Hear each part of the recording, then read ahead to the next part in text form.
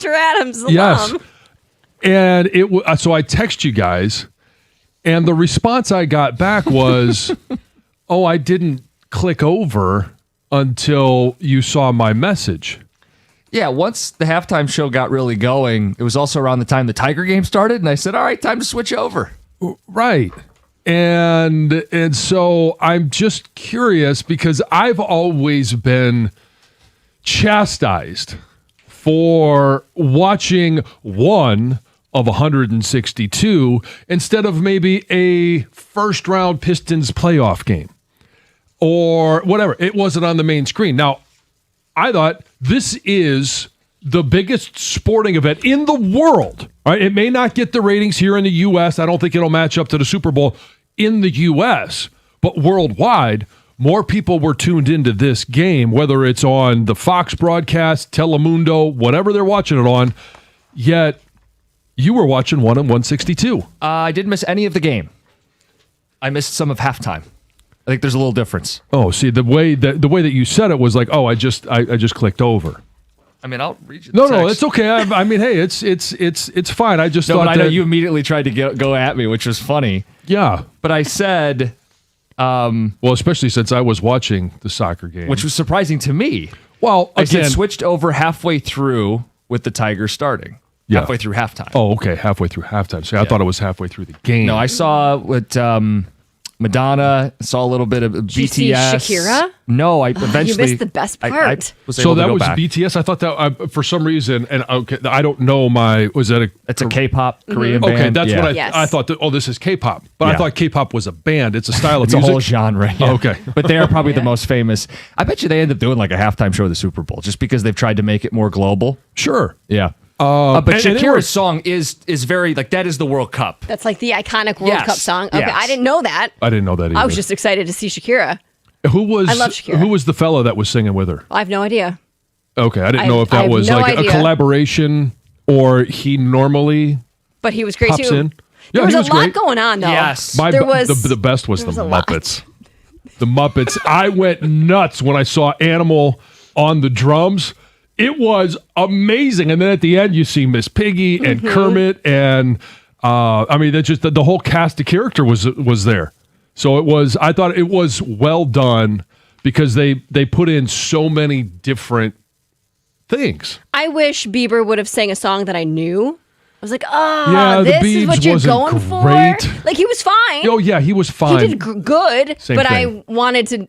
I like to know a little bit more, like a more upbeat. Yeah. That's what it was. I He guess. killed momentum. Yeah. And I liked how they introed him. They had Ted Lasso out Yeah, there and they that was subbed cool. in Bieber. The problem for me was like it's one of those songs, like I didn't know the song, and then I hear him singing. I kept thinking he was saying Hollywood, but he was saying Alleluia, and eventually it was Hallelujah. But I kept thinking I'm like, wow, he's really pumping up Hollywood. So, But okay, let's just the game itself. Spain, the better team from start to finish. They're the Yeah. best team of this tournament, start to finish. Greg's stat was ringing in my head. They just haven't given up goals. They Yeah. pitched yet another shutout. What they gave up 1 goal in 8 games of the World Cup. I mean, they were all over Argentina. If Argentina was going to win, they were going to have to get to penalties. Yes. and just kind of coin flip it. yeah, it's going to have to be a shootout, and I felt like that was kind of their. Okay, from a guy that doesn't know much about soccer, they were playing a very prevent defensive branded football, much unlike the consolation game that had 10 goals, which I can't believe I missed the highest scoring game of the entire tournament. But who watches the consolation game? Getting back to the championship game, it was fun because I was in some weird way, and I mentioned it when we were talking about who's going to win on Friday in the cookie jar. I picked Argentina because I just wanted to see Messi maybe go out on top. Mm-hmm. And who knows, in 4 years, he may be one of those guys that says, I'm not playing, then all of a sudden he does. That means nothing to me. That's fine if he does. But to go back-to-back on a guy that's had, the career that he has had would have been a lot of fun. I thought that they were going to actually get to penalty shots because they were in this second overtime. Yeah, and they kept talking about it. Hey, eventually this shifts to Argentina. They're down a man. They have it. They had no shot on net for like 80 plus minutes. Mm-hmm. If they can somehow get this to the penalty kicks, they are clutch, and they had all the stats about all the games that they had won in penalty kicks versus Spain, which had decidedly, I think they had won one of their last 5 in penalty kicks. Yeah. It was suddenly going to favor the underdog. The reigning champs were the underdog, but it would have favored the team that hadn't controlled play. Spain wins. Spain deserved to win. There's no doubt about that. Quick thing, you mentioned the consolation game. Did you see the brawl that happened after? I didn't. Oh yeah, there was a big push and shoving match. It was actually better than an NBA fight. Oh, that's not saying much. No, but so we got to set the bar, right? Yeah. It's not Myles Garrett throwing a helmet, but No. It sounded like somebody needed to be consoled. oh sure, yeah. I saw a take that I agreed with the consolation game. So it felt very much like a bowl game, right? Teams that their seasons are done, they're just going to score as many goals as they can. Yeah, fire both defensive coordinators. Should the goals of the consolation count towards the Golden Boot? Because it's a team that's already been eliminated that gets to play an extra game. So Mbappe scores 2, he wins the Golden Boot. And I know they've probably always done it that way. But Who was as an second? American flying in, Messi. Messi had 8. So he Mbappe would've had tied. 8. They would have tied. Messi would have won the Golden Boot. He was penalized. They would have tied the Golden Boot. Yeah. So he wouldn't have won the Golden Boot. He wouldn't have lost it. The tiebreaker is assists, in which Messi would have had more. Oh, okay. Oh, there you go. There you go. I had no idea there was a tiebreaker. So, Greg, you're clearly more of a soccer guy than either of us. I don't know if you agree with the take that it shouldn't count the goals scored in a game you've already been eliminated. Just looking at it and being presented with this right away, I'm going to say no. It's a game in the World Cup. It counts. I mean, Messi got to play 5 more games because they kept winning in the knockout stage. So it's a game of the World Cup. Let's count it. Okay.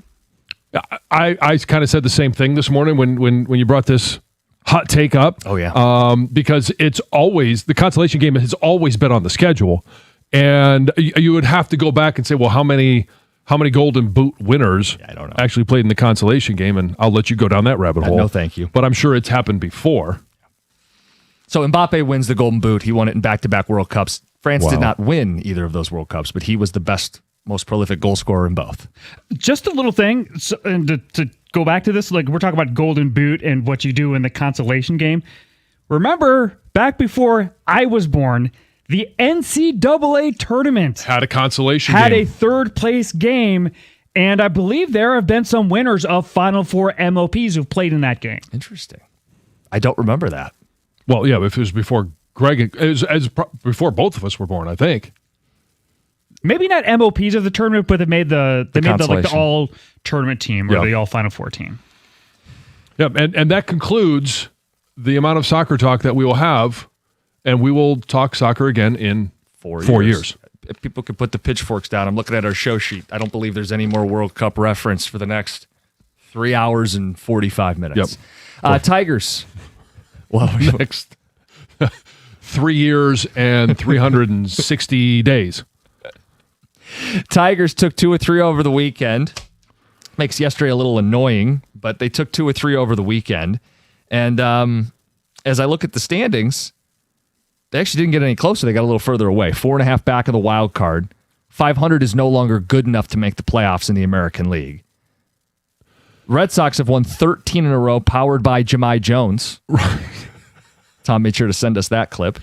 Orioles have also won 7 in a row. The Tigers are playing better baseball undoubtedly since June 1st, but So are other teams. so are other teams. Yeah, I mean, the Red Sox, they're not going to be on this heater like they've been on. They've won 13 in a row. Yeah. And so, yeah, okay, and they are playing better baseball. We thought they were going to be one of the teams in contention at the beginning of the year. That didn't start that way. Fired a manager, make some changes in the front office, and now all of a sudden they got a little juice going. Same thing with the Tigers. They got a little mojo going, not at the same level. And it is annoying that they lost yesterday. And you thought with Casey Mize on the mound, this was going to be one. Like they had this distinct advantage in the pitcher. He ended up, whether it's, the groin or Yeah, they said the groin, but he got hit in the hand. I thought that initially might have been the issue, but after the game, it's that groin that's given him trouble all year. They had 4 hits, 2 solo shots. They had one to start the game, Yep. and then they let the starter off the hook and didn't get to him again. Riley Green hit the other home run in the 9th. Crazy McGonigal stat. We can give that to people coming up next because when you are in the company of the Georgia Peach, It's pretty impressive stuff. So I'll give you that McGonigal stat coming up next.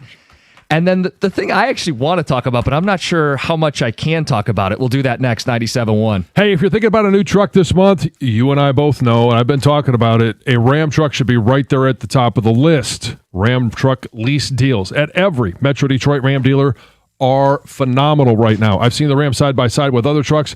I'm driving a Ram finally, and for power, there's no competition. You can choose from Ram's legendary 5.7 Hemi V8, or you got the 420 horsepower Hurricane engine. That's the one I chose. If you want a little bit more, they also have the high output 540 horsepower Hurricane. Let me ask you a question. Why would you trust any full-size pickup at any price with only a 4-cylinder engine? Not going to be able to get much done with that. Full-size Ram 1500 is built right here in Sterling Heights, and Ram has a 5-link coil suspension. All it's going to take is one test drive. You're going to feel how much smoother a Ram is, and for comfort, all you got to do is go sit in a Ram, and I promise you're going to feel the difference. Right now, the lease payments on a new Ram truck at every Metro Detroit Ram dealer are exceptional. So are their financing offers for well-qualified buyers. Pull into your Metro Detroit Ram dealer today. When you do, tell them I sent you.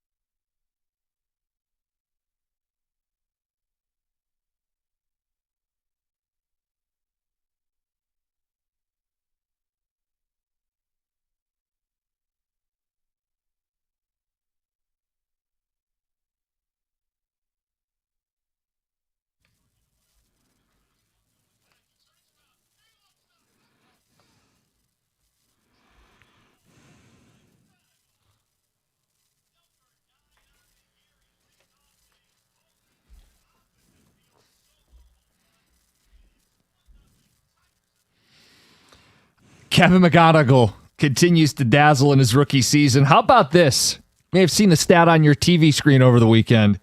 McGonigal, 100-plus hits in his first 100 games. The only other Tiger to do it age 21 or younger, Ty Cobb. Yeah. What? I mean, it's so a smaller list when you say 21 and under, because a lot of guys obviously Didn't even don't reach get the here. major leagues Yeah. until they're past that age.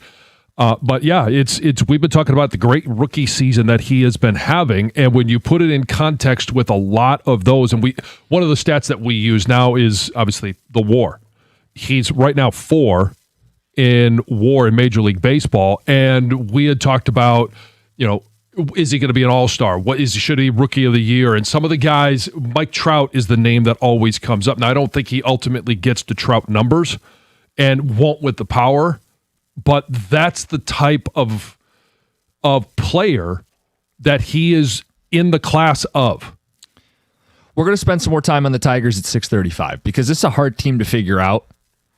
The mood swings really of the last 3 years. We've called them a bipolar baseball team. But there is one thing that you and I are both convinced of. 6:35, we'll get to that.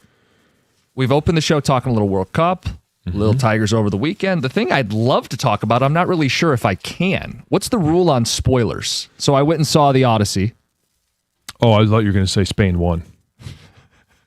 Sorry, everyone, we ruined that. But the Odyssey is a 3,000-year-old story. Christopher Nolan puts his own twists on the story, his own perspective.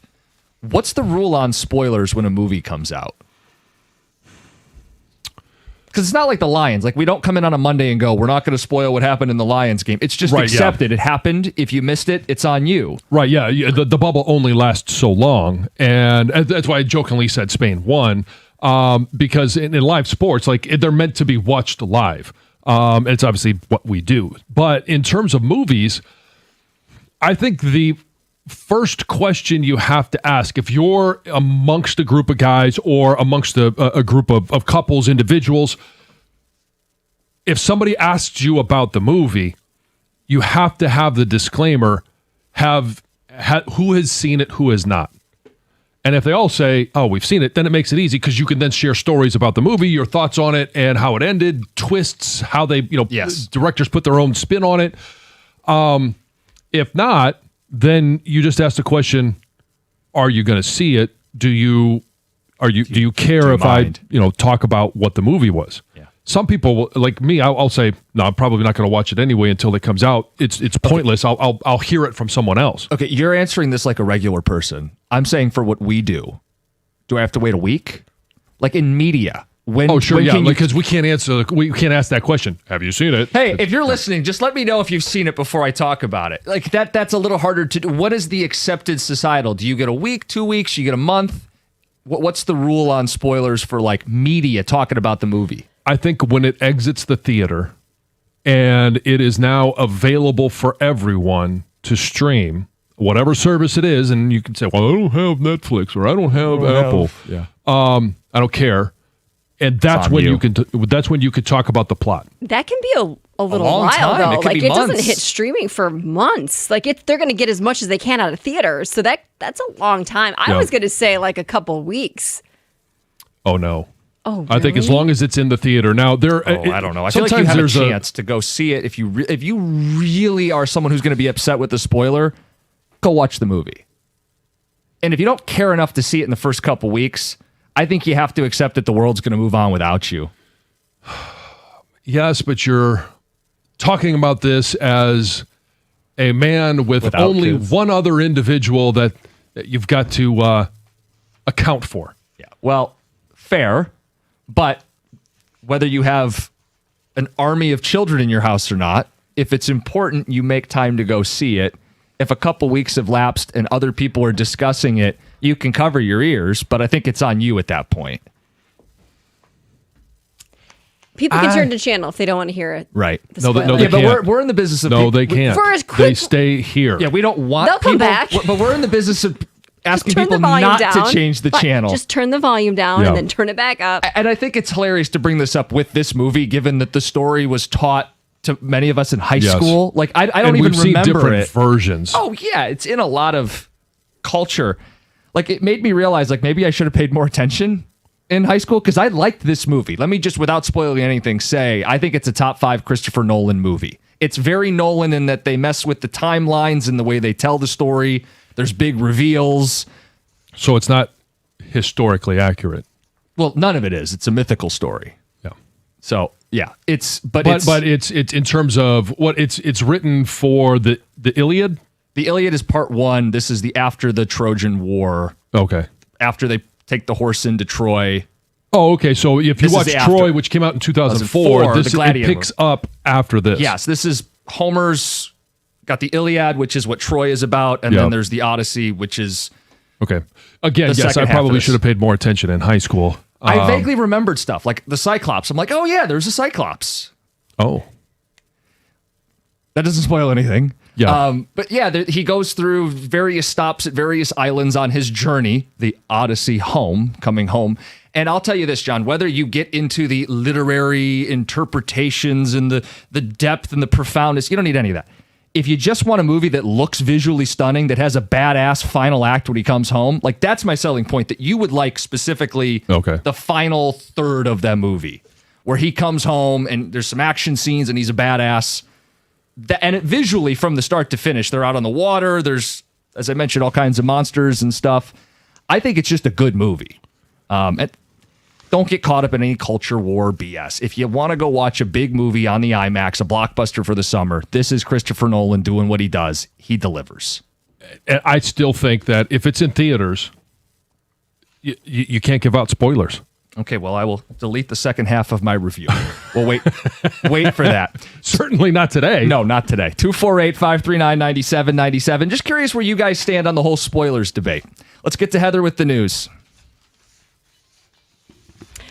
All right, you guys. The Michigan DNR is investigating after a nearly 6-foot-long lake sturgeon was found dead in the middle of a road in Muskegon County, where there is no legal lake sturgeon fishing water. So Right. officials say this fish, the 71-inch fish, was dumped on the road in Whitehall sometime between midnight and 5:30 a.m. on Friday. It's also believed that this fish may have been snagged, which is something.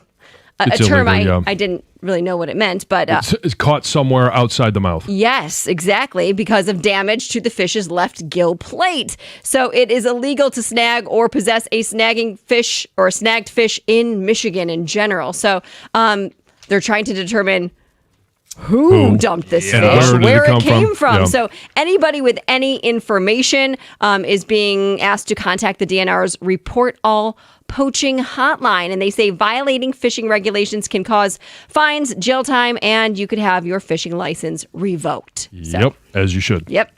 The Bayview Mackinac race turned into a battle against the elements over the weekend, with 85 boats forced to withdraw because of really rough conditions on Lake Huron. So race officials say that the event started on Saturday and there was 193 boats, but then quickly the combination of high winds, some challenging conditions led to dozens of crews just kind of calling it quits. By Sunday morning, 85 boats had retired from the race, which is a That's bummer, tough, right? yeah. Yeah, leaving 108 boats still making their way towards Mackinac Island.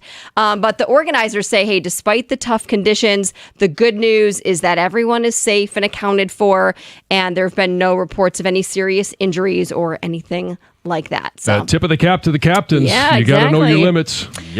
this is pretty cool. I guess some good news out of the whole poop parasite going around. If you've been avoiding grocery Weight loss? store. Oh, no, not that. But I have seen so many of those silly videos on Yeah. social media of like, my summer diet. Let's eat a whole bag of lettuce. Taco Bell. Yeah, or go to Taco Bell. But if you've been avoiding, grocery store lettuce because you don't want to get this parasite, you're not alone. And it's actually been good news for many local farmers, which is cool. So apparently small urban farms around Metro Detroit are seeing a surge in business because shoppers are looking for produce that they feel they can trust. Farmers at places like Eastern Market, they say their sales of lettuce and other greens have jumped, with some reporting a 20 to 30% increase. Others selling out earlier than usual. And many of those farmers say that their smaller operations allow them to really tighten food safety practices, including using tested city water for irrigation, maintaining hand washing stations. They have fewer people like actually handling the produce in general. And safety experts say that, buying local can give customers the chance to ask growers directly about their farming and sanitation practices. So that's great. that's one, I guess, positive outcome of this whole awful parasite going around. Michigan State Police are cracking down on drivers who don't move over for emergency vehicles. Today, a statewide enforcement goes into effect. It aims, obviously, to protect first responders, and it reminds motorists of the state's move over laws. And they have existed since 1949. So from 11 to 4 p.m., law enforcement agencies from around the state, as well as in Ohio, Pennsylvania, and Kentucky, will be out looking for drivers who don't safely move out of the way or slow down to 10 miles below the speed limit when approaching a stationary authorized vehicle with its lights activated. So that could include police vehicles, fire, EMS, tow trucks, road service vehicles, and construction vehicles. You are supposed to get over a lane. If you cannot do so, you just must stay where you are safely and slow down. Well, you're supposed to slow down 10 miles under the speed limit, no matter which lane you're in. But you are supposed to move over that lane if you can. You could be facing some fines if not. So drive safe. Protect everyone. Yep. Heather with the news. We got some feedback coming in on spoilers. We'll talk about that and then get into something we are convinced of, which there are very few things with this baseball team, but one thing we're convinced of. We'll get to it next. 97.1. All right, you guys, if you haven't heard of Cosm, you have to go check it out. Cosm brings fans the ultimate immersive sports experience. At Cosm, you can watch all your favorite sports on these massive high-resolution displays surrounded by fellow fans. And right now is your chance to win the ultimate fan package before Cosm's grand opening in Detroit. 2 free Dome Reserve tickets per week to any event for the first month. 5 general admission tickets per week to any event for the first month. 500 food and beverage credits for the first month of the opening. One lucky winner takes over Cosm Detroit to host the ultimate fan experience for you and your friends. So head to Cosm Detroit's social media handles today to enter for your chance to win.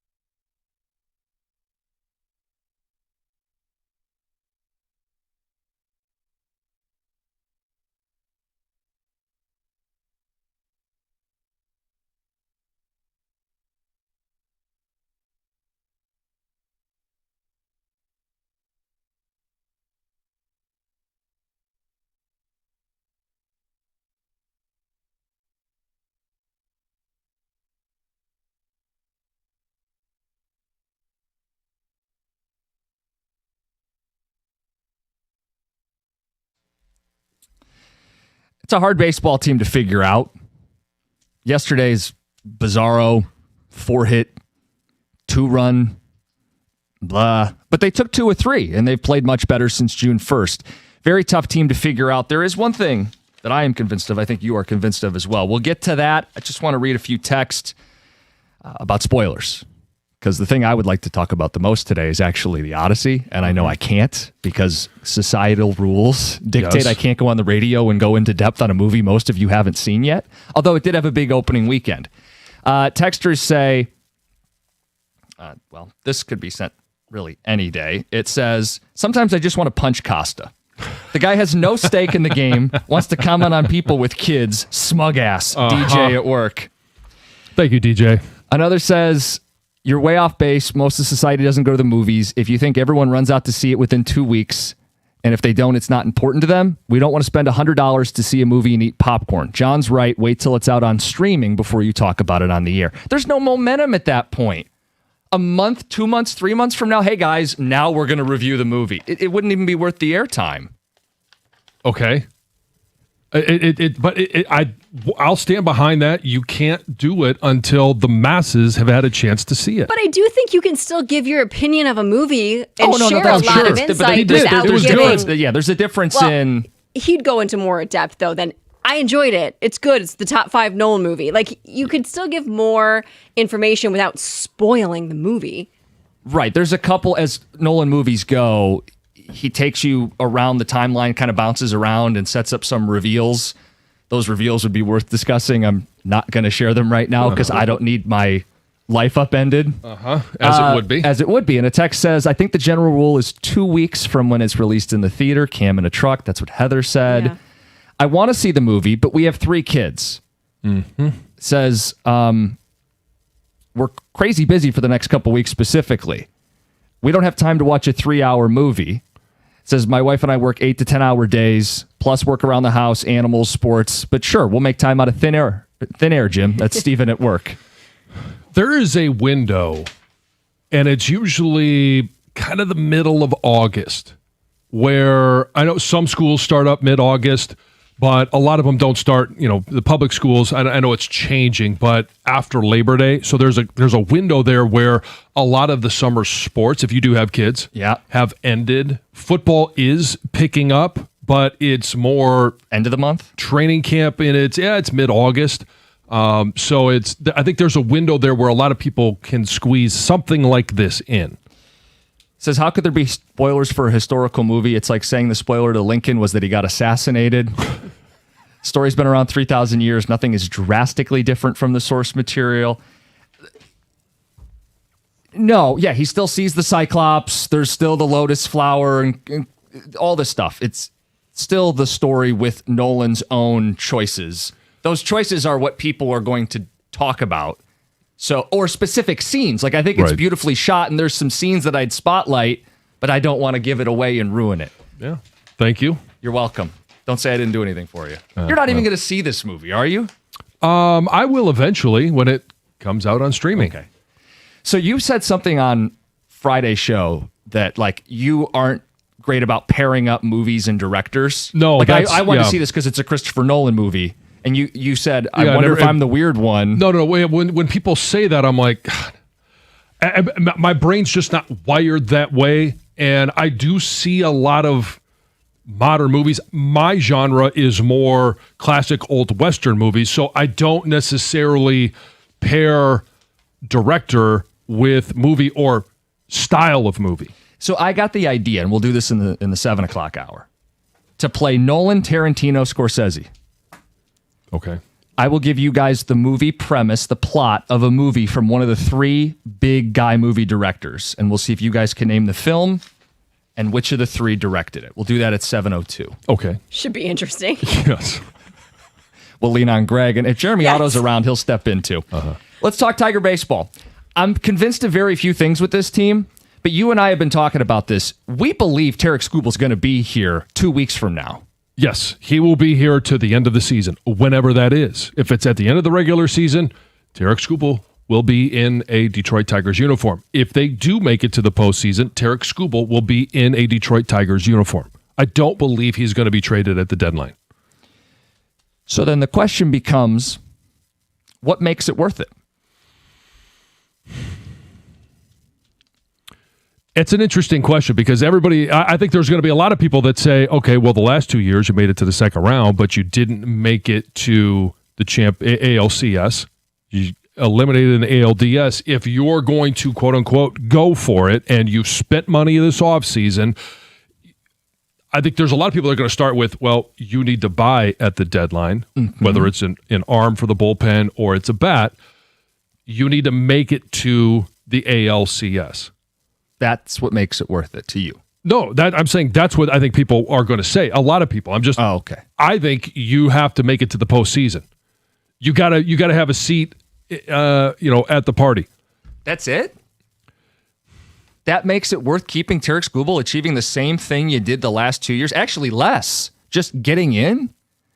See, I think you got to make the World Series. Otherwise, what are we doing? I'm not sitting here saying I don't want to make the World Series. I'm not accusing I want to you of make the that. World Series. I want to win the World Series. But I think if you at least have a seat at the table, then it's up to this team to figure out how to get further than you did the last few years. If you're a team that continually makes the postseason, and I know we don't want to be a first round exit. We don't want to just get in. We don't want to back in, which they actually may have to back in this year. But if you're a team that is regularly playing in the postseason, that's a pretty good franchise. Now, does it need to lead to a World Series? Yes, but consistency in the postseason is a sign to me that you're doing something right. I'm not trying to be all or nothing guy. I'm not saying they have to beat the Dodgers or win the World Series to justify keeping Skubal. But simply making the playoffs doesn't feel like it's worth it to keep Tarik Skubal. That's where I get to, like, what makes it worth it? Well, at the very least, you have to advance further than you have, which would be the ALCS. And the whole point of loading up and keeping him and not trading him in the offseason or not trading him at this trade deadline is because you think you're as good as anybody in this bad American League. Well, win the pennant.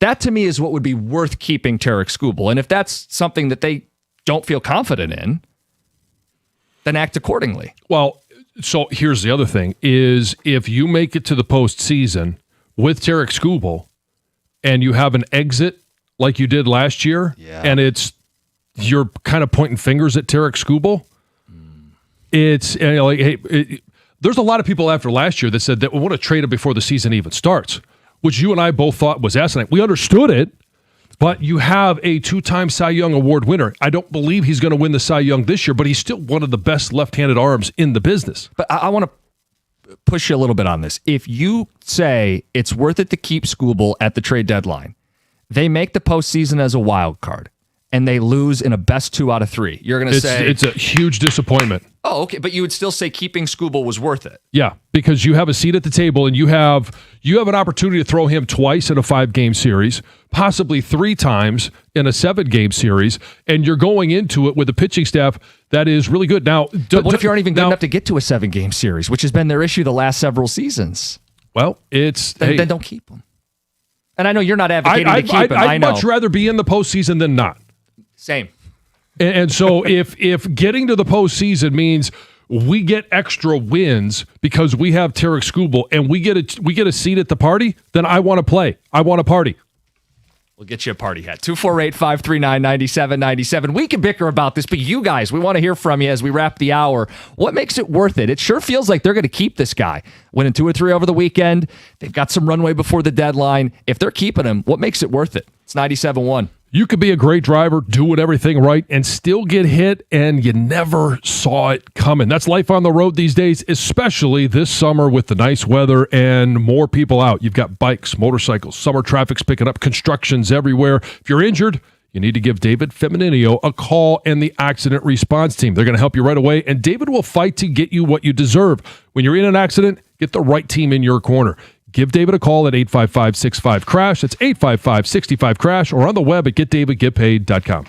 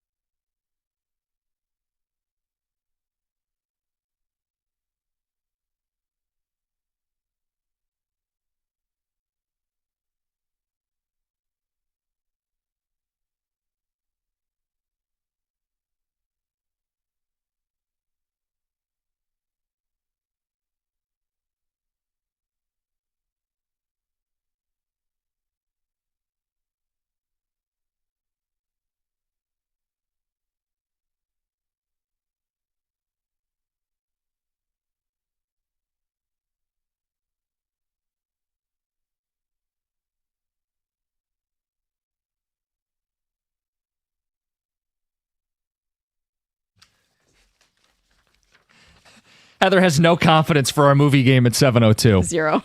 Before we get to it, wrap up the Scooble conversation. What makes it worth it? We think he's staying. What Yep. makes it worth it? Let's go to Ray in Commerce. Ray, good morning.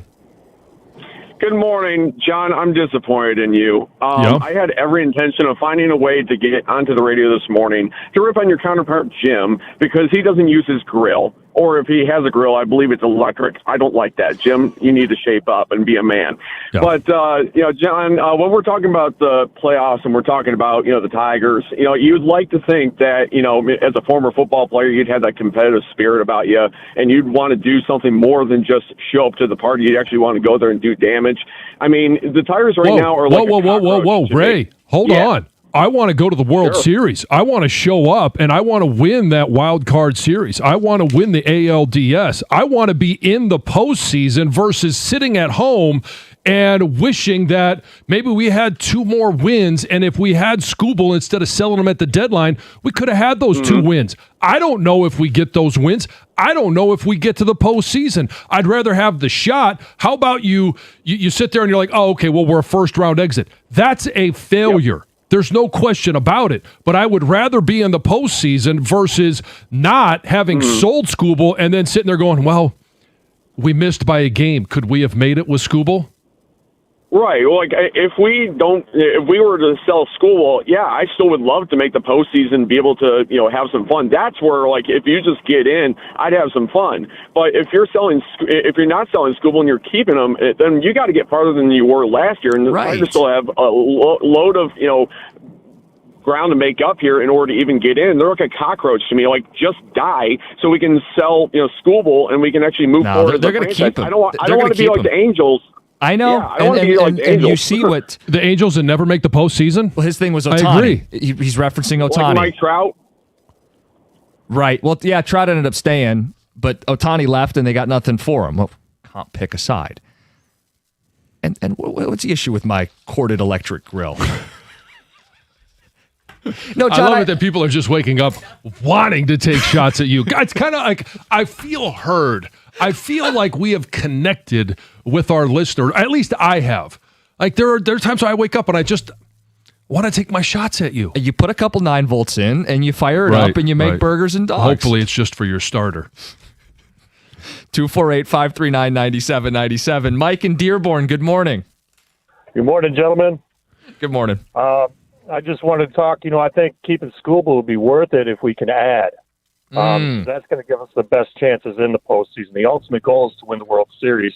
And I don't think we're going to get enough in return for Tarik Scooble. I wouldn't take just 2 top, 100 prospects. That would look kind of foolish to me. I know we want to think about the future, but without 2027, kind of being in a limbo, I'm trying to win now.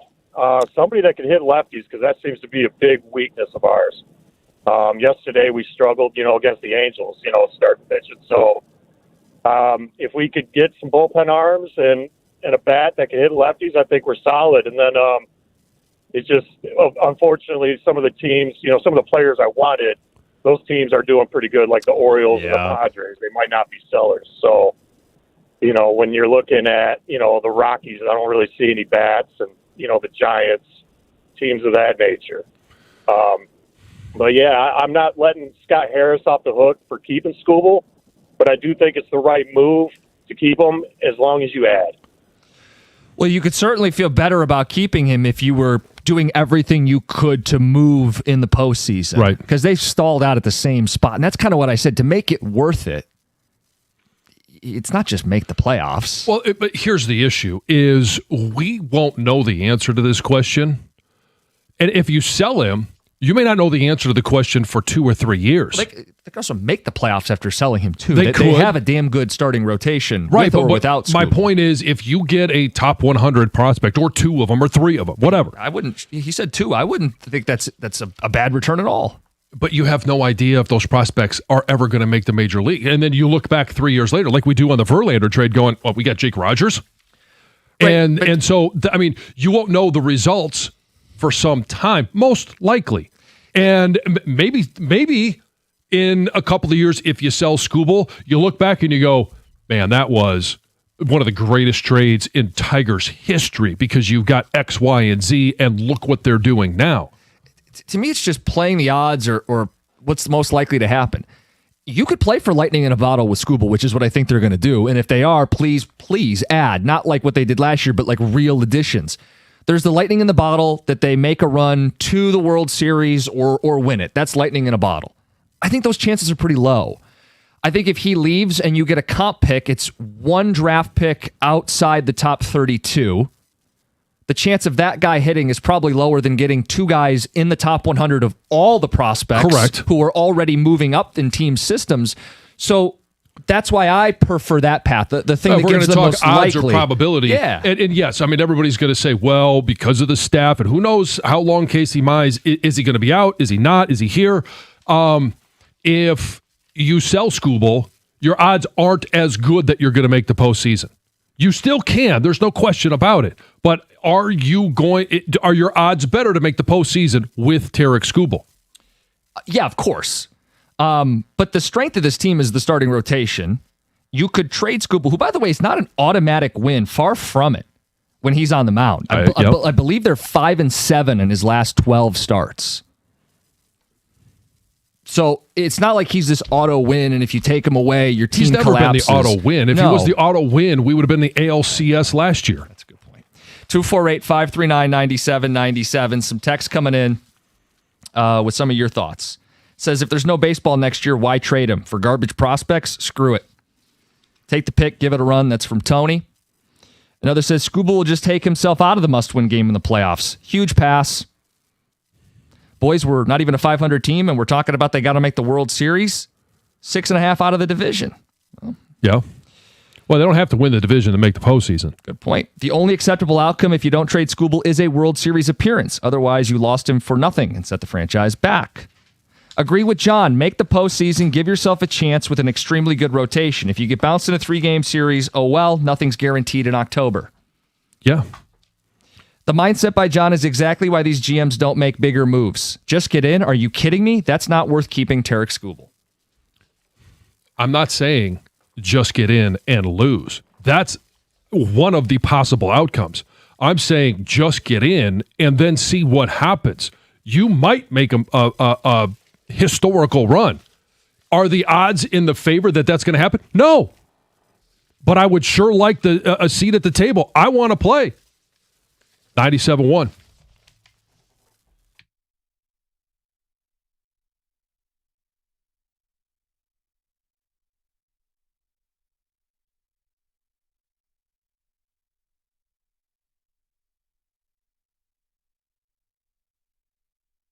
Brought to you by Michigan Auto Law. Tigers pitcher Casey Mize hit his latest bump in the road yesterday, exiting the team's 3-2 loss to the Angels in the 4th inning after getting hit with a comebacker in the wrist.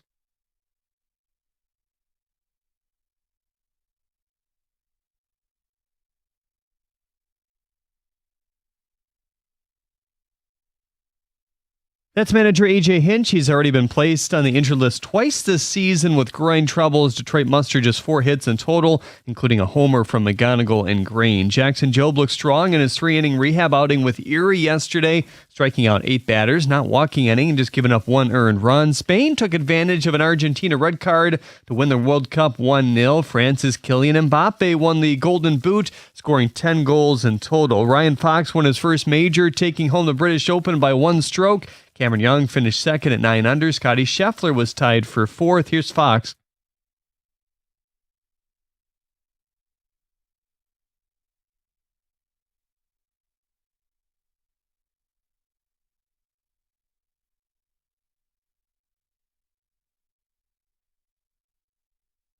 Michigan basketball national champion Axel Lendenborg won the Summer League Championship MVP after a 21-point and 10-rebound performance against the Grizzlies. Arizona Cardinals director of scouting was suspended for gambling last week. He's appealing, saying that those accusations are false. At the Corwell Health Sports Desk, I'm Jeremy Otto.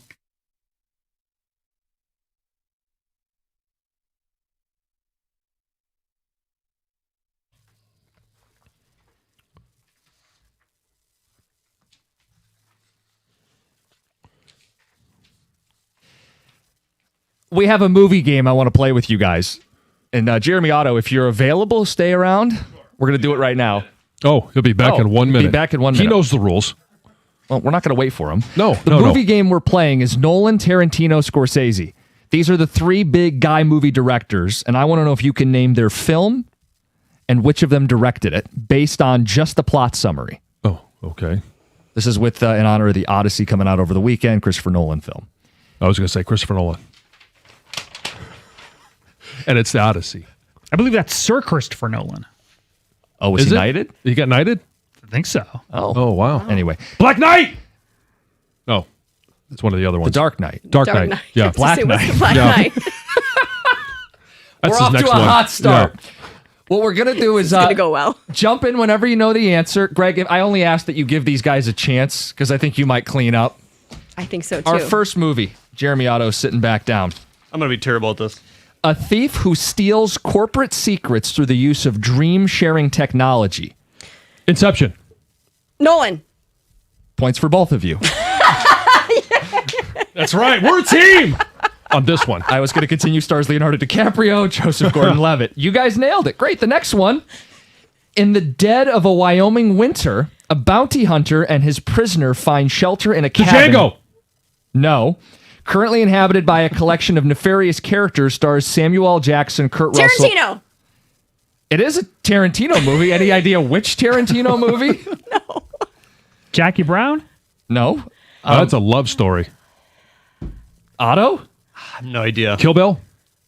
You are naming movies that could be on this list, but no. We're looking for The Hateful Eight. Oh, good Lord. It's a good movie. Saw it in Never even theaters. heard of it. Me neither. Based on the true story of Jordan Belfort, the rise from to a wealthy stockbroker living the high life. The Wolf of Wall Street. That's a Scorsese film. Yes. 2 points to Greg. It stars DiCaprio, Jonah Hill, Margot Robbie.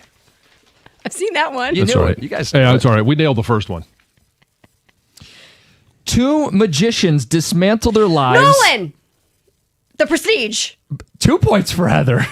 I've seen that one. I know that one. Dismantle their lives to outmaneuver each other following a shared tragedy. They chase the ultimate illusion across Victorian London, sacrificing sanity and safety to master a teleportation feat that defies all logic. Stars Christian Bale, Hugh Jackman, and Scarlett Johansson. Heather, you were all over this. And David Bowie is Nikola Tesla.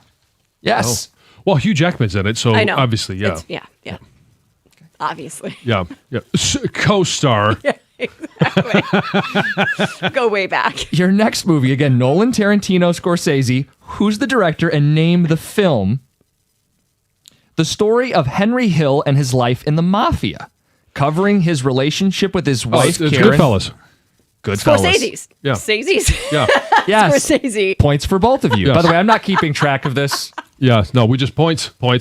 Whose line is it anyway? Goodfellows. Our next film. In a dystopian future. Nolan. Yes, but you're just taking shots in the dark at this point. Well, his are all these like different mind-bending movies. They're not like mobster movies. Wait. That's No, why. so continue, I'm going to please. continue. In a dystopian future, because you guys still have a chance to name the film. Dystopian future where Earth has become nearly uninhabitable. A team of astronauts. Interstellar. What do I do with that? He said he started. Yeah, Greg was first. Okay. Embark on a mission to find a new home for humanity. Matthew McConaughey, Anne Hathaway. I think that is also a top 5 Nolan movie. Haven't seen it. How many of these do you know? You know all these? Yeah, they're all right in front of me, so I know. I know that, but did you know I'm going Before you did the I've research. got a dozen of them. I probably knew about 10 of them. I've seen almost everyone on this list. Nerd. The Departed is, well, I've already given it away. The Departed. Scorsese. It's an undercover cop and a mole in a police attempt to identify each other, infiltrating an Irish gang in South Boston. Stars Leonardo DiCaprio, Matt Damon, Jack Nicholson. Whose movie is The Departed? Scorsese. Scorsese. Yes. Our next movie, when a menace known as the Joker wreaks havoc The and Dark chaos. Knight. Nolan. Points for Heather. Oh, I was going to say maybe Dark Knight Returns. That's one, right? Batman Returns. The Dark Knight Returns. Isn't there a second Dark Knight? He made multiple Did he? Batman movies. Yes. But not- But The Dark The Knight Dark Knight is his Rises. most. Dark Knight That's Rises, it. That's yes. it. Yes. It's in Gotham, Batman, Harvey Dent, stars Christian Bale, Heath Ledger. With the help of a German bounty hunter, a freed slave sets out to rescue Django. his family. Close enough. Django Unchained. Tarantino. It is Tarantino. Yes. Sets out to rescue his wife from a brutal plantation owner in Mississippi. Stars Jamie Foxx, Christopher Waltz, and Leonardo DiCaprio. How do you say it? Who? I say Django. You Django don't say, Unchained. You don't say the D? I believe it's Christoph Waltz.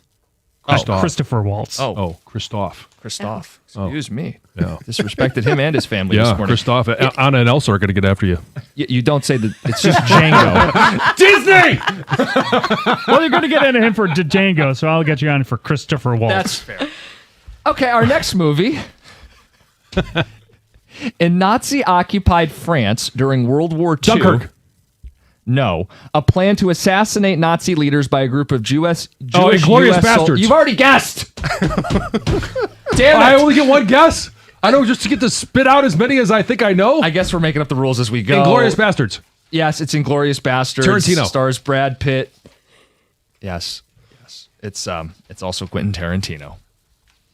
Taxi Driver was too obvious, so Taxi Driver. so I left that one off the list. I thought he was doing the Departed thing again. Tarantino, Scorsese, Nolan. Yeah, no, Scorsese. Right? Yes. Are we frustrating you? We've thoroughly made a mockery of my game.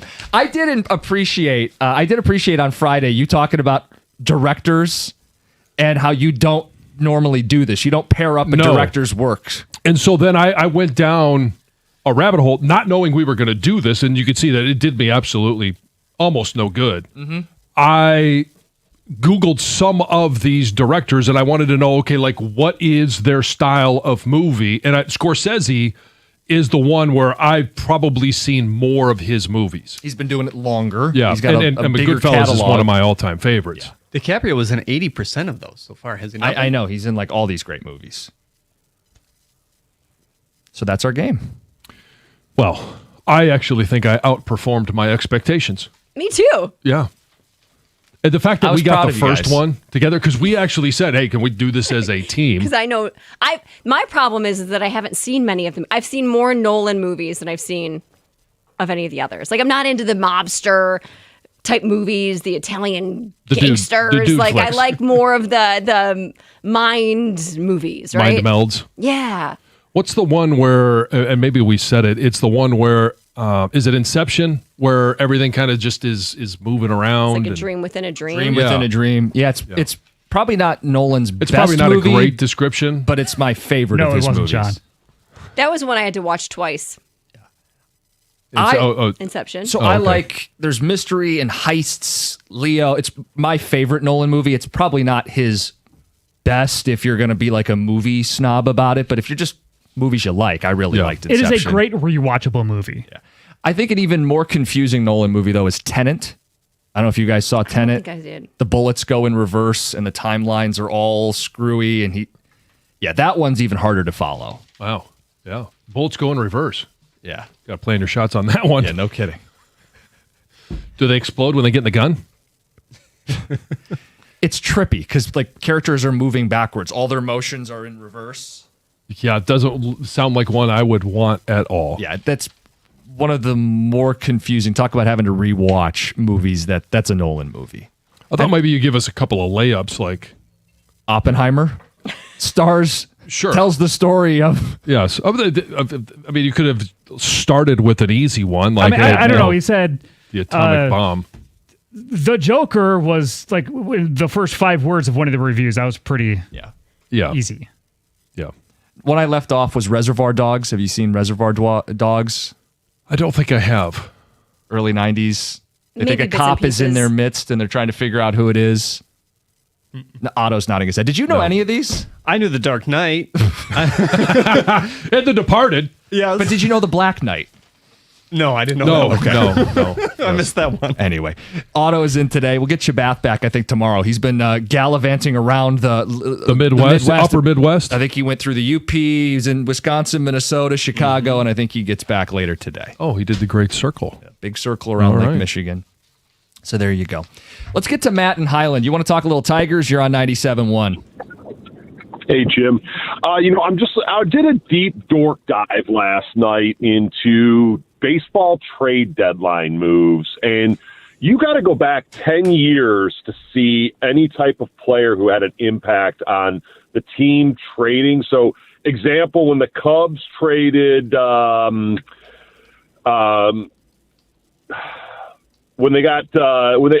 Cease trade. So the White Sox got Dylan Cease out of the trade. I can't remember who the Cubs received in that trade, but I mean, 10 years to find one example of a player being traded at the deadline where the team traded the all-star type player, received an impact. Mm-hmm. And you got to go back to the Smoltz Doyle Alexander trade if you want to look at like, oh, here we got this Hall of Fame impact. I know that's a very rare one, but it is very rare in baseball when you do this dive, when you go find teams selling at the deadline and what they received actually helped them. Yeah, I mean, look, you are rolling the dice on the unknown. These are Right. prospects. Prospects are currency. You use them in trades, and maybe some of them turn into major league players. I'm not saying if you trade Tarek Skubal that you're promised a brighter future. It's just a question of what does their current predicament dictate they should do. It's some of it is going to be dictated by how they perform. Yeah. I'm not going to say just in Chicago, but I think that's a good litmus test. So explain to people why you're spotlighting it, because I agree Well, with it's you. because it's the only team with a winning record that they're going to face before the trade deadline, and they're going to be in Chicago now for 3 games starting today, 8:00. and so it's that litmus test of, can we hit good pitching? Can we match pitcher for pitcher? And it just gives you that postseason opponent that you're going to face that type of team. What do you look like? Okay, against the Angels.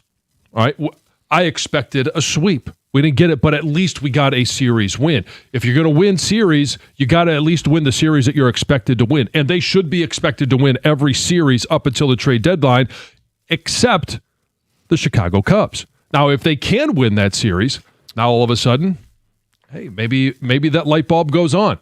You know who they're going to face tonight?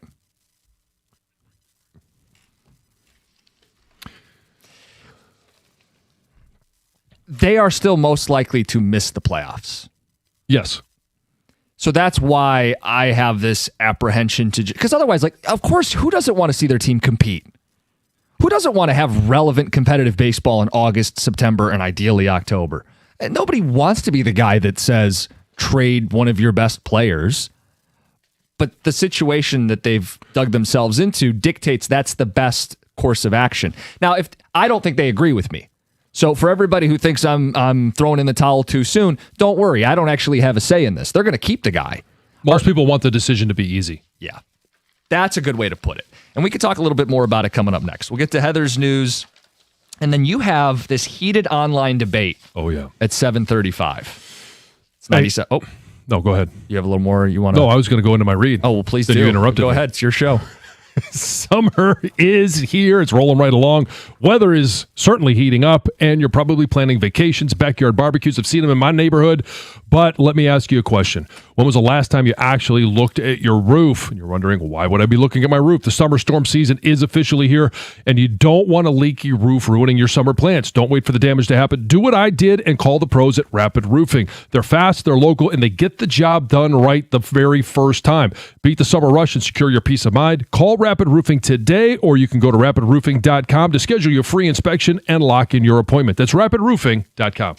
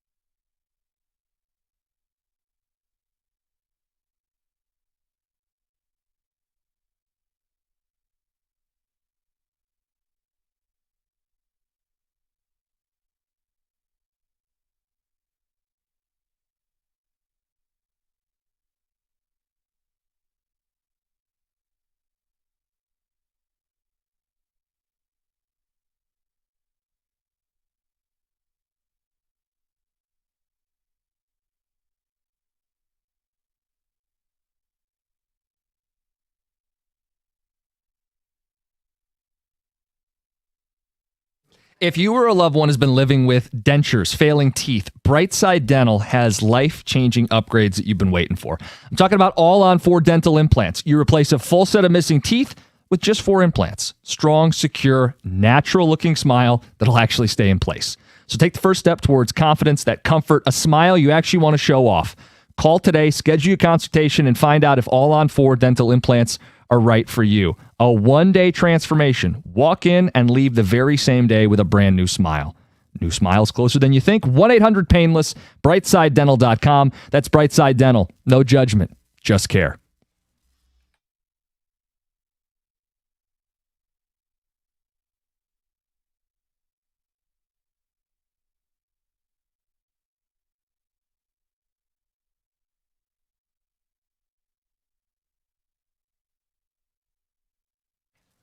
Spain wins the World Cup.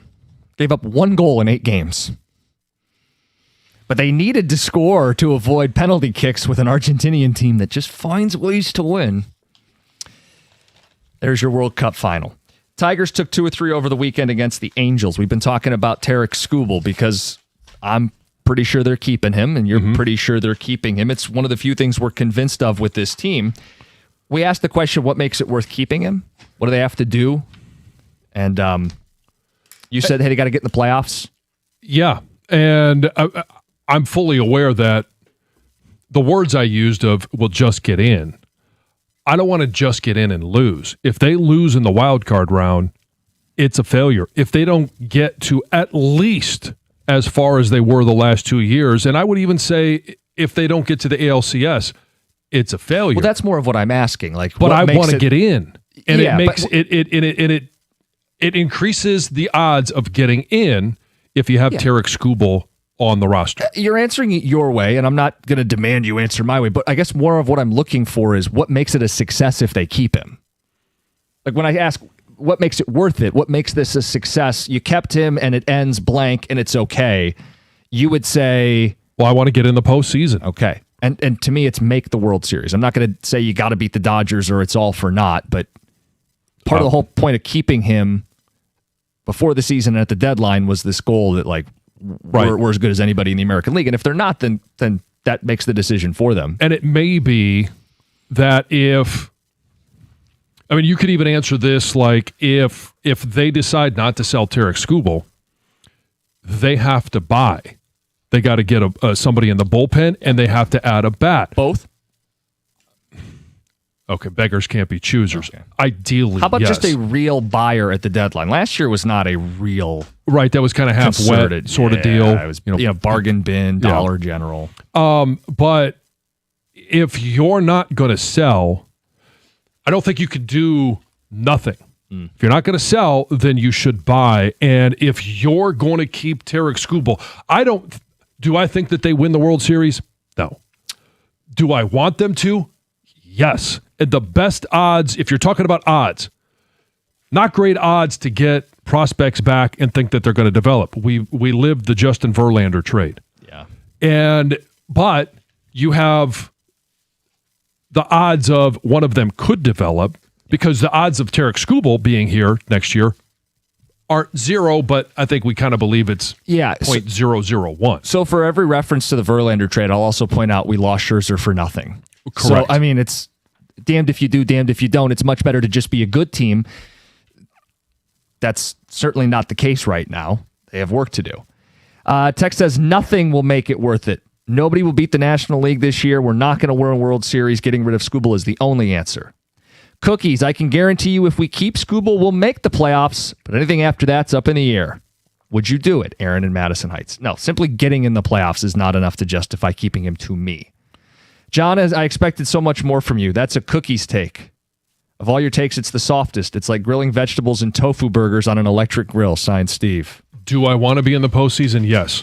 Do I want to be eliminated and not have a chance to even hope to win a World Series? No. We also got a text from TJ Lang this morning. He's up early. And he said, John would be a terrible GM. To which I said, as opposed to me, who would be incredible. And he said, no, you're too emotional. You wouldn't be a good GM either.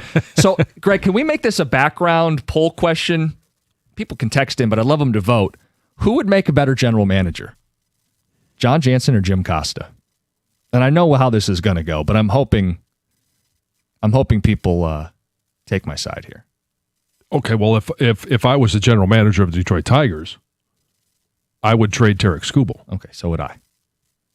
But if they keep, which we believe they keep him, then I want to use him along with whoever else we can, rally the troops and bring in by.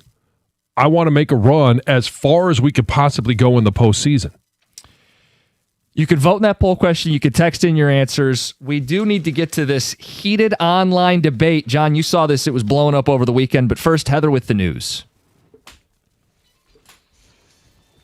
Well, an air quality alert does continue today due to the smoke from the Canadian wildfires, which obviously plagued Michigan last week with hazardous conditions. If you step outside, you're not going to really smell the smoke like we did last week, or see it, or probably even feel the effects of it, but it is still there. Apparently, this morning, the AQI is 93, which is hundreds lower than the state was hit with less than a week ago. Yeah, so Thursday and Friday. This is great news, and the good news is that the air quality is expected to continue to improve as we move forward. So, all right. And the heat dome is cracked. And the heat dome, it's not, it's going to be a beautiful week. Yes. Yeah. I mean, Wednesday's supposed to be high like 75. Yeah, it's going to be great.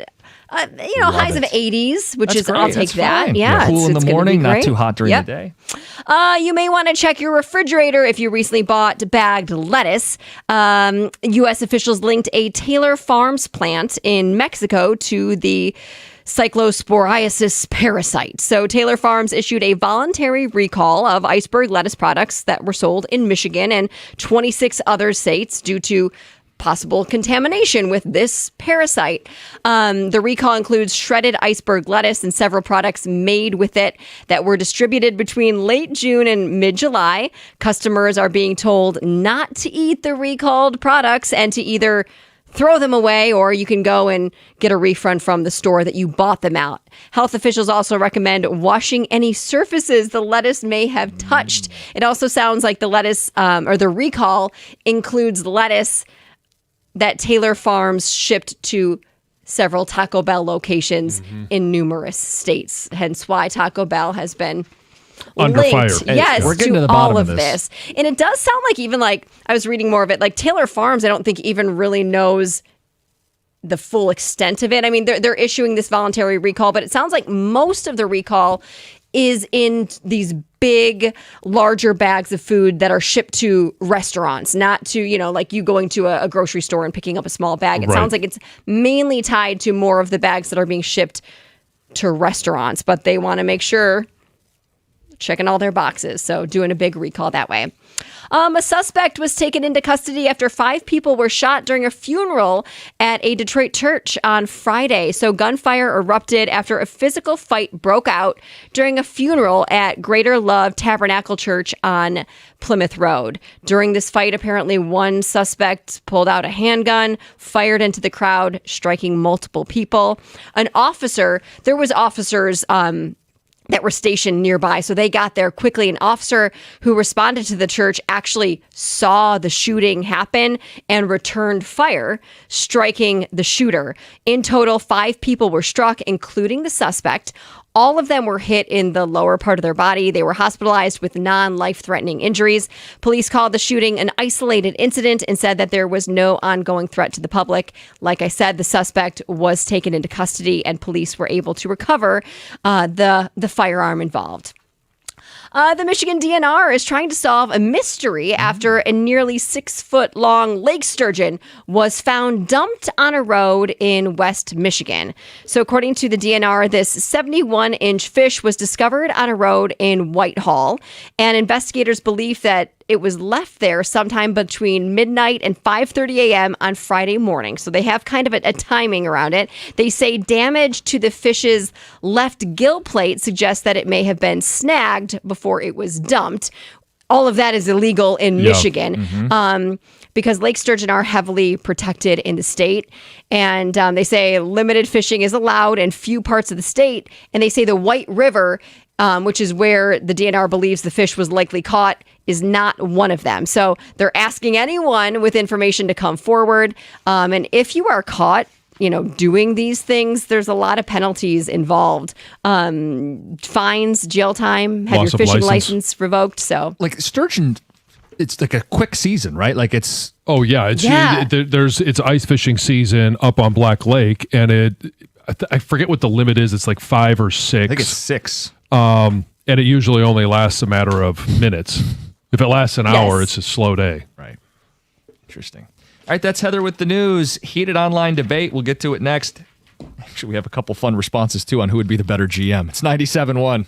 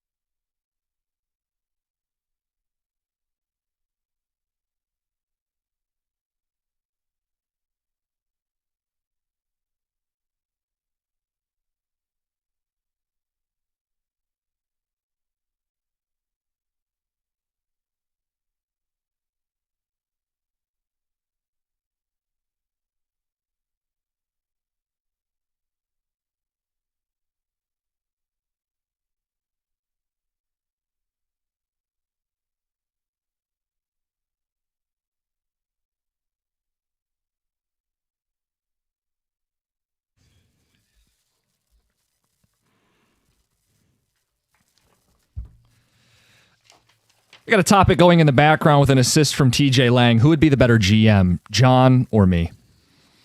And then we'll get into this this big debate online. You saw this story. Deals with airplanes, airlines. Would you pay extra for this? We'll get to that. First, the feedback. I'm taking Costa all day as the general manager. Unnamed texter. Costa for a GM, John for coach. Okay. I don't know about a GM, but I stand firm. John needs to be the new athletic director at the University of Michigan. They could use some help, and he's the guy. Thank you. John easily. He was literally in a professional sports league. That didn't help Steve Yzerman. We actually got a text from Dylan in Royal Oaks. It says, I think Jim and John would both be good GMs. They can't be much worse than the last guy. I disagree with John on most things, but he would be a legit general manager. Neither of you. Heather is the more pragmatic of the bunch. Oh, yeah. Should have a height limit on players. Cookies would be better. John would sit down at the Coney and be okay with making the playoffs and, quote, letting it play out. Neither of you. By the time John tells us what his master plan would be, the season would be over. And if Costa was the GM, we'd have to shove a pacifier in his mouth anytime anyone disagreed with his decisions. Bruno in Livonia. That's a good one.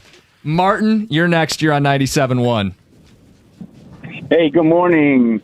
Hey, I'm going to vote for Jim Costa. Why? Because he likes movies, and in Dirty Harry, it says a man's got to know his limitations. You think he's seen Dirty Harry? We don't know, but by knowing his limitations, he would quickly resign and turn it over to John to be the general manager. Well, hold on. You were on my side at the start of the phone call. Well done, Martin.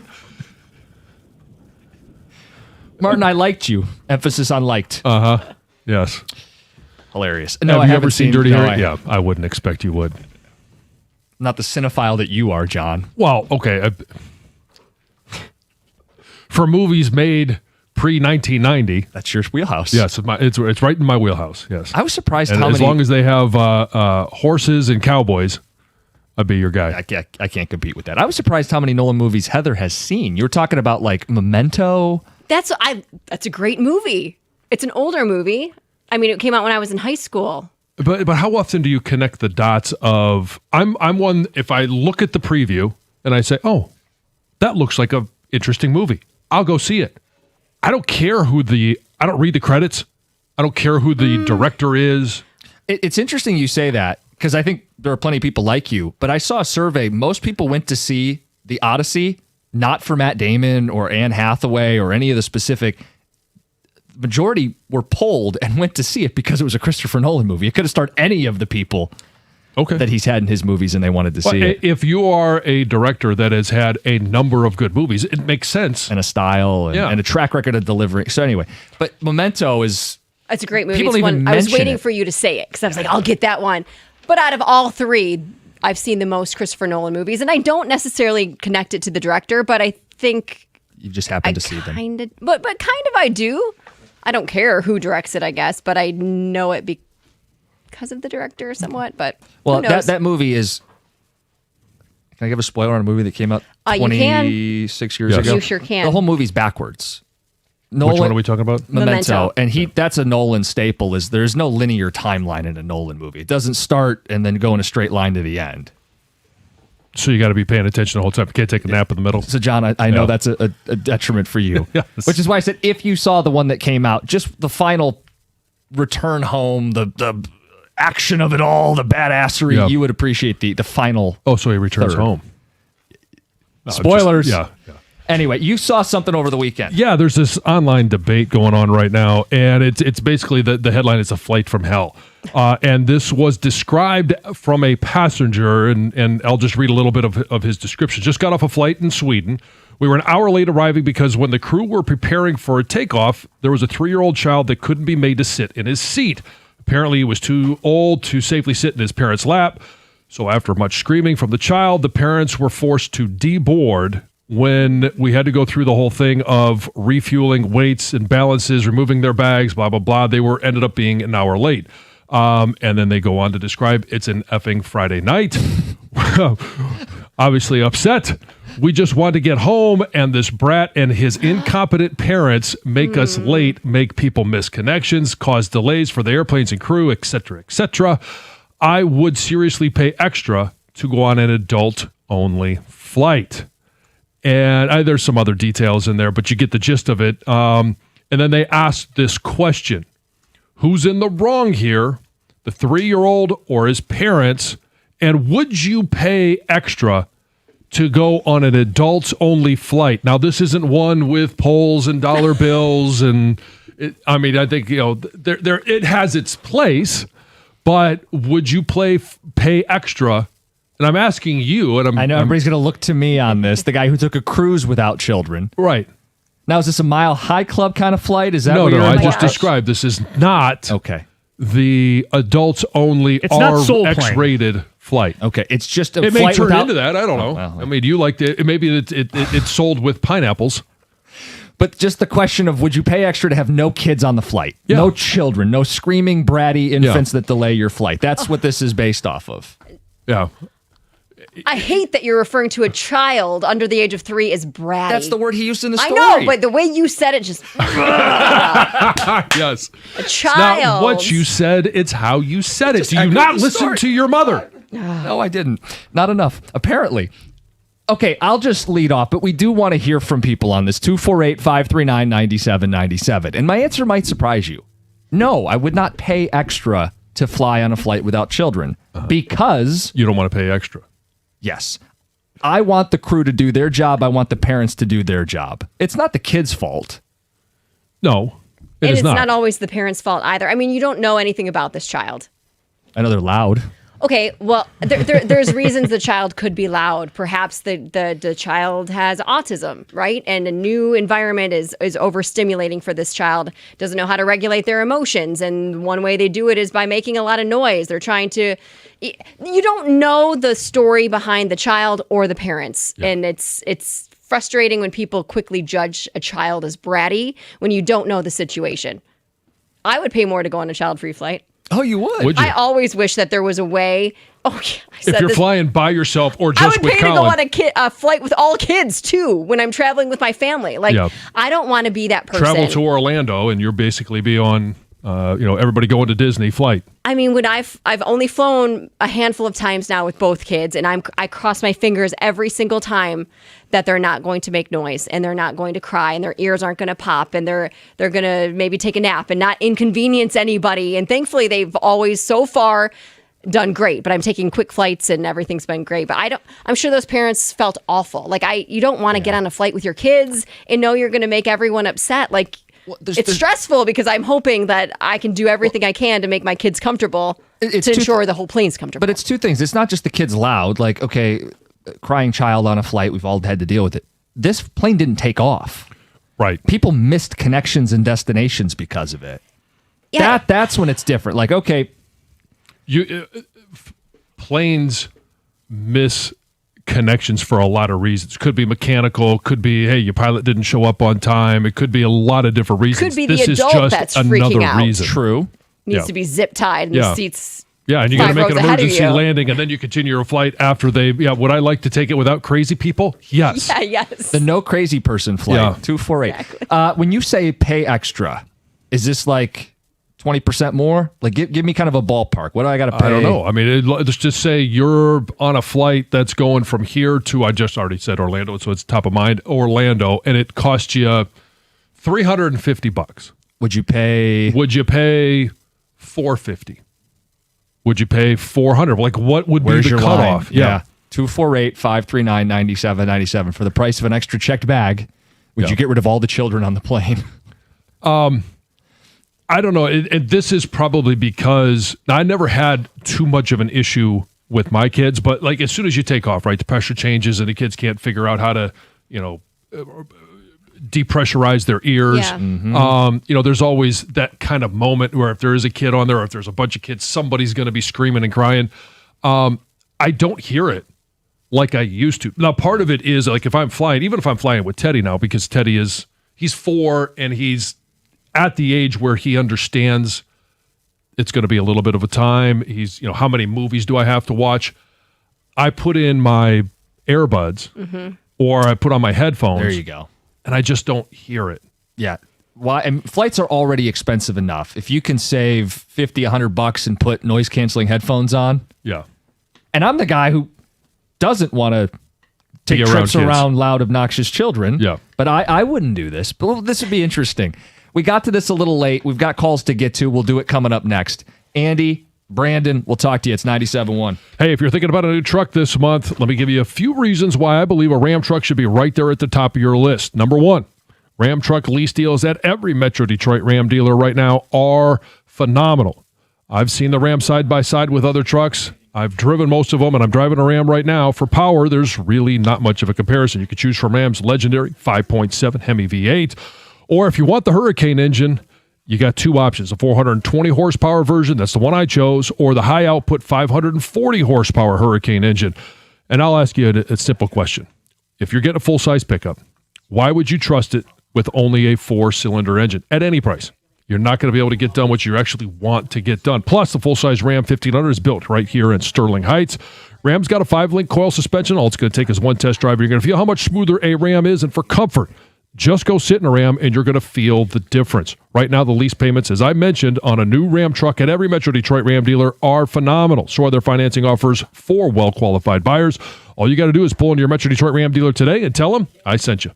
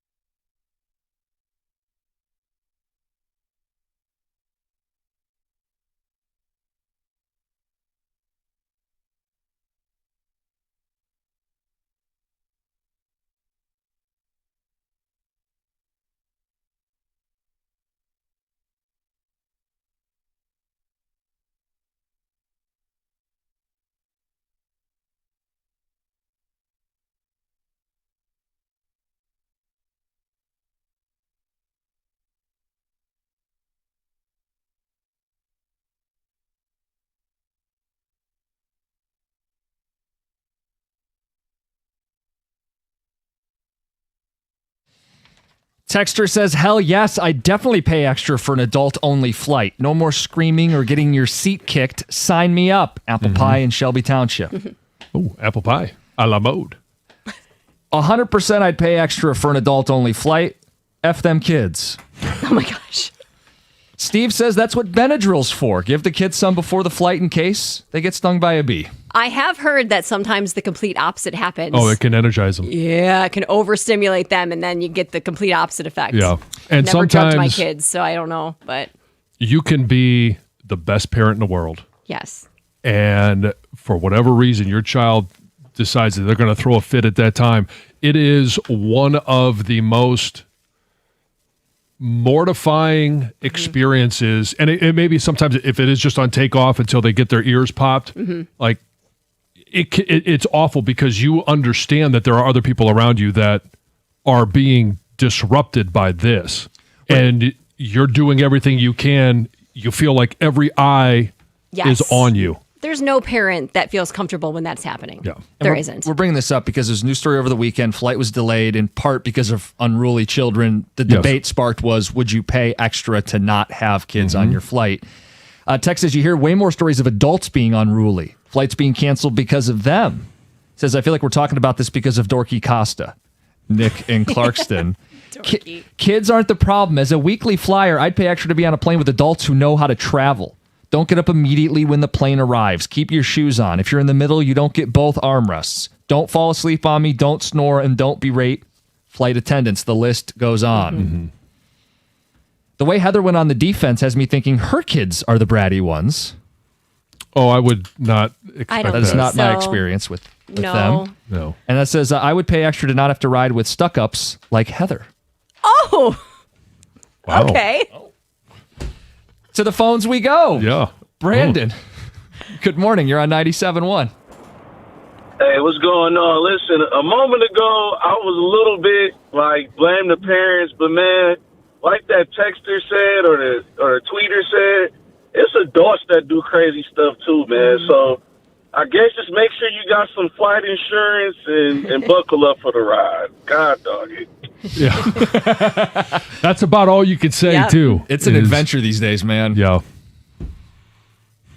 Although in and my the- experience in the last, I don't know, few years, it feels like more planes are on time more than they were even like 10 years ago. Or even arrive early. Now, some of that might be they Yeah, they're just throwing in a buffer more than anything else. And you also know if you've got a layover of 30 minutes. Like, you're playing with fire. yes. Yeah. I've actually had more issues with people at the airport than on the plane itself. Like people who are working in slow motion, acting like this is the first time they've ever been to an airport. Why is it taking you forever to check a bag, to go through security? That's been more annoying to me than the actual flights. The one thing I would say recently, if you're playing sounds out of your tablet on the plane, and the flight agreed. attendants are good about it. They'll come up and go, hey, do you need your headphones? Didn't some airlines make that kind of a rule? Like It should be. Must only use headphones. Like you You cannot should. listen to your tablets or your phone or your laptop. Yeah, you're not with the main sound on. character. There's other people on this flight. They I don't know, I all did a want to news watch story Peppa about Pig it. with you. I'm sorry. I agree with that. Yeah, neither does mom or dad. Put headphones on that kid. Andy and Macomb. It's not just kids, Toe. That's to the point. Andy, you're on 97.1. Good morning, everyone. How you I doing? just wanted, I don't know what's happened these days because when, this is again back in the late 60s, it was one word, and it was called sedation. And I was one of 6. I have a twin who was hyperactive and out of control screamer the whole time. We sedated her. Simple as that. Little tranquilizer dart, and away you go. You got a dart in your neck. Anyhow. Thanks, Andy. I don't know. Says there is a way to pay for no kids. First class. Avoid the crazies and get free booze. Yes, it generally means you're not going to be sitting by a kid, but it doesn't mean your flight wouldn't be delayed because of An unruly child. yeah. I'd pay double for no kids, Steve in Rochester. Paying extra for adult-only flight makes no sense. Just pay for good noise-canceling headphones. You won't hear the baby next to you. Yeah. I'll definitely say I hear babies differently now that I have sure. my own babies. Yeah. Now I just want to go back and be like, are you okay? Can I help? Mom, you're Yes. doing good. What can I do to help you? It's very different now that I have kids than Yeah. it was before I had kids. Yeah, especially if there's one that's in the seat in front of me. I'm a big fan of playing peekaboo. Yes. To try and create a smile or something. And, sometimes maybe it makes them cry even more. Scary man. Scary man. Duke, you're on 97.1. Hey guys, how you doing? Good. So, one thing I am in the music industry, and I travel for 20 years every week, and so what I just have this one theory of once you leave your house, you don't control anything. Like you don't control the temperature, you're in a public space. So, I have more empathy and belief in that those parents, they're carrying all those bags, and they got the kids, you got carry-ons, and the kids got carry-ons. I mean, that's a lot. And so I just feel like, once you leave your house, you don't have control of anything, so you just be an adult and deal with it. Accept what's going to happen and roll with the punches. Yep. Yeah, like you said, you got your headphones, you know what to take, you know what to do, that to avoid the things that you can't control, and that's just how I dealt with it for all those years. That's a very mature way of looking at things. Duke, I wish I had your patience because as much as we talk about, hey, you don't hear the kids. Even though you don't control, there's some of us who want control of every little aspect of our life, and it's hard to give that control up. But like I said, once you leave your house, I used to say, once I leave my house, it's all out of my control. Yeah. And you just got to be grown up and get your headphones. Like even the people that, I want the window closed. Oh, I want the window open. Fine, just deal with it. Right. So it's just never been it's something I've just always dealt with. I've been traveling for 20 years. And if you don't have the window seat, I think ultimately you don't have the final say even in that, right? I mean, right, yeah. Whoever's sitting there controls up or down. 8 o'clock hour, we have a baseball question involving our Tigers. We have a John Jansen-inspired food debate. You love talking about food. Oh, yeah. And we'll get to the rules on spoilers later on in the show. Good stuff. It's 97.1.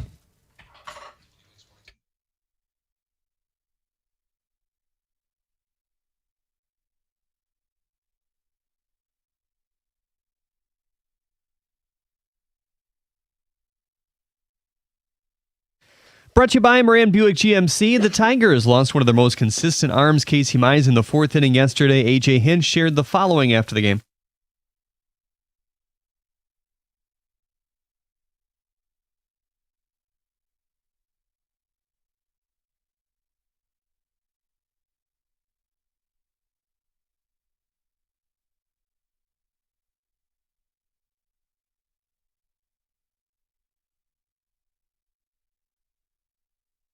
Kevin McGonigal hit a first-inning homer. Riley Green joined in with another in the ninth. Otherwise, the Tigers had just 2 hits. 3-2 Angels, the final score. Jackson Jobe made his third rehab start, this time around with Erie, lasting 3 innings, allowing 3 hits, 1 earned run, no walks, and 8 strikeouts. Not bad. The Red Sox picked up their 13th win in a row yesterday as well. Spain won the World Cup 1-0.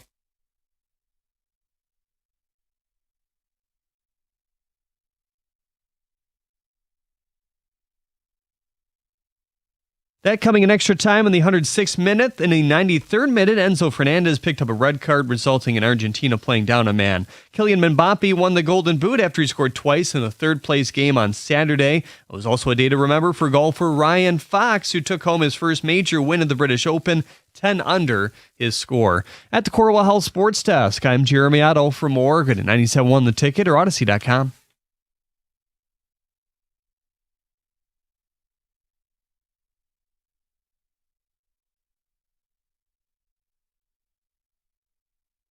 Good morning. 97.1, Jim Costa, John Jansen, Heather Park. We've got Greg behind the glass.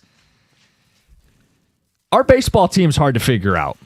It's no secret, really. The last 3 years, Yeah.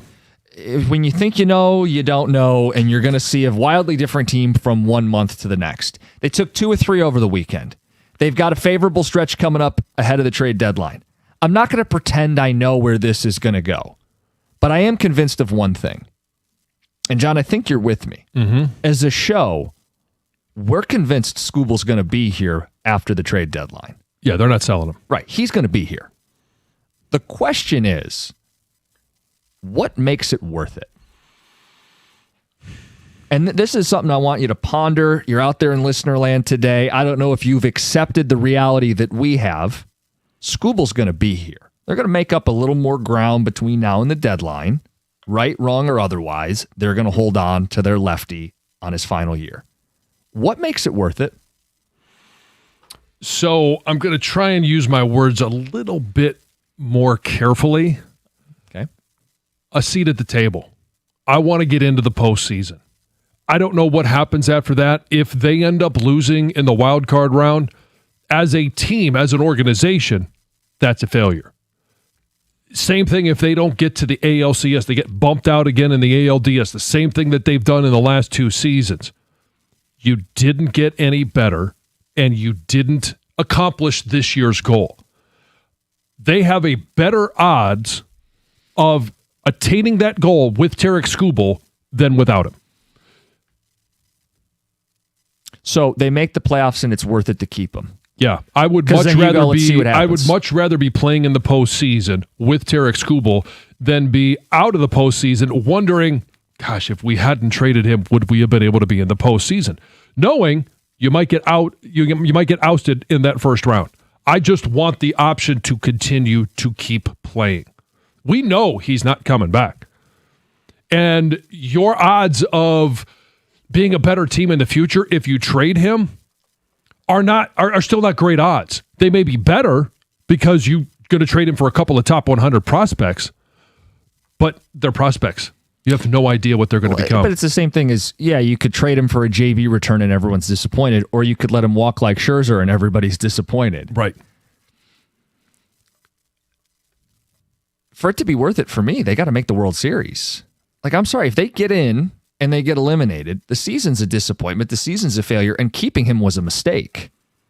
If they simply get in and get eliminated in a 3-game wild card series, what the hell was the point?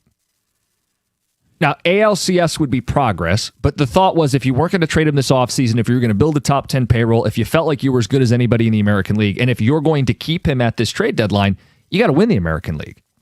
That to me would be worth it. I can't do the all or nothing. They have to beat the Dodgers. I feel like that would be heavy-handed and unfair. But if they're going to make the decision to not do what's best for the future of the franchise, but prioritize the now, it's got to be more than just get in. It's just not good enough. That doesn't justify it. If they're going to prioritize the now, then it's not just, hey, we're not going to sell, but we've got to buy. We need somebody. What's the weakest part of this team? I would say the offense. You could say the bullpen. I would probably say the bullpen. And I feel like we did this. Well, and if you go year. back to May, would they have had as bad of a May? Sure, if the bats were fired up, if they scored 8 runs per game, then you don't necessarily are relying on the bullpen. But there were a number of games in the month of May that if the bullpen had just performed as they were supposed to, not every single time you're going to get a win or a save, but they would be in a much better position right now. Yeah, I think I don't want to fight it because they have been among the league leaders in blown saves as a team, and it hasn't been one guy, it's been the collective. They lost a lot of those 1- and 2-run games. I think the other side of that coin, though, is don't play as many 1- and 2-run games. Correct. Have an offense that can, add to a lead, come back when you're behind. The offense was the issue in the postseason the last 2 years. The offense was the issue when they faced the Phillies before the All-Star break. It was the issue in the only loss they had over the weekend. 4 hits total against a nobody for the Angels. Right. And it could be, when they play the Cubs this week, this will be the only team with a winning record before the deadline. I'm more concerned about the offense than I am the pitching. And maybe that's the true litmus test. Maybe we ask this question again after this 3-game series. We come in on Thursday morning or Wednesday morning. No, wait, Thursday morning. Thursday morning. Yeah. And we sit there and say, okay, here's what they did against a comparable team that they should be facing in the postseason. All right, against the Cubs. Because they play the Angels, and you're like, okay, yeah, they're supposed to win that series. No one expects a sweep every time, but you got to keep winning series. If they're able to win the series against and pick up another game in terms of getting closer to 500 against the Cubs, now you're looking at it going, well, could they? Text says, guys, they're not even going to make the playoffs. This is a moot point. Have you lost your mind? They're not getting in. I haven't declared them a playoff team.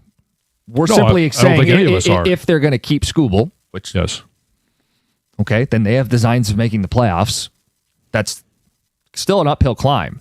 Like, think about this right now. They actually lost ground over the weekend. They took 2 or 3, beat a bad Angels team. They lost ground over the weekend. Right, because Boston's on a heater. Boston's won 13 in a row, powered by Jahmai Jones. So he had a homer over the weekend. Orioles have won 7 in a row. 500 is no longer the final playoff spot. The Tigers are as close to 500 as they've been in a little bit here, right? They were 6 under, now 7 under. 500 is not the mark. They got further away. They're 4.5 out of the wild card, 6.5 out in the division. And Skubal is a damn good pitcher. Had a very nice start on Saturday. This team's 5-4 in games he starts this season. 5-7 going back to the end of last season. Mm-hmm. It's not like, hey, if we keep Skubal, we're going to make the playoffs. I don't know that they're going to make the playoffs.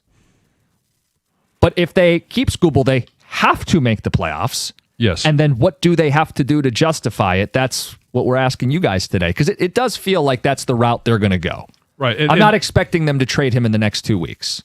I don't expect them to either. And maybe that's the easiest answer for me is if they miss the playoffs, then yeah, that's failure. That's failure to not get what you can from your biggest asset. Right. You know is not going to return. Your responsibility is to steward the franchise responsibly. Losing Skubal and missing the playoffs would be irresponsible. Yes. Let's get to Rob. You're on 97.1. Rob, good morning. You want to talk Plains? You want to talk baseball? Floor is yours. I was going to talk about the Plains because I fly a lot in the fall and winters to Orlando. And I got to tell you, I've never had any issues with kids on those planes because going down, they're all ready to, they're all hyped up wanting to go to Disney and stuff. But coming home, it's just all little girls in their princess dresses and little guys in their goofy hats with their long ears. What the airports really need to do is follow the lead of like Nashville and Salt Lake City and have a business traveler only security line so people that travel a lot can get through. We know what we're doing. We know what we can and cannot bring. You're not behind, people that don't realize that they can't go through with all that jewelry on and all that stuff, and it makes things a lot faster. Yeah, sometimes I wonder if it's people's first day on planet Earth when we get to the airport. Right. And I did, when I was just traveling with the older 4, it would take us a long time to get through security because I generally had 2 kid seats. We had all of the stuff for the kids. And yeah, it does slow things down. Sure. On Skubal, anything outside of a World Series appearance is a mismanagement of assets. Another simple way for Harris to look at it. Trade Skubal. It doesn't matter if you make or don't make the playoffs. Keep him, and you don't make the playoffs or even win a series, you're the town villain. He'll ride out of town on a Chevy. Mike in Clarkston. So I don't think Scott Harris is going to make moves to protect his public image, but Mike makes the point. If you trade him, it's the defensible easy way out. Yeah. I also think it's the right move, but that's part of what makes it the easy way out is you did the, quote, right thing by the standings and by the franchise. His point is if you keep him, you're putting your ass on the line. Mm-hmm. So trading him is actually the safe move. Yes. Thank goodness John is not the GM. He wants to keep him. LOL, Nick. Can you clarify? I was curious. No, we should trade him. Oh, okay, good. But if I'm not going to sit here and throw him under the bus if they keep him because you don't know what that return is going to be or what it's going to actually do for you. If you were to sit here and say, well, we're talking about a lot of unknowns. If they trade him and you get 2 prospects back and then in the next 2 years, those 2 prospects propel you to a World Series, sure. Everyone else would say, yeah, that's exactly what you should do. We have no idea what that return is going to be or what they're going to do. But you don't get to make the decision knowing the answer. That's the challenge. Okay, well, I don't know the answer of how far they're going to go in the postseason. No, I know, but the job of a GM is it would be so much easier if I knew what the prospects would turn into or I knew how the season was going to end. We don't get to know, so you have to make the decision based on your best choice. The only thing that makes keeping Skubal worth it is to win a World Series. That's from G. Oh. Well, I think I know which camp G is in. Yes. The fact that you're saying Skubal will be here after the deadline is an indictment on Scott Harris. He's scared to make the tough call to build a championship team, Curtis and White Lake. It's just like what Greg said. The tough call is to keep him. The safe move is to move him. Yeah, I think the hardest road would be if he keeps him and does nothing. Yes, doesn't add. You're really making this tough on yourself, both on your baseball team and how you're going to be perceived in this city. Well, especially since you've already made the financial investment. Right. I think the easiest path for a team that's below 500, who's out of the playoffs, is to trade your expiring pitcher for the best return. The second most palatable choice would be, hey, you rattle off a few more wins, you're a stone's throw from the playoffs, and you act like a team that expects to advance in the postseason, and you add the way you should have a year prior. That is the second defensible. That's not safe because you're giving up stuff, but it is a more justifiable position. What are they going to do, man? We're, 2 weeks away? Yeah. 13 games, I think it is. 14 days. August 3. Last time they'll take the field, I believe, is August 2. Yeah, it's series with the Cubs and then a bunch of teams below 500. Well, okay, so you got 4 against Kansas City at home, 3 against Baltimore at home, and Baltimore is a team that, even while they don't have a winning record right now, they're one of the teams that you're in contention with to make a wild card spot. And Baltimore could have a winning record by the time we play them. I haven't seen who they're playing, but yeah, I mean, they're only a couple games below 500. We'll talk to Tiger fans coming up next. And then, John, you have a very summer-based food question. Oh, yeah. National Day yesterday. Celebrated by, I hope, everyone. And the subject matter is something that we have very different opinions on. I've heard us debate this a time or two, but I think you want to... Yeah, but you want to lay this out the right way. We'll do that at 8:35. It's 97.1. Guys, Shaner Roofing, if it's time to make that decision on your home, you want it to be a good decision. Shaner Roofing Windows and Siding, 30 years of trusted service, a proven track record serving Michigan homeowners.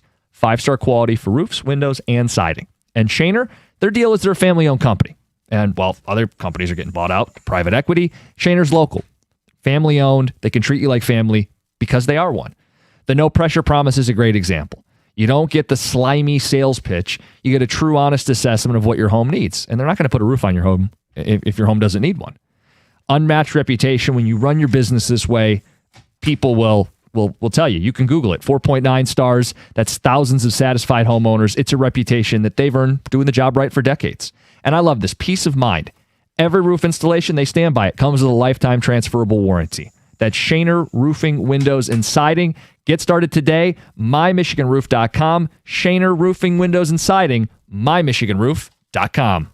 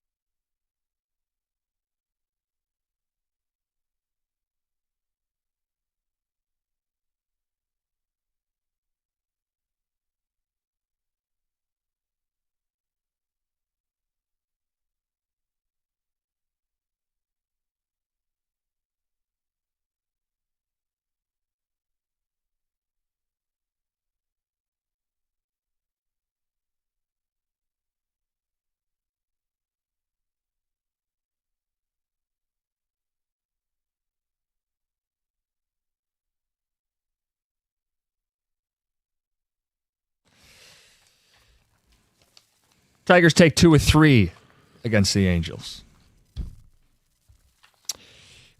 You guys have listened to John talk about food on the radio. Mm-hmm.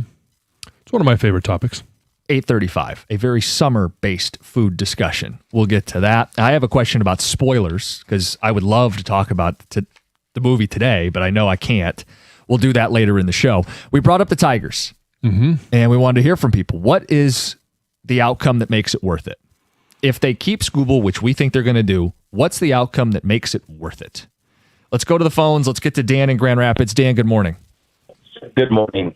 So I know this might be a silly thing to say, and I think the reasoning behind them kind of like maybe holding on to Skubal is because there is talk of a lockout next season. Do you think it is possible that Scott Harris is not willing to move Skubal, knowing that maybe he could get him for a longer extension but cheaper than what he would do if there wasn't going to be any type of lockout or anything like that? I mean, I'm curious about that. The timing is a big issue with this because Major League Baseball free agency begins at the beginning of December.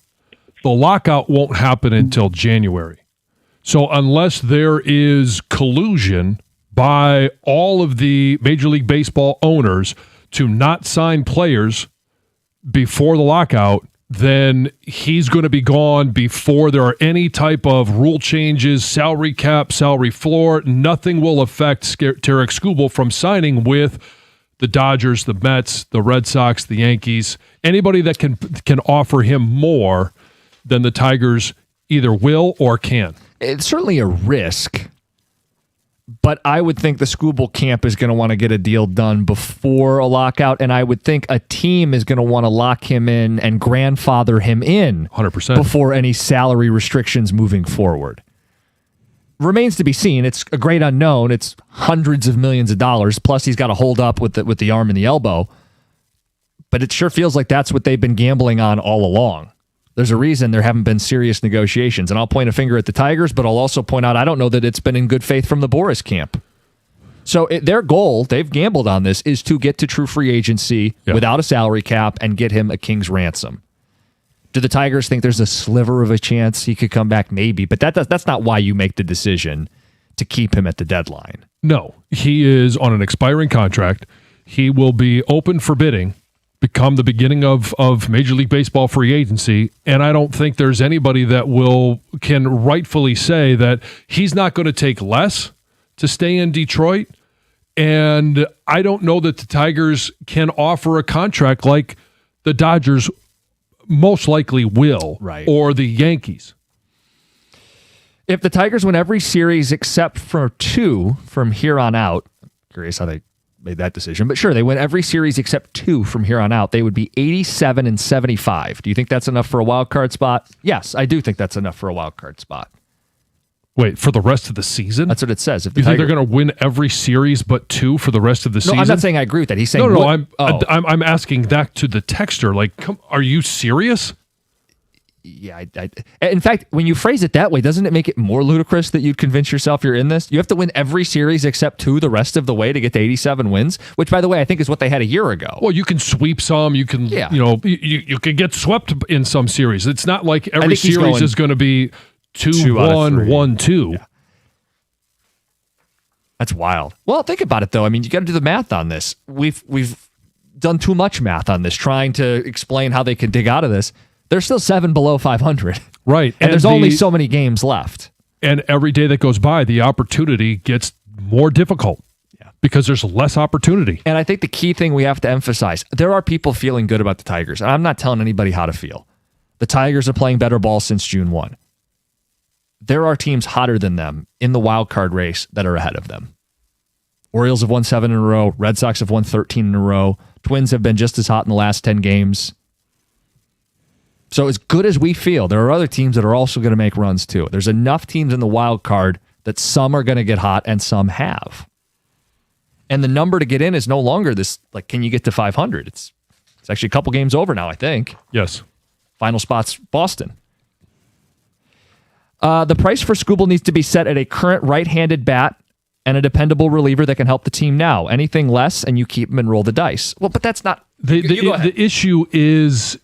what team that is buying Skubal is going to sell you all of that. They're going to give up a regular bat in their lineup and a reliable reliever. Right, so they're going to make their lineup worse and their bullpen worse by making their starting pitching better? No, it's counterintuitive. If that's the ask, the deal's not going to get done, and they're going to pivot to a different arm on the market.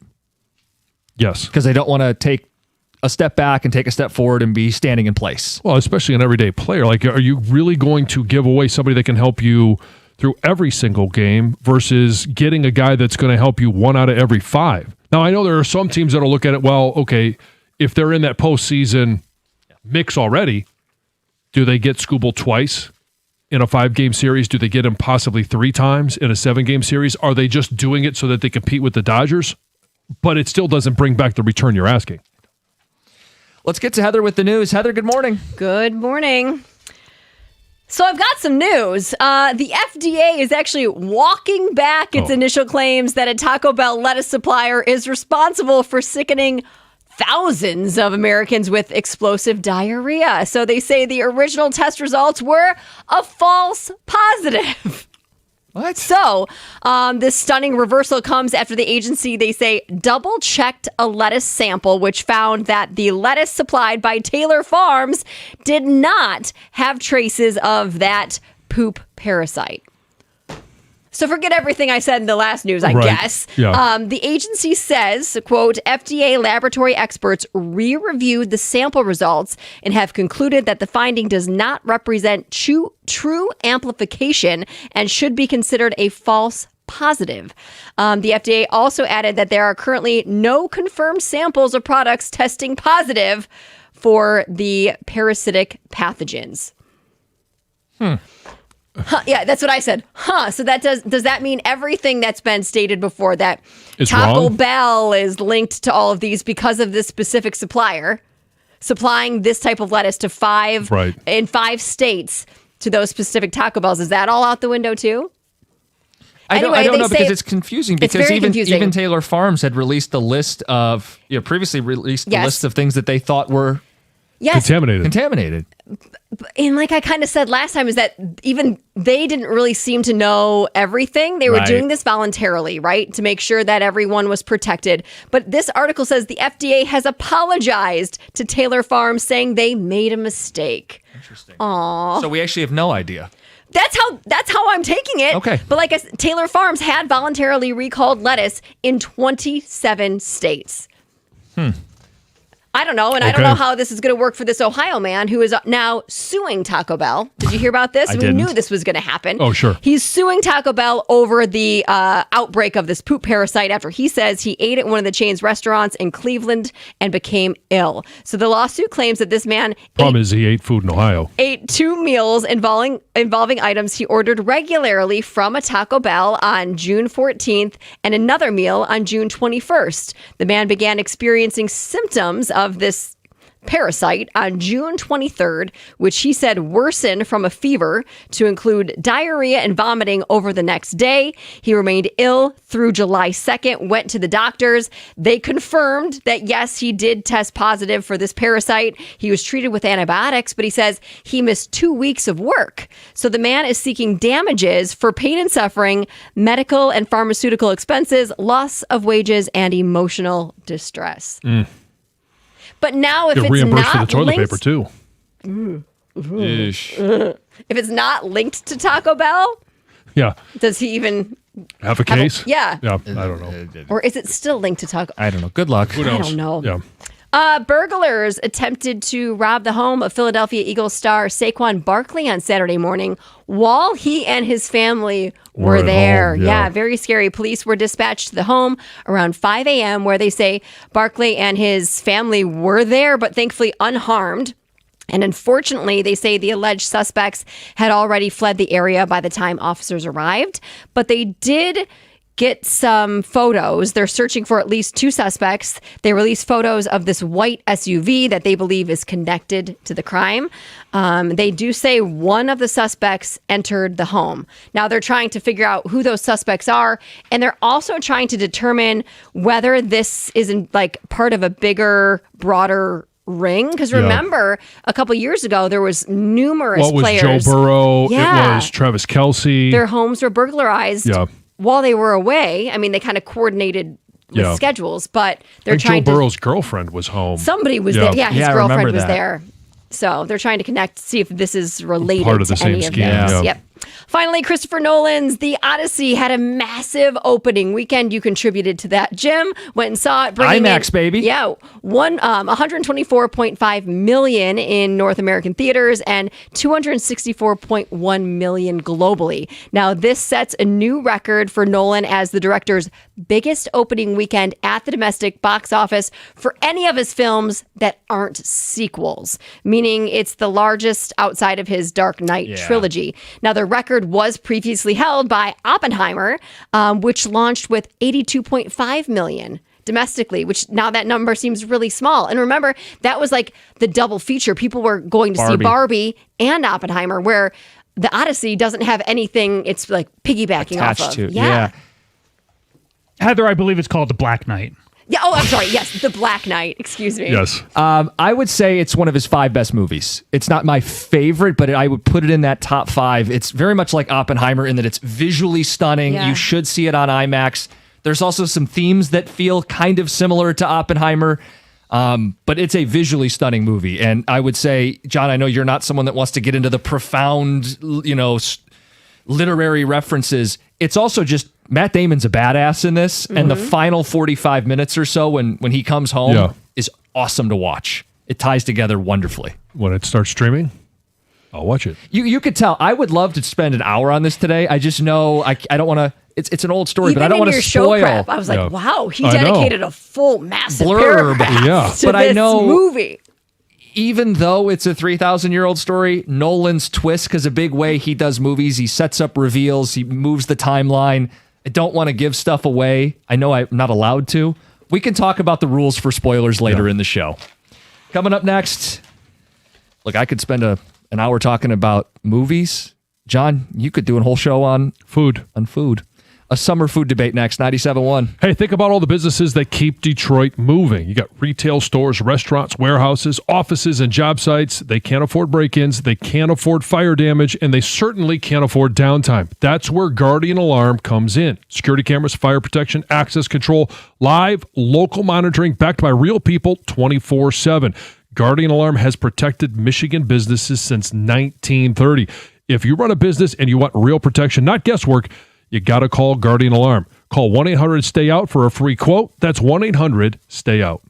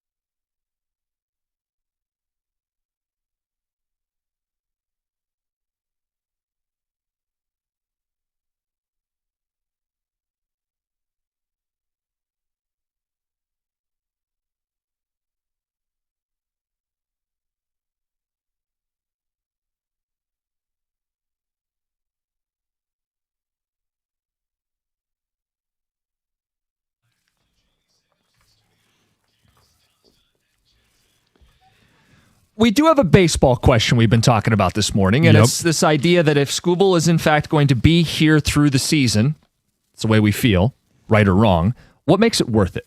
It's our baseball question. But we're not forcing, there's not much going on right now. So we've done a little on movies, we did a little bit on kids on airplanes, a big heated online debate. We're going to get into ice cream here in a second. I know John loves talking food. Good Especially debate there. ice cream. I know. And I think you and I have very different takes on ice cream. We've butt heads in the past. This will be good. Let's get to Steve in Monroe. Steve, good morning. Good morning. How are you? Good. Steve, how you doing? Hello. Steve, you got us. Can you hear me? Yeah, we got you, Steve. Darn it. Can you hear me? Yeah, dude, we got you. Talk. Sorry. I'm driving the other side of the state. Anyway, here's my question.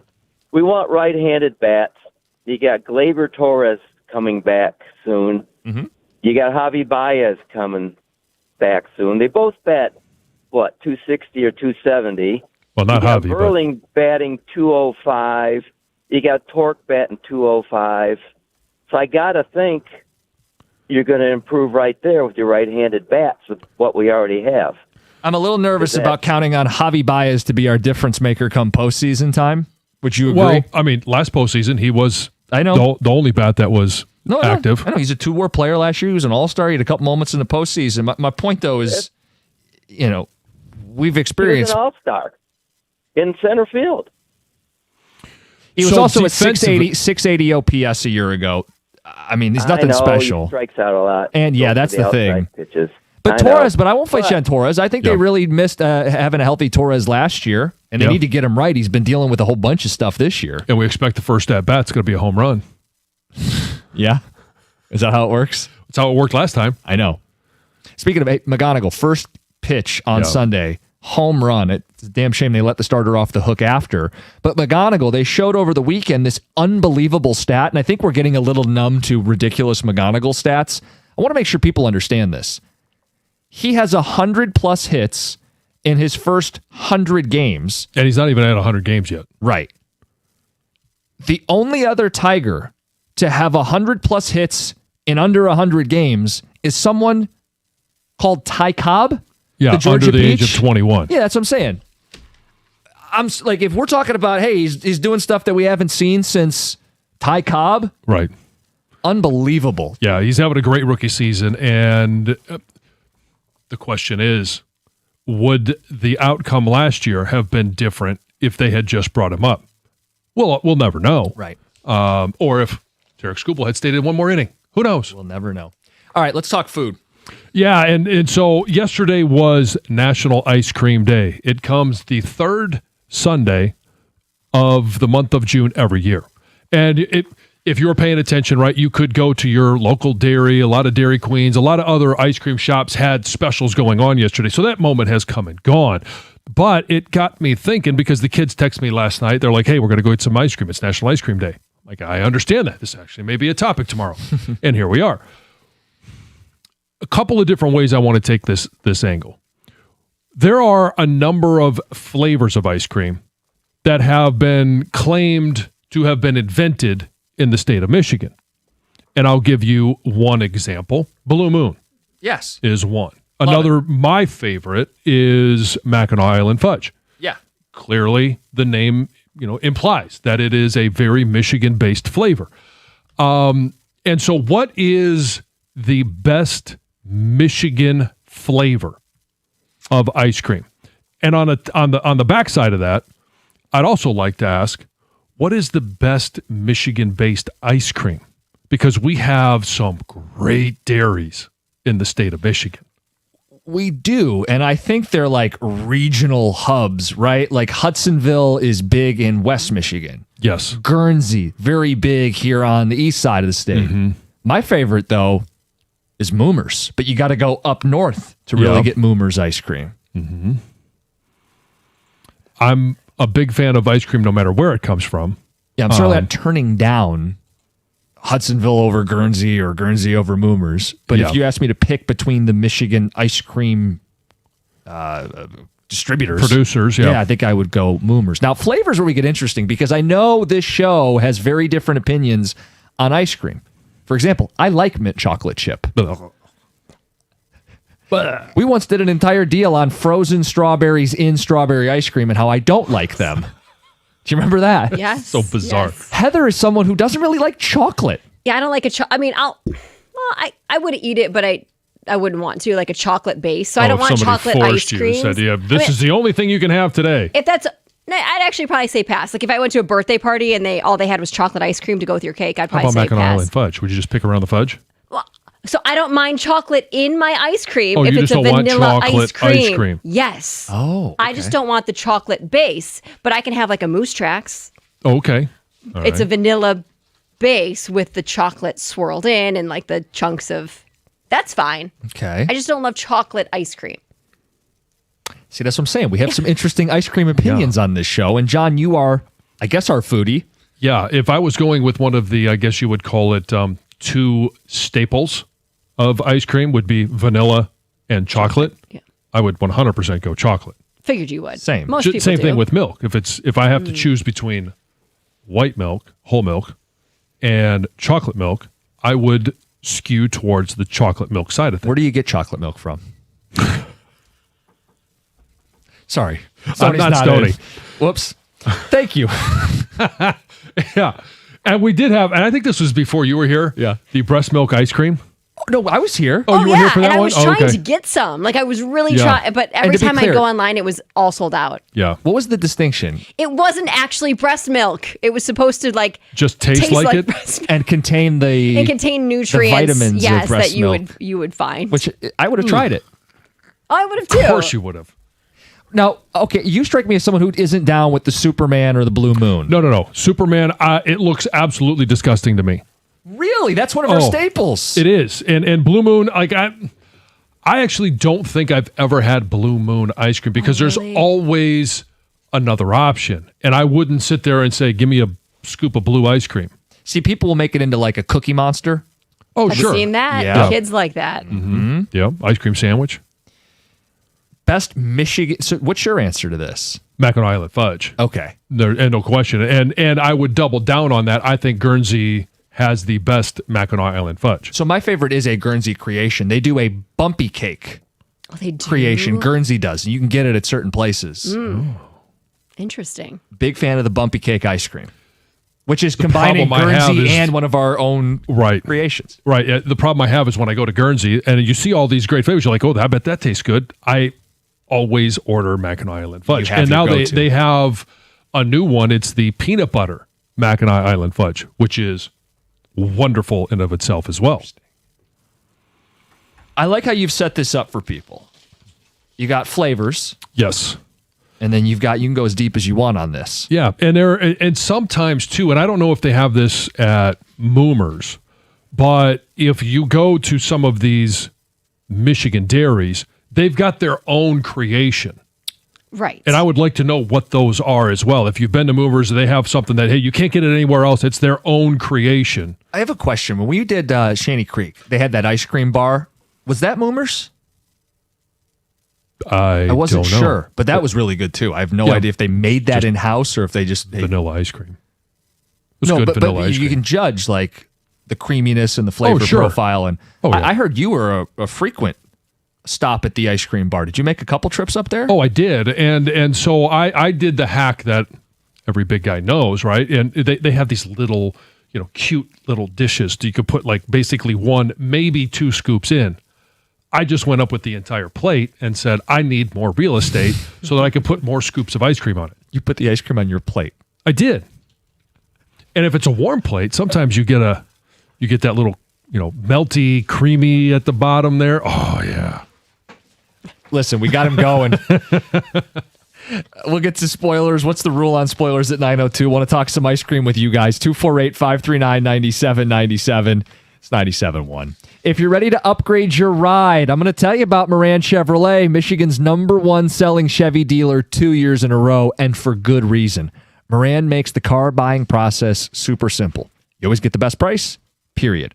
on inventory that's actually available. Imagine that. You go there and they have the vehicle you're looking for. They make the process simple to get you on the road fast. Shop online anytime, MoranExpress.com, or stop by. They will take care of you. They're on Gratiot, just north of 15 Mile in Clinton Township. That's Moran Chevrolet, where you always get the best price, period. Chevrolet. Together, let's drive.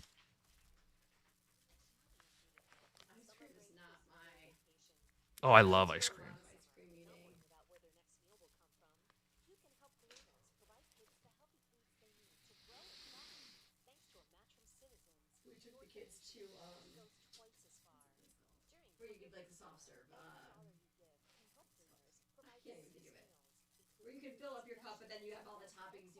Oh, there's different ones. There's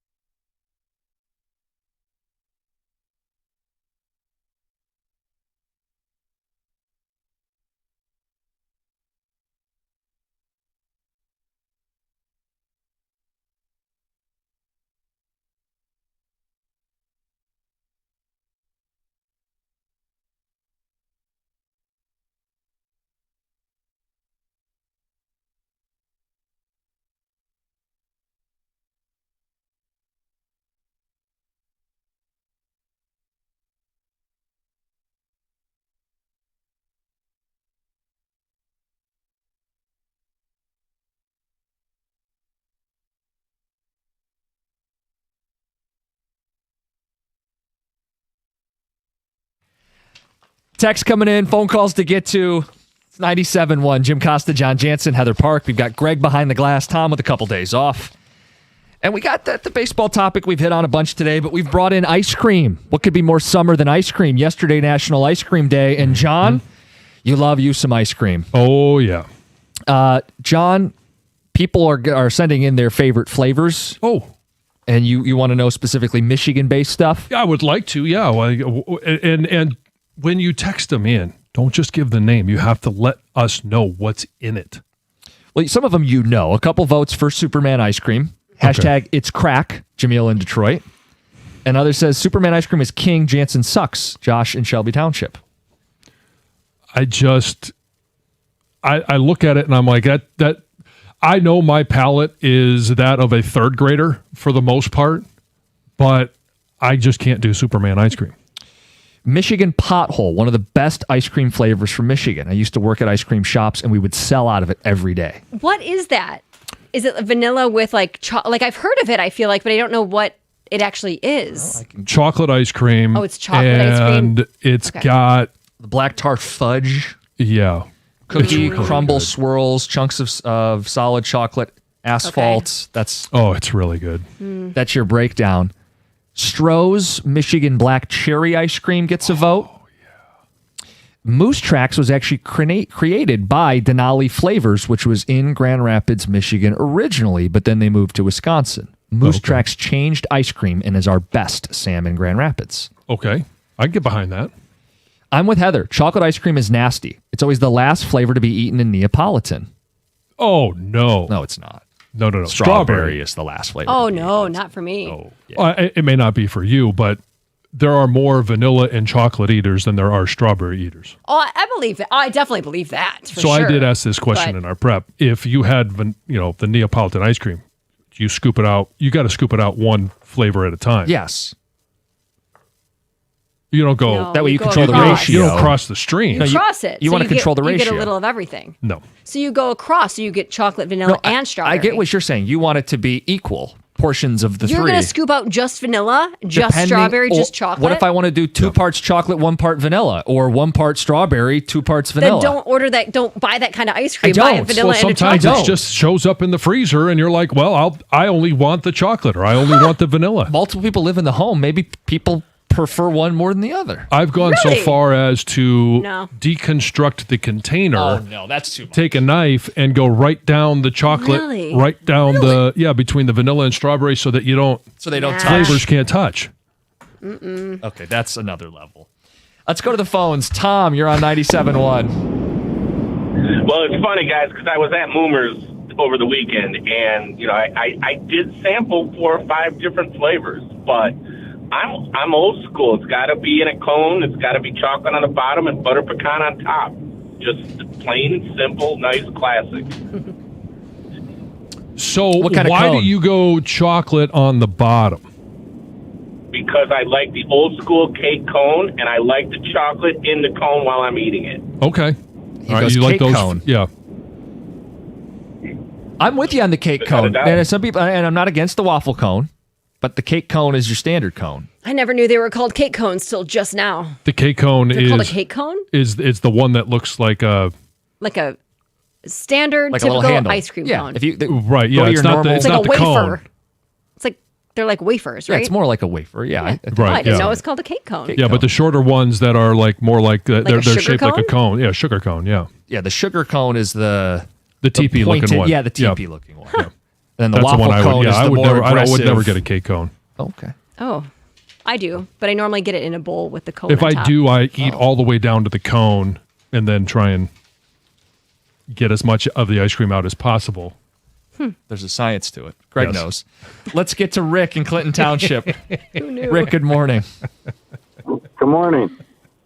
What are you doing, Rick? What are you thinking? Elanosi's is my favorite. Where's that? And it's not that well known, but it's they're still manufacturing it on 6 Mile or East McNichols, just west of Gratiot, on a street called Goulburn, 6 Mile and Goulburn. And my favorite flavor is pistachio almond. Okay. Is this like frozen yogurt? I just did a quick Google search. No, it's not. It's ice cream. I wasn't judging you either way. I'm Not frozen yogurt. Okay. But you can get Neapolitan in some of the stores, but they're in slices. So there's like maybe 8 slices in a carton. It's kind of a little more expensive, but it's my favorite. And there's a place in Grosse Pointe on Vernier or 8 Mile Road and Mac where you can actually go right in there and sit down and have Alan-Ozzie ice cream. Okay. Okay. I hadn't heard of it, but I'll definitely take advantage of it. Mm-hmm. We got a text from someone who says Scooby-Doo ice cream, which is not something I've ever heard of. So if he could follow up or if we could look into that, I don't. Scooby-Doo ice cream says I've only been able to get it in East Tawas, Michigan. Oh. Scooby-Doo ice cream. While you look that up, favorite flavor, Mackinac Island fudge, Anna and Ferndale. Oh, yes. It's so good. It's one of those, too, where like I usually get a couple of scoops. And then I'm like, well, this is all. I put it in a small dish. I'm trying to portion control, right? And then I get to the end and I'm like, well, I'm just going to get a couple more scoops. I hadn't heard of this, but Allen, Tennessee says I found mint Moose Tracks ice cream. You don't like mint, so you're making a face. I'd be interested to try it. Have we identified what Scooby-Doo ice cream is? No. Okay. A Scooby-Doo ice cream bar. That comes up if you Google it. Yeah. But no. He's going to have to help us out. I don't think this is coming to us right away. Oh, is it Scoopy-Doo? Scooby-Doo ice cream? That would be a cutesy ice cream flavor name. Jim, you're 100% right. Bumpy cake from Guernsey, hands down our best. It's not close. I also agree with Heather. No chocolate ice cream base. I'm going to have to try the bumpy cake. I love bumpy cake. You should try it. Chocolate ice cream is way better than vanilla. Heather is nuts. Blue Moon also beats both. Hudsonville, Traverse City, cherry fudge. It's the best. Discovered it at an ice cream shop up north. Can't find it in grocery stores. Yeah, sometimes you get that cherry and chocolate chip. It's a great combo. Spoiler debate, ice cream talk. It's 97.1.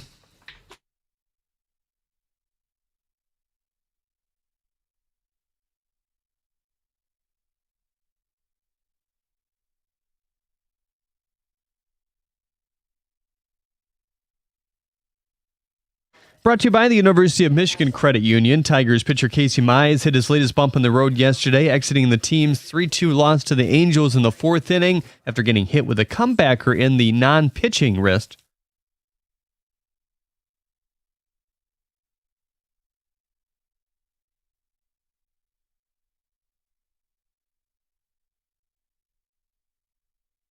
That's manager A.J. Hinch. He's already been placed on the injured list twice this season with groin troubles. Detroit mustered just 4 hits in total, including a homer from McGonigal and Green. 3-2 the final score in favor of the Angels. Jackson Jobe looked strong in his 3-inning rehab outing with Erie yesterday as well. Spain took advantage of an Argentina red card to win the World Cup 1-0. France's Kylian Mbappe won the Golden Boot, scoring 10 goals in total. Ryan Fox won his first major, taking home the British Open by 1 stroke. Cameron Young finished second at 9 under. Scotty Scheffler tied for 4th. Here's Fox.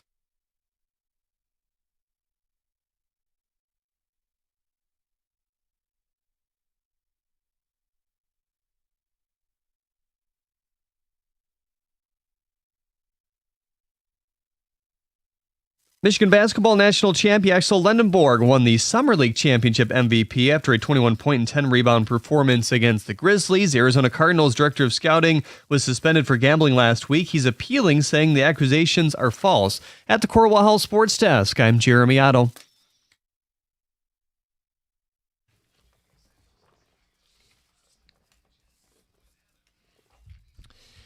Yeah, to tell you the truth, I'm enjoying our ice cream conversation. We'll keep it going. The Scooble stuff is the hot story as we get closer to the deadline. The thing I would love to talk about today is the Odyssey. I saw it over the weekend. IMAX, as it should be seen. And when you get out of a good movie, all you want to do is talk to people about it. But I recognize these mics are on. Lots of people are listening. Many of you haven't seen it. Are you one of those that if a big-time movie comes out, you got to be there opening weekend? Depends, but I'm a big Christopher Nolan fan. I think many of his movies are fantastic, so I had to see this, and I want to talk about it, but I know spoilers, even for a movie that's based on a story from 3,000 years ago, it has his own, it's Christopher Nolan's the Odyssey. He's got his tweaks. And those are the interesting things, but those are the things that if I set you guys are going to turn the station or yell at me and be mad, what's the rule on spoilers? I think if a movie is still in the theater, it's off limits. It has to be out of the theater streaming before you give away any of the plot of the movie. But that could be like months, right? That's So too be it. long. No, I think there are a lot of people that, hey, we live busy lives, kids. I know you that's not a part of your factor, but it's a busy world right now. But I would say we make time for things that are important. And if a couple weeks go by and you haven't seen the movie, you can't get all bent out of shape because other people want to talk about it. Oh, sure. Fishing's important to me. It just doesn't happen that often because you can't just always make times for things that you think are important, but maybe your kids don't think they're as important, or your wife doesn't think it's quite as important as you do. The world shouldn't be on pause because you have an army of children in your home. We're all going to move on and talk about stuff. 2 months from now, there's no oxygen to talk about a movie that's been out for 60 days. I think you give it 2 weeks. 2 weeks? Yeah. You're crazy. 2 weeks. And then it's up to you to decide if you want to listen to it or not. Earmuffs, right? Like, and it's different. Like with sports, we don't come in on a Monday and go, well, we're not going to talk about the Lions. Yeah. No, you might not have a chance to have watched it. It's understood. So what is the understanding with movies? It's not live sports, but for the big blockbuster movie that's setting records that everybody's going out to see, how much should I be able to disclose / when should I be able to disclose it? I'm not one that gets all up in arms if I hear the end of a movie. If it's a movie I want to watch, I'm going to go watch it anyway, and I don't care if I know the ending before it happens. So, spoiler, he comes home. But the hows and the whys and the intricacies of it, I think are. I still think until the masses have had a chance, you keep your lips zipped. Here's what I think I can say about it. It's a top 5 Nolan movie, and I to me those movies are Inception, personal favorite of mine, but the classics, The Dark Knight, Oppenheimer, Interstellar, and I throw The Odyssey in there. I think the story, it's naturally a very deep story. Everybody learned about it in like 9th grade. Like, well, maybe not everybody. You had to have paid attention. But that's my takeaway was I wish I would have paid more attention because the story is actually really good. There's a reason it's stood the test of time. And even if you don't get into the nerdy literary stuff, Matt Damon just does a great job in this movie. And the final, Tom was even saying he had heard the final 45 minutes, the final act when he comes home, badass. And I know you got to get there, but visually it is stunning. It's meant to be seen in IMAX. It's a beautiful movie to watch. Can I just walk in with 45 minutes left? You could, John. And just pick up there? Roughly. And get a timestamp for you. And it is very Nolan. The timeline is not linear. He sets up big reveals. And I would just say, don't get caught up in any culture war BS. It's just a good movie. If you like Nolan movies, go see it. I think that's the best way I could talk about it without revealing anything. Okay. Yep. What are the rules for spoilers? 248-539-9797. In addition to our ice cream conversation, where I know John's heart is. Let's go to David in Clarkston. David, you actually want to refute something we said earlier. About ice cream, yeah. I drive an ice cream truck. In the last 30 years, strawberry shortcake's been top number 1. Strawberry shortcake, isn't that just like an ice cream bar, though? Yes, just an ice cream bar. That's a top seller. Always has been. Top second's probably a cookie sandwich or a SpongeBob. Okay, see, I think the that's... gumball eyes. Out of an ice cream truck, those are the things I would order. I always get the strawberry shortcake. You have any Choco Tacos left? No, they those don't were great. make those anymore. David, those were great. Mm-hmm. They're supposed to come back in April. They're coming back. Oh, okay. Oh. Okay. All right. Yeah, along with the There's a McRib. reason behind it, the way they had to get rid of them. They're going to come back with that, and Good Humor is going to make a comeback in April. Okay. Oh, okay. All right. Sounds good. I'm on board. I would disagree with, and Greg, I think you kind of had the same thing. Throw a flag. An ice cream treat is different than an ice cream flavor. Very different. Yeah. He was trying to stump for the flavor of ice cream by using ice cream bar. No. The strawberry it's not the shortcake does rock. It does. It is awesome, but that's not strawberry ice cream. No. No. Because Heather was saying strawberry ice cream is not the last flavor that you eat in Neapolitan. Chocolate is mine, but I scoop it. I get every Equal flavor. parts. I will still get a little bit of the chocolate ice cream Mm. mixed in with everything. As a texter puts it, Heather likes her ice cream separate but equal. Let's get to Mike in Tecumseh. Mike, good morning. Good morning. What's going on at Tecumseh? Hey, John Jansen, if you haven't tried it, Hudsonville Ice Cream has a flavor called Traverse City Cherry Chocolate. It's to die for. I could eat half a box all by myself in one setting. Okay, so I'm guessing you've got some cherries in there. Obviously, are there chunks of cherries and chunks of chocolate? What's the makeup? There's definitely chunks of cherries, and I would say there are ribbons of chocolate. Oh, okay, all right.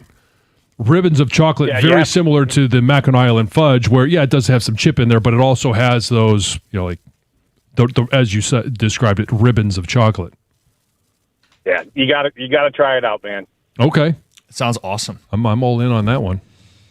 We got a couple texts coming in. This one says, a big fan of the flavor chocolate marshmallow ice cream, but I can't find it anymore. I would get it at my grandparents back in the 80s. Yeah, it's because marshmallows. Bleh. You don't like a s'more?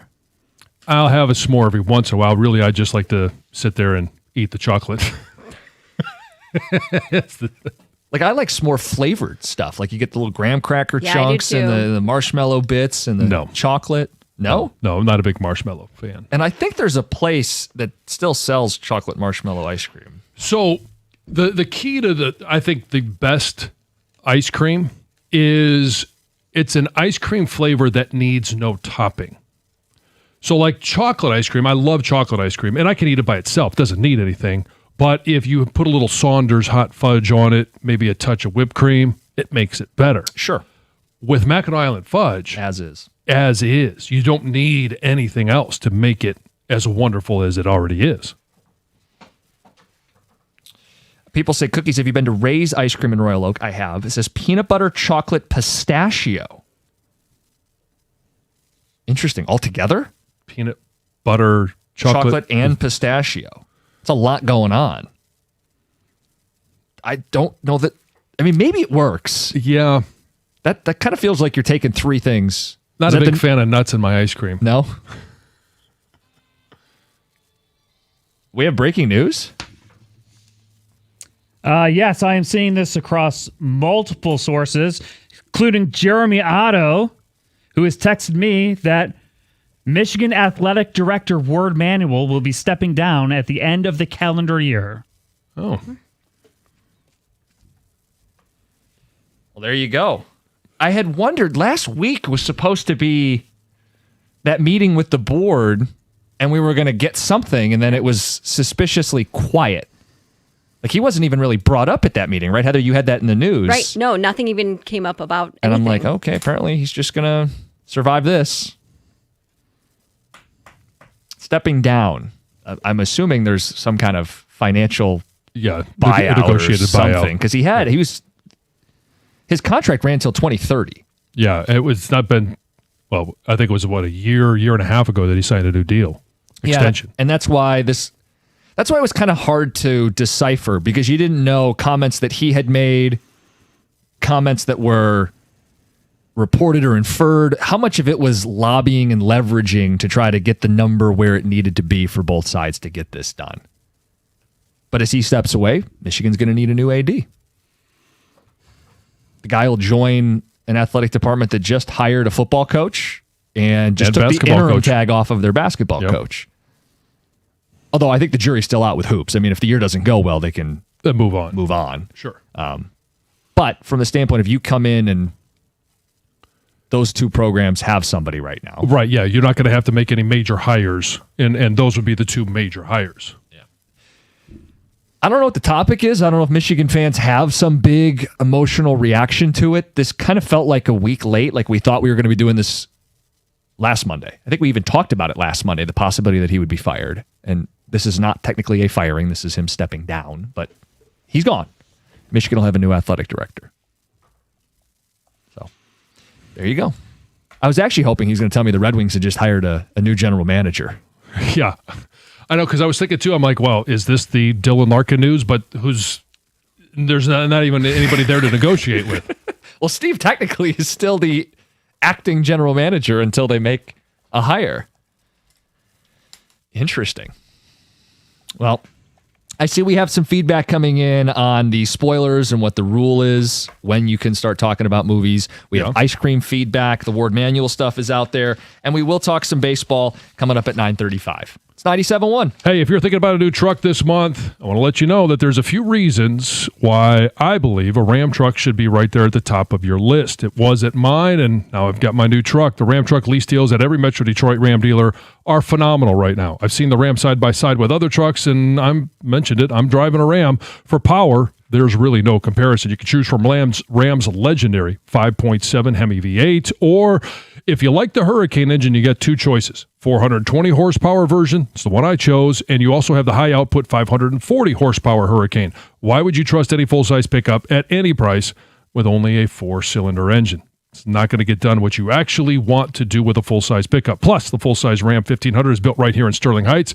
Ram's got a 5-link coil suspension. All it's going to take is one test drive, and you're going to feel how much smoother a Ram is. And for comfort, just do me a favor. Go sit in a Ram, and I promise you're going to feel the difference. Right now, the lease payments on a new Ram truck at every Metro Detroit Ram dealer are exceptional. So are their financing offers for well-qualified buyers. Pull into your Metro Detroit Ram dealer today and tell them I sent you.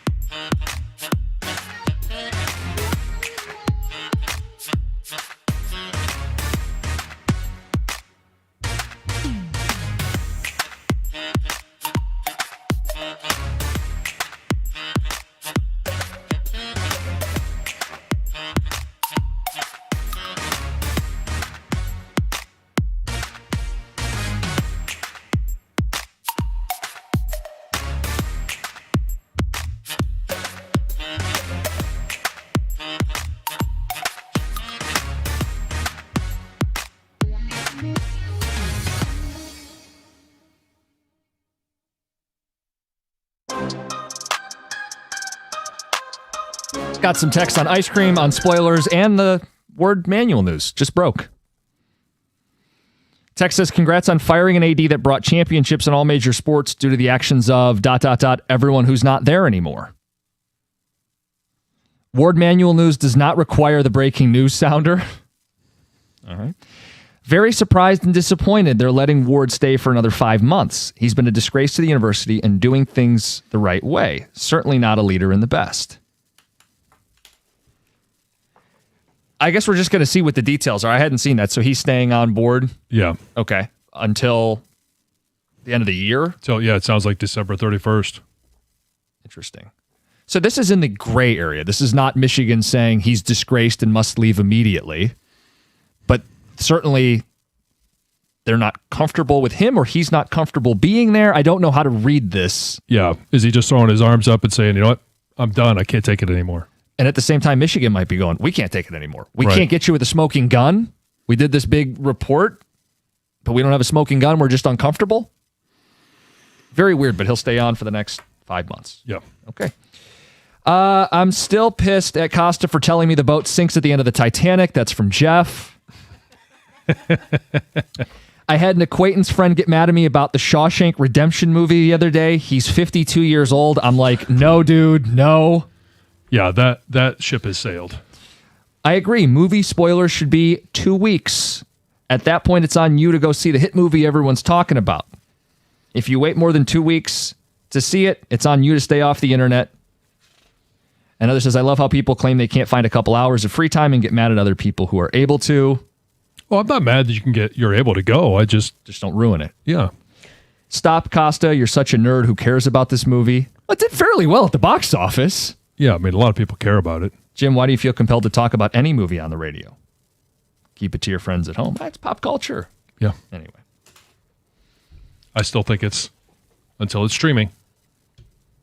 Till it's out to Then nobody, VHS. not that nobody cares, but it is definitely old news by that point. Yeah, that's kind of my point. Yeah.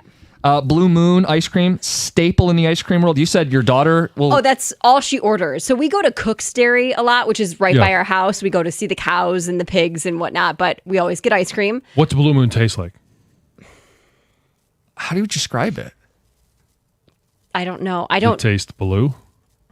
Yeah, it tastes like blue, John. It's just like the color blue. It's just, it's a good color. So it's a good ice cream. It yeah. is the best color. Looks good on everyone. Yeah, So it tastes it's a lot good. better than green ice cream. Here is the breakdown, John. You've had it, right? I don't think I've had Blue Moon. It's like not on its own, but you've had it like maybe with... You don't like Superman. You is don't like Blue Moon, Superman. isn't it? Yeah, that's Blue Moon in Superman. Blue Moon is in Superman, Yeah. right? Yeah. Yes. This is the description. It's best described as a sweet, creamy blend of vanilla, citrus like lemon, and spices like almond or nutmeg. So it's blue ice cream that tastes like lemon? No, Well, first of all, It's what do just you think it sweet. should taste like? Blueberries? I don't know. It's like Superman. Like, okay, there's just nothing about it that looks natural. And I know we're not. talking ice cream, right? There's a lot of unnatural ingredients. I don't know. I don't know what it would taste like. That's why I asked the it's question. not what I choose, but Blueberry? she chooses it. That's always what she picks. So Superman, it has cherry, vanilla, and lemon make up the Superman ice cream. Oh, I thought I had like red pop ice cream. I might Maybe be it thinking depends. of something else. Maybe someone has a version of it that Yeah. does. Text says, Ward Manual orders vanilla, lets it melt for 3 hours, forms a committee to evaluate for toppings, and then announces he's comfortable with the process. Okay, then. It combines all of them. Everything. Potpourri today. Mm-hmm. Look, we are just kind of in limbo. We're waiting on the Wings to do something, the Pistons to do something. The Tigers, we know there's a deadline coming up, and tomorrow is 2 weeks out, right? Right. It's 2 weeks out, and we're just waiting for them to make a definitive move. Not necessarily in what they're going to do with Tarek Skubal. Are they going to sell him? Are they going to buy somebody at the deadline? But it's just like, are you going to be a really good team? And what we saw basically since the start of June? Or is it going to be a mix of June and May? like your outlook coming out of the weekend. They took 2 or 3. It's a bad Angels team. They win another series, but it's a bad Angels team. What are you supposed to make of it? Right, but I don't. I mean, there are bad teams that win games. Yeah. And so I don't awful. expect them to sweep every series. No. I am very curious as to how they do against the Cubs, starting tonight.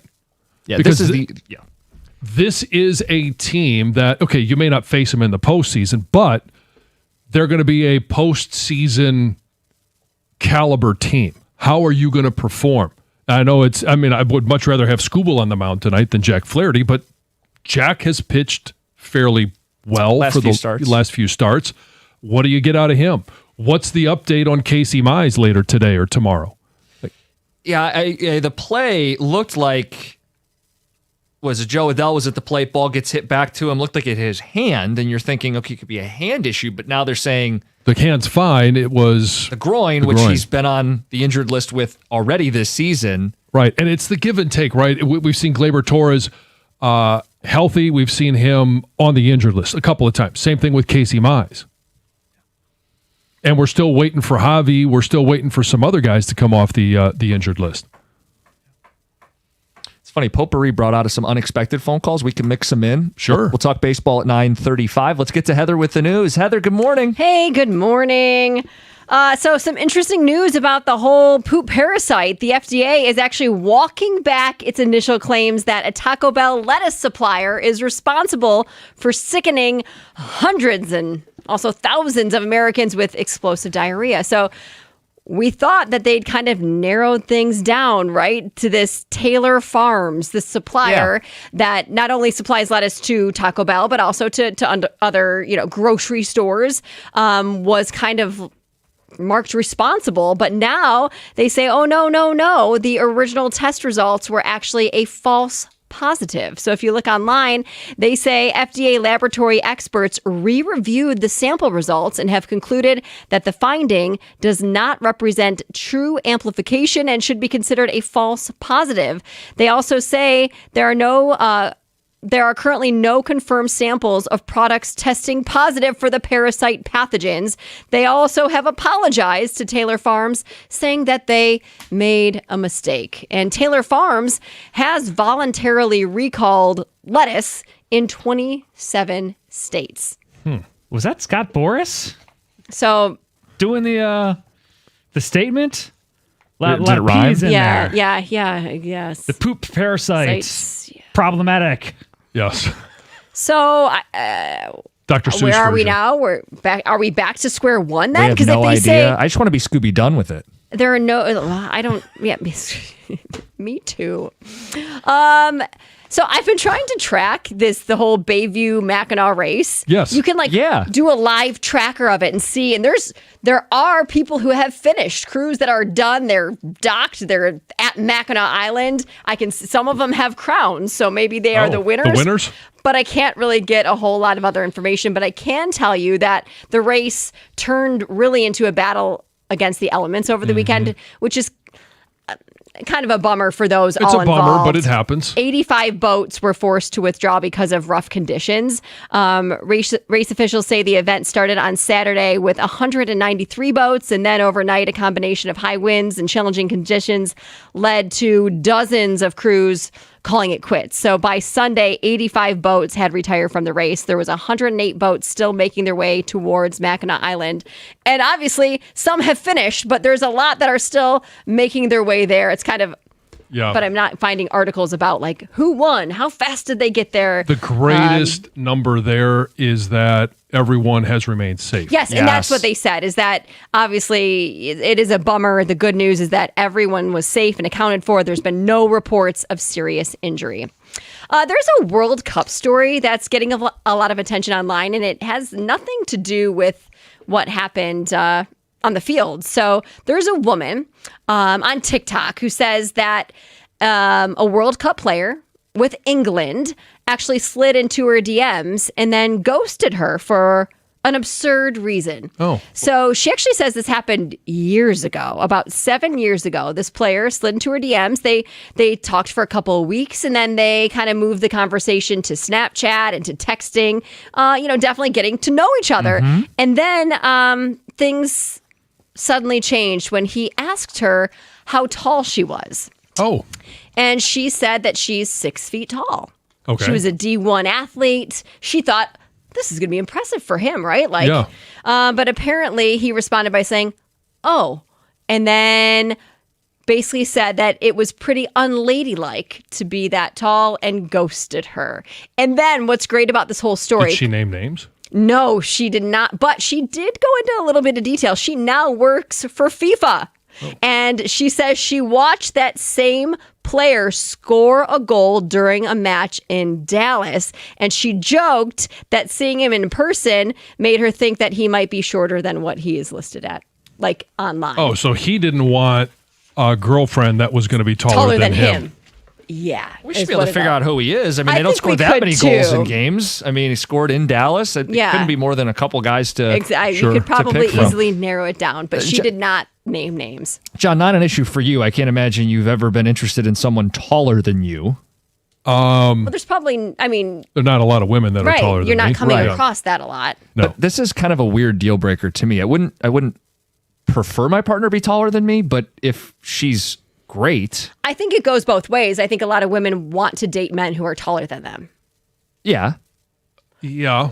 I mean, yes. Not that it's necessarily a deal breaker for everyone, but I think ideally Like, a what lot if of she women was- want somebody who is taller than them. Yeah, ideally. But if she was otherwise everything you were looking for. Sure. There are a lot of men that are dating taller women. Yeah, and I've told my daughters are taller, Mhm. and I've just said, hey, just be open, because they've kind of mentioned this before, and I said, you're eliminating maybe a lot of good candidates for sure.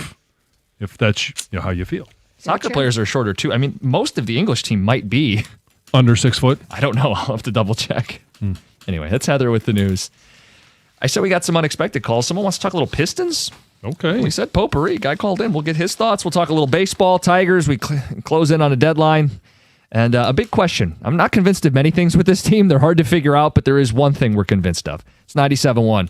If you want a great workout, you got to get over to Planet Fitness. And they got some great deals going on right now. $1 down, get you in the door, $15 a month. It's their summer savings going on to the end of the month. And if you got kids between the ages of 14 and 19, this is something that has hit me for the last couple of years, and I think it's a great program that they have. It's the High School Summer Pass. Right now is live, and it goes all the way to August 31st. If you've got a teen that's between the ages of 14 and 19, they can work out in a clean, well-supervised Planet Fitness for free all summer long. You could register online at planetfitness.com, and all you got to do is make sure that you got a parent or guardian in there to get you signed up. It's a great offer, and if you want a little bit more from your gym, hey, why not try the Planet Fitness Black Card membership? It offers so much in terms of recovery and just all of the amenities. So go in, check it out, and you can find more online at planetfitness.com.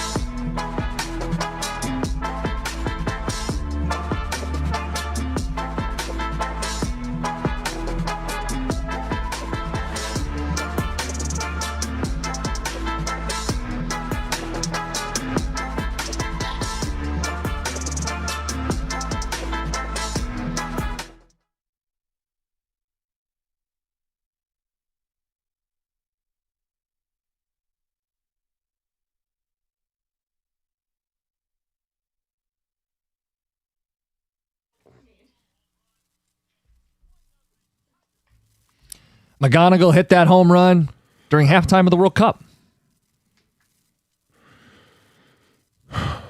You text me, you're like, what is going on with this halftime Hold on, show? I thought Shakira was the halftime entertainment. Oh, no, Yes. it was Animal from Muppets. You texted me, there's a lot going on at this halftime show right now. And I'm like, Yeah, what is and John doing watching the World Cup? It's the biggest sporting event the world knows. Maybe not the U.S., but Let me go a that the step world further. knows. You got to make sure you tune in. Not only is John watching the World Cup, he's watching the halftime show of the World Cup. Mm-hmm. But there's a lot going on, right? They had Ted Lasso's subbing in Justin Bieber. They had Madonna. They had Shakira, who that's her song, I think, of the World Cup. Yeah. The Muppets were there. Muppets playing Seven Nation Army. Let's Ted go. Lasso was there. Yeah. K-pop band in there. They did everything. Is that the first real committed halftime show? was. Yeah, that's what they said. And I had because there were other people in my house that wanted to watch the World Cup. So I was going to do the opposite. I was going to have Tigers on the big screen and the World Cup on small screen. They wanted to watch it, so I switched it up. And then all of a sudden they're like, hey, it's the first halftime show. I'm like, okay, well, let's see what this is like. Let's compare it to the Super Bowl. Sure. I thought they did a really nice job. Now, if Madonna was going to be the whole halftime show, I was like, I'm with you. yeah. And Bieber kind of lost the momentum with song choice more than anything else. That was a fine song, and was he was fine. good, but it didn't have the same was no vibe. hype. Yeah. It was a slowdown. Now, before we move on, Greg, you were part of our crack research team. In the news, Heather had the story about the woman who said there was a member of the English national team that turned her down because she was too tall at 6 feet. And she said it was a player who scored a goal in Dallas. They only played one game in Dallas in the World Cup. Only 3 men scored. That is correct. We have Harry Kane, Captain Kane, Jude Bellingham, and Marcus Rashford scored in those games. Heather said this was 7 years ago, the woman claimed. Yes, I have no idea how old she is. I saw her photo. I know who. Jude Bellingham's 23. So I'm gonna rule him out because he'd be 16 years old. Yeah. So then it's either Harry Kane or Rashford. Both are 6'2", didn't want to date someone who was 6'1". Well, according to Google. And that was her point, is that it Yes. might be a little bit, they're actually more of... A little overinflated? Yeah, a little Yeah, bit. Anyway, yeah. so one of those two, we think. There's our detective work. We got a baseball conversation to get to. We have Darren, who's been waiting on hold. Darren, you want to shoehorn some Pistons in? Why not? What do you got? What's up, fellas? I just wanted to comment on the lack of big off-season swings with the Pistons. You know, you have Cade Cunningham, who's arguably a top 5 player in the league, and this is year 6 of having no co-pilot for Cade. We were coming into the offseason with the same problem last year. No secondary ball handler to take the pressure off Cade and the heavy lifting, and not a guy that can go get his own bucket, that can score on his own. Not to mention, we don't really have many shooters. And, you know, Detroit's a small market. It's not like we're going to get free agents to walk through the door to come live in Birmingham, Michigan. You know, you need to make shrewd, big swings. And if you have a top 5 player in the league, and in today's day and age, in the NBA, I don't got to tell you guys, stars get unhappy very quickly. I would not be surprised if you heard rumblings of Cade being disgruntled with the franchise by February. You know, we hear, Trajan doesn't want to trade these picks, this or that. If you're trying to compete, 4 first-round picks that are going to be in the mid-20s don't matter. Right. You need help now. So for me, you know, this is year 6 of not surrounding the best player the Pistons have had since maybe Isaiah Thomas, a guy, and you can't get him any help. I mean, he struggled so much in the pool. He didn't struggle, but the Pistons struggled because you have guys that you can't draw up a play for. I mean, you talk about Jalen Duren, and people, you know, are saying, well, he can be the number 2 option. There is no world on a championship team that Jalen Duren is the number 2 option. You can't draw up an offensive play for him. I mean, if you look at the top teams, you know, they're big. You look at Wemby, you look at Karl Anthony Towns. They can put the ball on the floor. They can shoot it. Duren's a very one-dimensional guy, and he's a nice player, but he's not a top 3 player on a championship team. Maybe number 3, but I'm worried that Cade's going to get very disgruntled and want out in the next 12 to 18 months if you don't get him help. So let's talk and about this. When I say help, you need a secondary ball handler. Yeah. Oh, I know. I know what you mean. Yeah, they need a Robin, a number 2, a guy who can get his own shot, take the pressure off of Cade, specifically in the half court when postseason basketball gets bogged down. Cade doesn't strike me as that guy, but I don't want to take that for granted. He doesn't strike me as the kind of guy that's going to ask out in a year if we aren't winning an NBA title or we don't have the number 2, but I also don't want to take it for granted. You got a guy who's going to be 25 years old this fall. Mm-hmm. He's going to be in his prime as one of the 5 or 6 best players in basketball. They simply need to do better. They need to get him a number 2. It's not enough to, quote, make the phone call or inquire. I just don't want to let it get to that point. I agree. Like I've already seen, and it's total panic, but people going, well, he's from Dallas. They have Cooper Flagg. Maybe he wants to go home in a couple years if we don't get it right. And that's not coming from Cade or Cade's camp, but people get panicky if you don't take care of your stars in the NBA. I look at some of the additions that they have made with John Collins, Isaiah Joe, draft pick, like guys that should be able to, I don't want to say be deadly from behind the arc, but add some shooting. The problem is if the only guy that you added as a second ball handler or creator is an 18-year-old out of Stanford, that's just not enough. He may, in 4 or 5 years, develop into that guy. Who the hell knows? But I don't want to go into the season hoping that he is going to be the second creator for this team.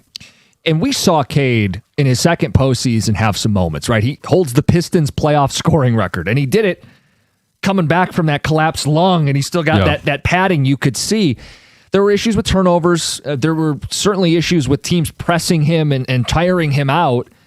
You'd like someone else that you could throw the ball to say, hey, Cade doesn't have to be on the bench, but he can catch his breath. Mm-hmm. You can't double him in crunch time in every possession because you'll make them pay. We'll give you the ball instead. And they haven't addressed that. I don't dispute that they needed more catch and shoot guys around because that'll help the Duren-Asar problem. But that's still going to be an issue if those two are playing major minutes and you don't have someone else to take defenses away from Cade. Yeah. It's just, and we saw all the moves that they were making. And maybe it's just that we had gotten our hopes up so high that they had cleared space, that they were positioning for whether it was a trade or to sign a free agent. And then it was Isaiah Joe and John Collins. I think they did angle for something and they couldn't deliver on it. Finish. Yeah. That's the frustrating part. We got our hopes up so high, and then all of a sudden it was a meh. Yeah, I don't even really know at this point what it is. We're still waiting for Trey Murphy. We're still waiting for some other breaking news. And anytime we play the breaking news sounder, we're kind of thinking Red Wings, Wings or Pistons. Yeah. Ward Manuel. Sorry, earlier in the show, if you missed it, he is stepping down at the end of the year. Which very weird how last week went, but clearly there's stuff behind the scenes as they negotiated his exit. Yes. I don't know. I don't really know where the Pistons go from here. He wanted to call in and say he's concerned that they're not doing enough. That Cade could eventually want out. Yeah. I'm not there. I don't want to get there, though. No, and I think you put it right. Cade doesn't give off that vibe of, hey, if you don't do this, I'm going to demand a trade. I want out, but I don't want to take that for granted. Doesn't mean he can't at some point. He seems, and it's, again, embracing Detroit from day one. He put the buffs on. He wants to be here. I think he's one of these quieter stars. But he also wants to win a championship. But everybody in this league wants to win. And if they stall out in the next couple of years here and are unable to get him help, I guess I wouldn't blame him. I'd be sad. I'd like to see him play his entire career with the Pistons. But we got to do right by Cade Cunningham. All right, mentioned we have a baseball question, Tiger question. There's really not a big takeaway when you beat the Angels 2 out of 3. It's what you're supposed to do, keep this thing moving. You and me have had a hard time figuring this team out. I'm the idiot that thought they won the division last July. You also buried them earlier this year. I mean, wild things happen when I step away for a couple days. This team has been a wild team. They've led us on a roller coaster from 2024, finding a way to make it after selling, 2025, a nosedive. This year, whatever the hell May was, now this much improved group since June. They're hard to figure out, but the one thing I do feel good about, that I have conviction in, they're going to keep Tarik Skubal. You feel good about that? That they're going to keep Tarik Skubal? You just said those words. I feel good in my level of confidence they will keep Tarek Skubal. This guy's trying to get me in trouble. No, you know my thing. They're not in. I don't think they have a great shot. I'd trade him. But I believe they are going to keep him. And you've said the same. You and me are on the same page. Yeah. They're going to keep Tarek Skubal. The question for Tiger fans, what makes it worth it? We'll talk about it next. 97.1. Hey, we all know life moves extremely fast, and maybe you're outgrowing your starter home, building your dream home from the ground up, or you're just helping your kids move across the country. I know because I've done all of these things, and hey, I want to let you know when it comes to financing, don't leave it to some random out-of-state lender that you're never going to meet. Do what I did. I used the bank I already knew and trusted and have been recommending to you for a number of years now. First Merchants Bank provides home financing not only here in Michigan, but in all 50 states. Whether it's a forever home down the street or a vacation home across the coast, maybe it's even just up north, they've got you covered. As a Newsweek and Forbes top-rated bank, they bring personal, attentive service to every transaction. From new construction to leveraging your home's equity, they provide the local touch with national reach. Call my friends at First Merchants Bank today for a free planning consultation. And with over 130 years of experience, they have the strength to help you grow, just as they did for me and my family as well. First Merchants Bank, member FDIC, equal housing lender. If you want to learn more, all you got to do is go to firstmerchants.com.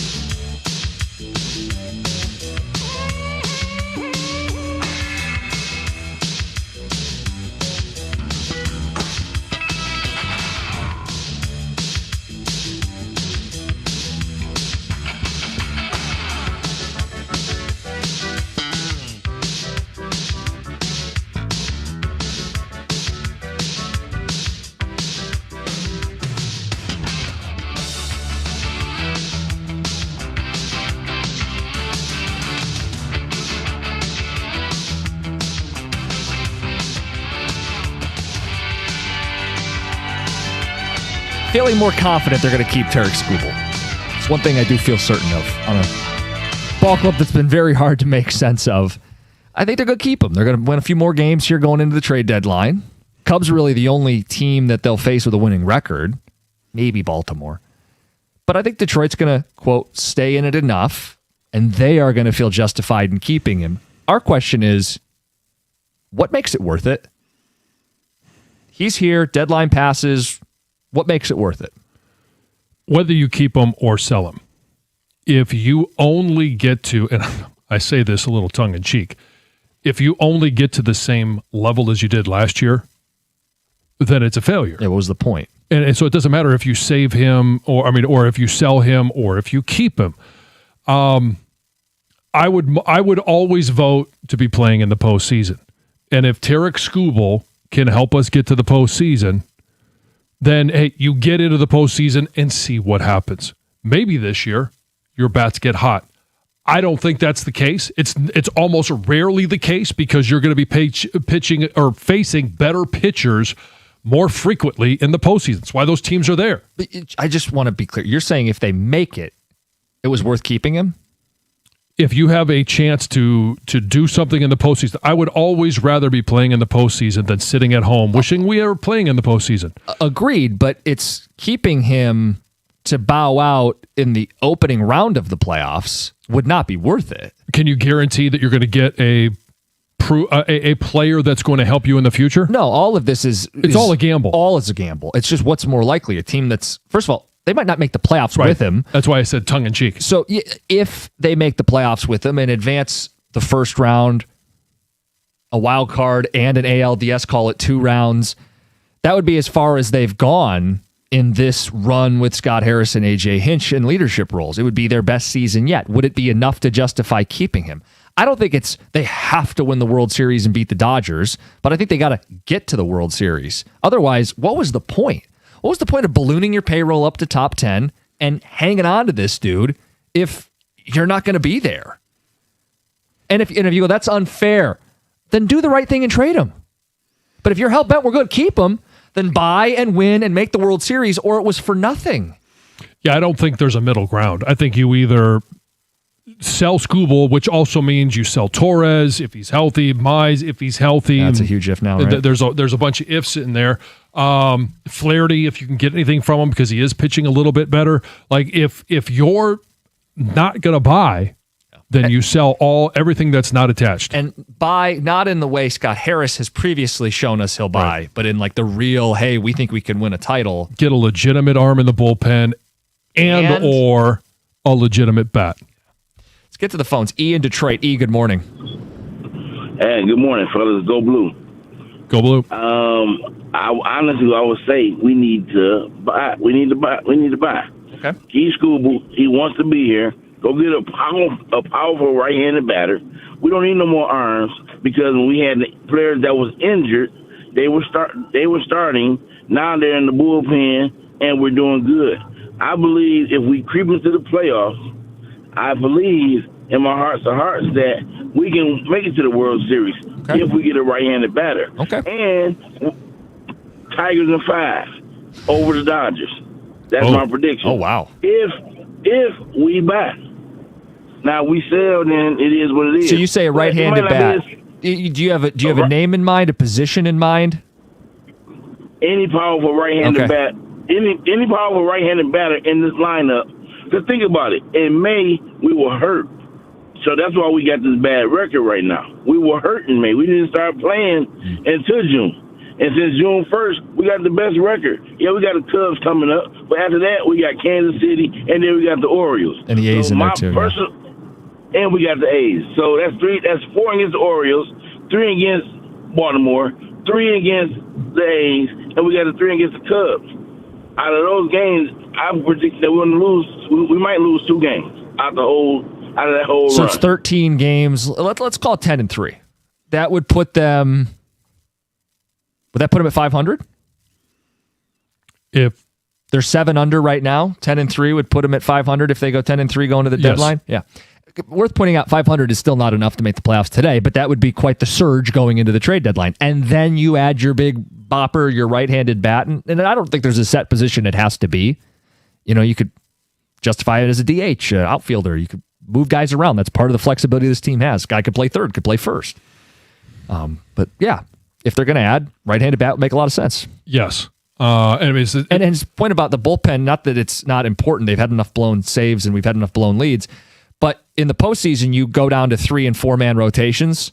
So a 6-man rotation, you go all of a sudden, hey, Montero's in the bullpen and Flaherty's in the bullpen. Maybe and Job is in the bullpen. And these are guys that aren't in the bullpen right now. I mean, yeah, you could go that route. I think getting there is the taller task. Making the postseason. Yeah. Mike Pontiac, you're on 97.1. Hey, guys. How's it going? Morning. Good morning, Mike. Hey. So I called in about the Pistons, but I actually wanted to chime in real quick on the Tigers since you guys are on that. I'm totally on board with trading Skubal. I think you have a young enough pitching staff with Melton. I think, obviously, Mize got hurt last night, but I like what I'm seeing from him. I'm assuming you probably have a few pitchers in the hopper, but alongside that, what you're going to trade with Skubal, you're going to get probably guys who play both sides of the ball every single game. If you're a franchise that's relying on a pitcher who plays one side every 5 games, and granted, I know it cuts down to maybe every 3 games in the postseason, you have bigger issues. I think this team needs a lot of offense. I agree with the last caller. Right-handed power bat is clear. Even in our minor leagues, you talk about Max Clark. He's a lefty. We have a lot of lefties in the system. So we definitely need to bring in a right-handed power bat. I really wanted Pete Alonso this last summer or this last offseason. Yeah. Obviously, that would have been Torkelson's replacement, but, that's here nor there. So anyway, moving off of that, going into what I really called about. I got 30 seconds for you, Mike. You're good. Okay, actually, one other thing with the Tigers real quick. Talked to Javi Baez a couple days ago down here in Tampa, Florida. He will be rehabbing this week, either with the Mud Hens or with the Flying Tigers, and will be in a Tigers uniform in the next 2 weeks. So you can write that down. Also with the Pistons. Mike, I'm going to need the Piston stuff another day. I'm sorry. Yeah. Thanks for calling, Mike. Got it. Number two, just conserve Kate's health. That's the number one thing. It's not just about basketball. Conserve his health. Right. Get him through a full season. Guys, breaking Javi Baez news. So just talk to him in Tampa, Doug. 2 weeks Really? out. All good? Yeah. 2 weeks They out. could use him. Yes. They could use him. Interesting breaking news this morning. Yes, it is. Yeah. So there's some results of the Jenner and Block, the conclusions that they drew from the that are now been put to print. And it's interesting. We'll go over right out of the gate. Okay. All right. Start the show that way. No Gator? No, not today. He's back tomorrow. All right. It's 97.1.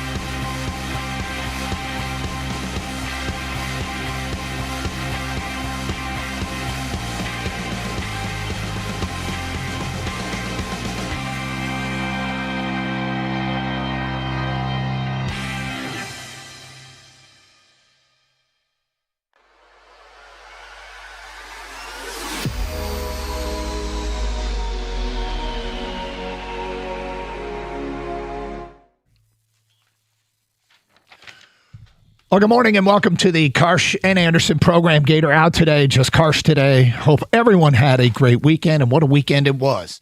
Lots of people to get to and nominations for Champ and Chump of the weekend, and we will be getting to the Champ and Chump today at 10:35, but as everybody heard there during the morning show, there is breaking news as Ward Manuel, the athletic director at the University of Michigan, will be out at the end of the year, which isn't the most shocking conclusion ever.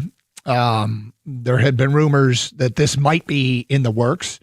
When you hear that he is working to the end of the year, that tells you that that this is probably a mutual decision. It is probably, hey, I'm going to guess that what the Jenner and Block, and we have some conclusions that we'll get to here in a minute because it's been published and the Wolverine had a copy of it, but the university has put this out. And I'll read from what I cut and pasted from the Wolverine website. But when you have cause for firing, it's easy. And some of the accusations that were out there and some of the stuff that was floated out there, I thought was cause for termination, if indeed true. Whether or not it has been true, I haven't had a chance to read the whole thing, but based upon the conclusions, I get the sense that some of it wasn't true.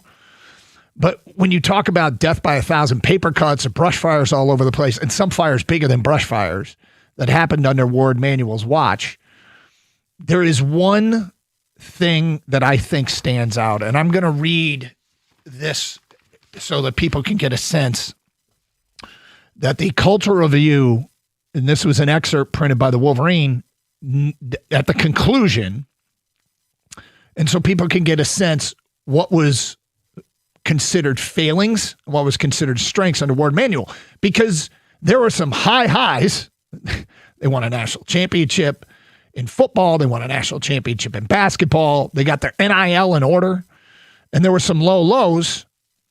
Connor Stallions, Matt Weiss, losing coaches that people wanted to hang on to. And they really are extremes, right? They are extremes that are in conflict with one another. And I guess some of these conclusions aren't surprising, but let's read this so everybody can hear it. The Culture Review found the Department of Athletics has many significant strengths, including a strong commitment to student-athlete success, competitive excellence, and academic achievement that includes a 96% student-athlete graduation rate. In addition, staff members spoke highly of the department's workplace culture, and 87% of employees who departed the university said they would recommend working there. At the same time, the Culture Review identified 3 overreaching areas for improvement.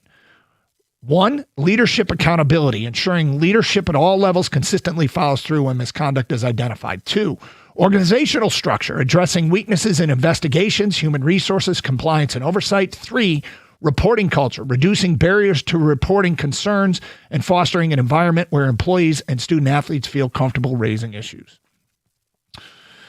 Then they've got sort of a Q&A. Did the investigation or Culture Review find that misconduct was widespread throughout Michigan athletics? Conclusion, no. Neither the investigation nor the Culture Review found that misconduct was widespread throughout the department. The Culture Review found that weaknesses in accountability, organizational structure, oversight, and reporting created conditions in which misconduct was not always addressed consistently, promptly, or in accordance with university expectations. 2, what did the Culture Review find regarding athletic department leadership and accountability? The answer? The Culture Review found the department leadership consistently communicated the importance of integrity, compliance, and accountability. The Culture Review also identified opportunities to strengthen accountability by ensuring misconduct is addressed promptly, consistently, and in accordance with university expectations. I think you're starting to see a bit of a pattern here. 3, what did the Culture Review find regarding reporting concerns? Culture Review found that some employees and student athletes were reluctant to report concerns, and that the athletic department can address this by strengthening reporting process, protecting individuals who raise concerns, and reinforcing a culture that encourages speaking up.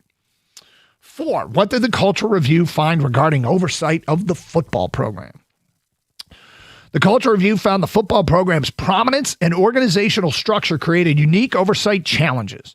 As the department's most visible program, is the department's most visible program with the largest roster, coaching staff, and support organization.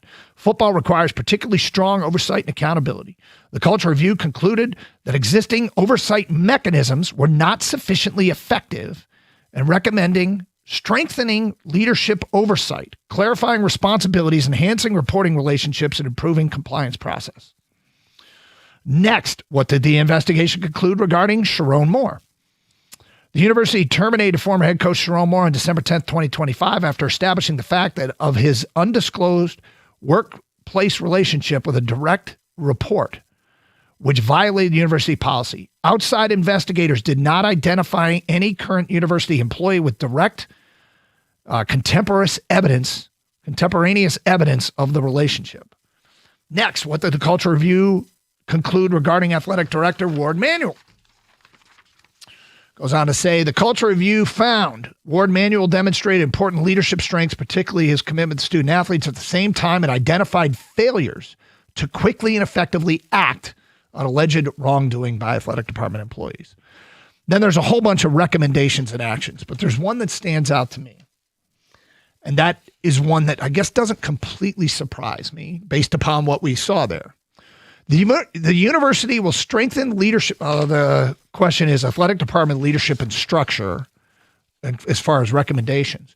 The university will strengthen leadership, accountability, and department cohesion by clearly defining the responsibilities of sports administrators, enhancing oversight across all athletic programs, and reinforcing expectations regarding accountability, integrity, and zero tolerance for retaliation.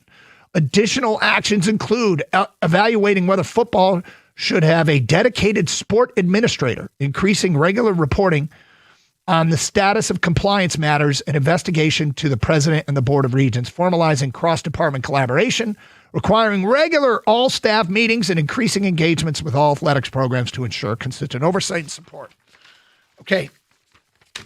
There's a lot of, obviously, formal writing there in concluding what happened at Michigan under Ward Manuel's watch. There's again, good and bad. The bad stuff, though, goes back to who's watching. Who's watching?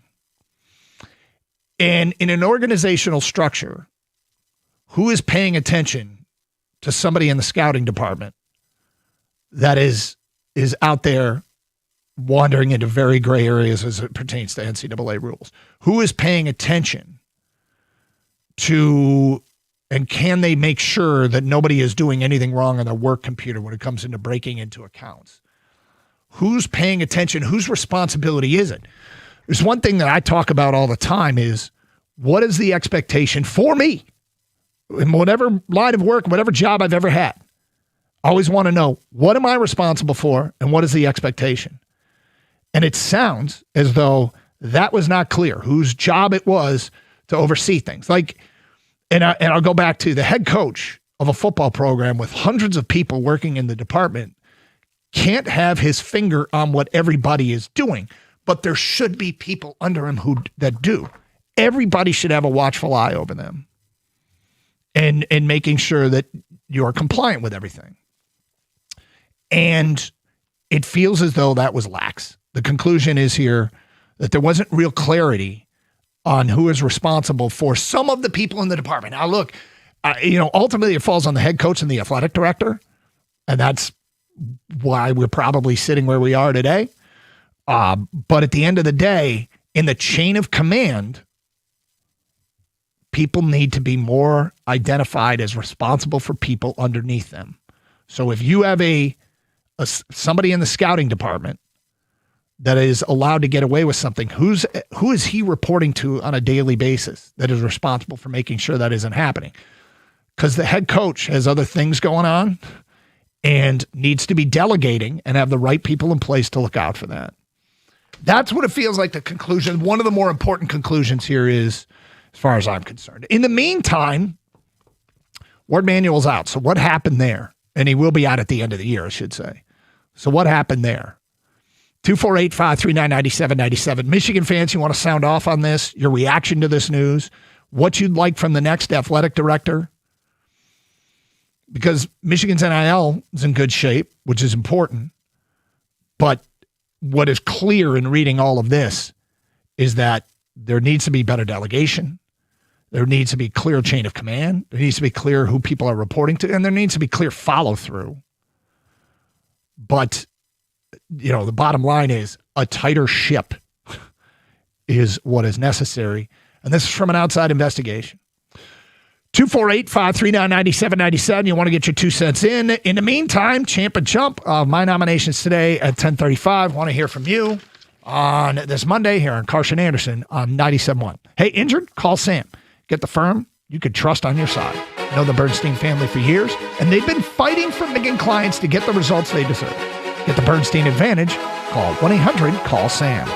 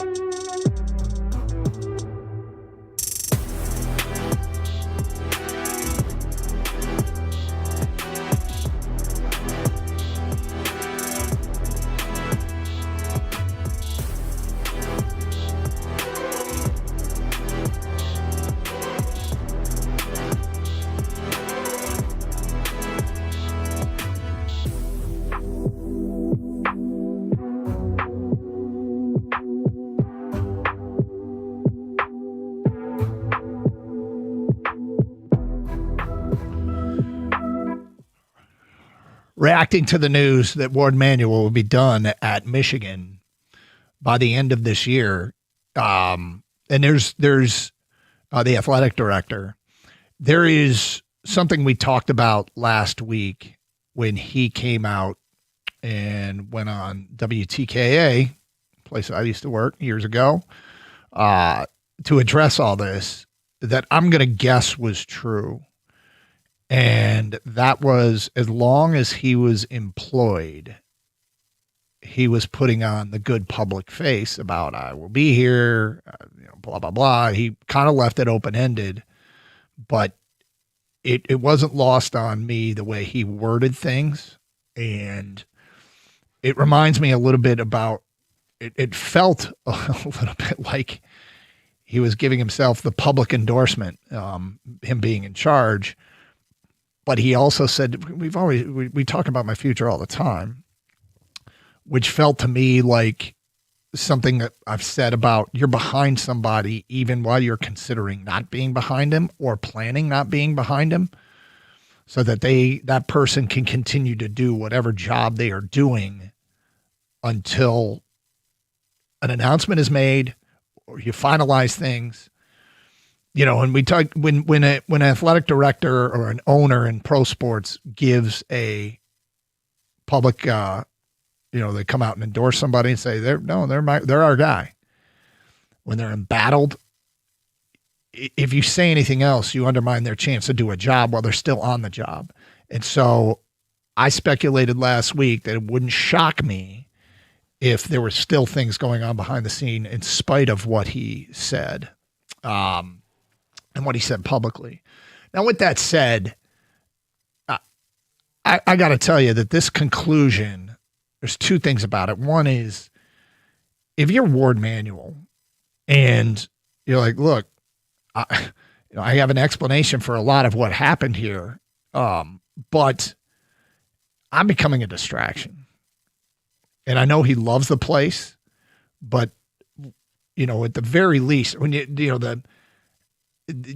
even if they haven't come forward with fireable offenses, cause for termination in this report, you become a distraction where you're all anybody's talking about. And you know what? I really don't need to hear all that much from the athletic director.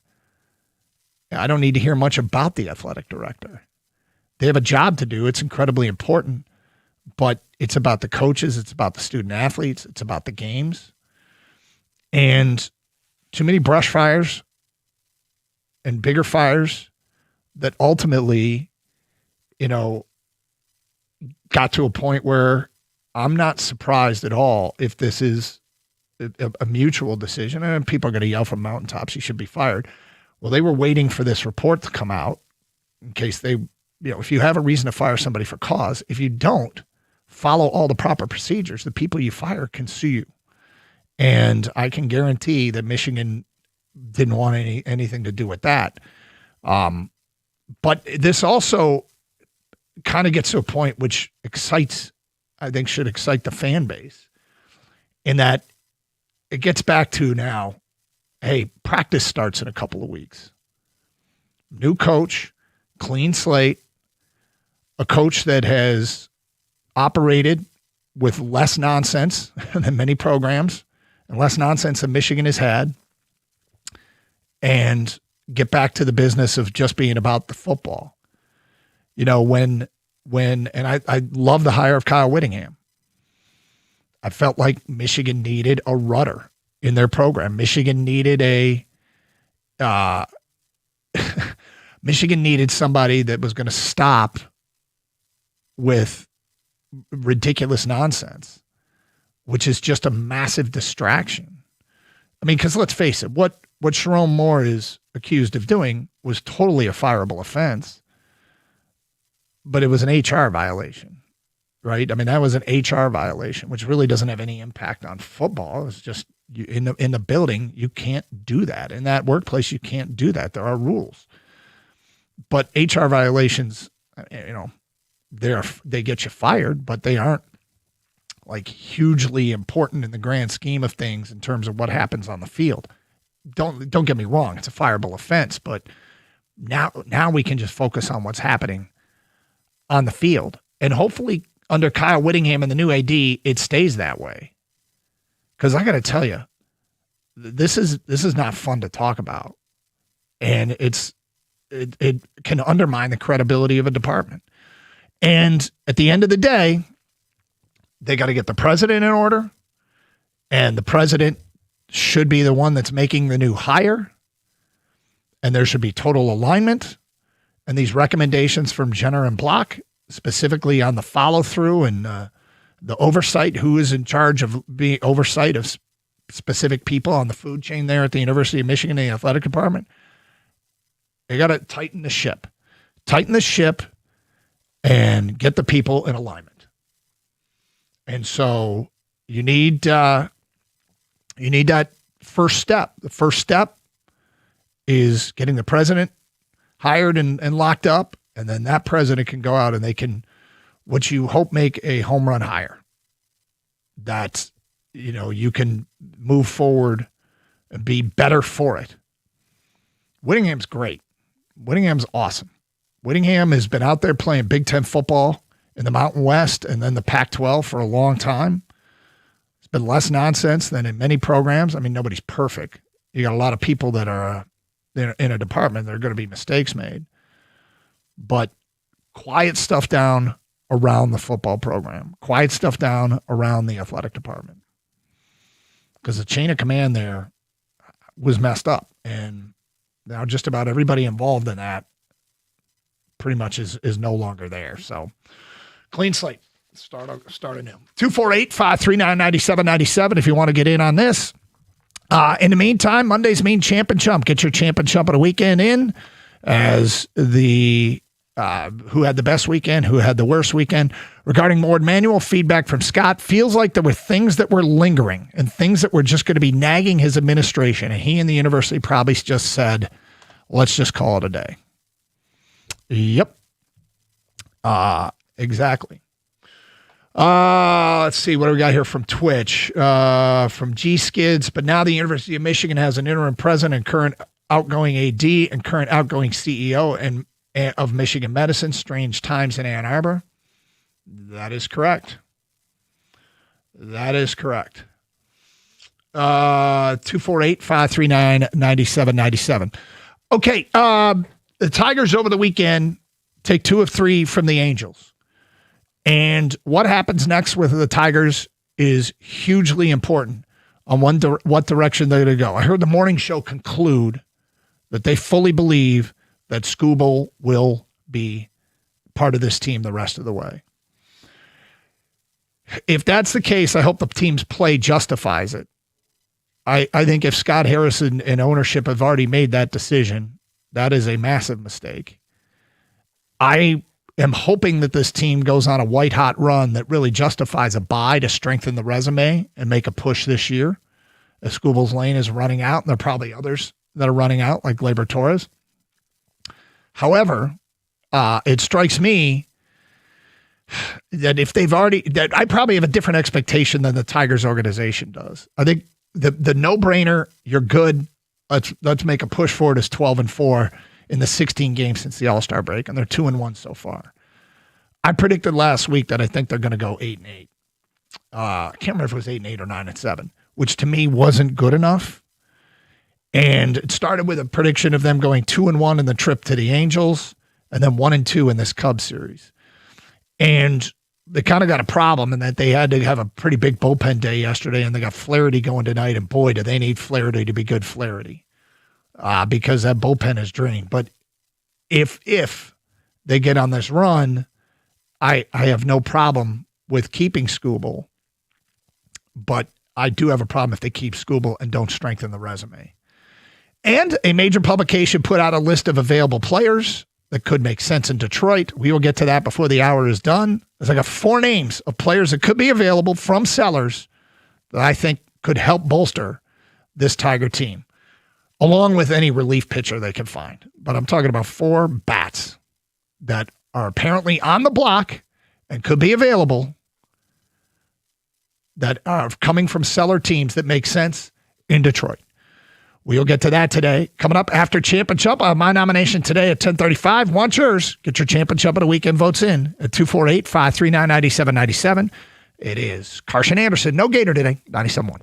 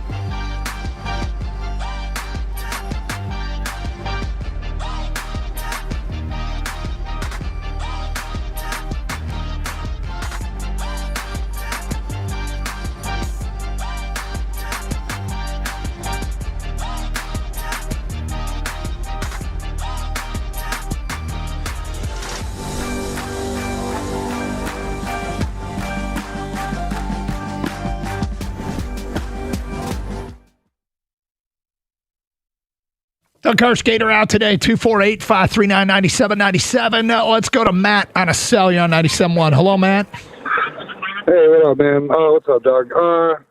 So Champ is going to be Spain for beating Argentina.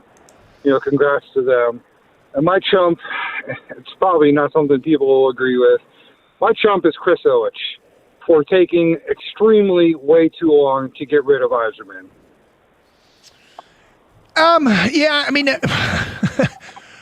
I understand why you feel that way. I kind of reached my breaking point at the end of the season, and then with the Larkin trade request, I felt like he was compromised in having to trade a player where he needed immediate assets to keep his job. He said the right things publicly about I'm going to make the best trade for the organization, and to a degree, to his credit, he didn't undersell Dylan Larkin to save his job. But I get where you're coming from, and yeah, it was time to move on. But if he had done it earlier, would some other GM come in here and made a great trade that would have netted like a bunch of draft picks on draft night, or created more flexibility in free agency, and they kind of kicked that can down the road by keeping him, I guess.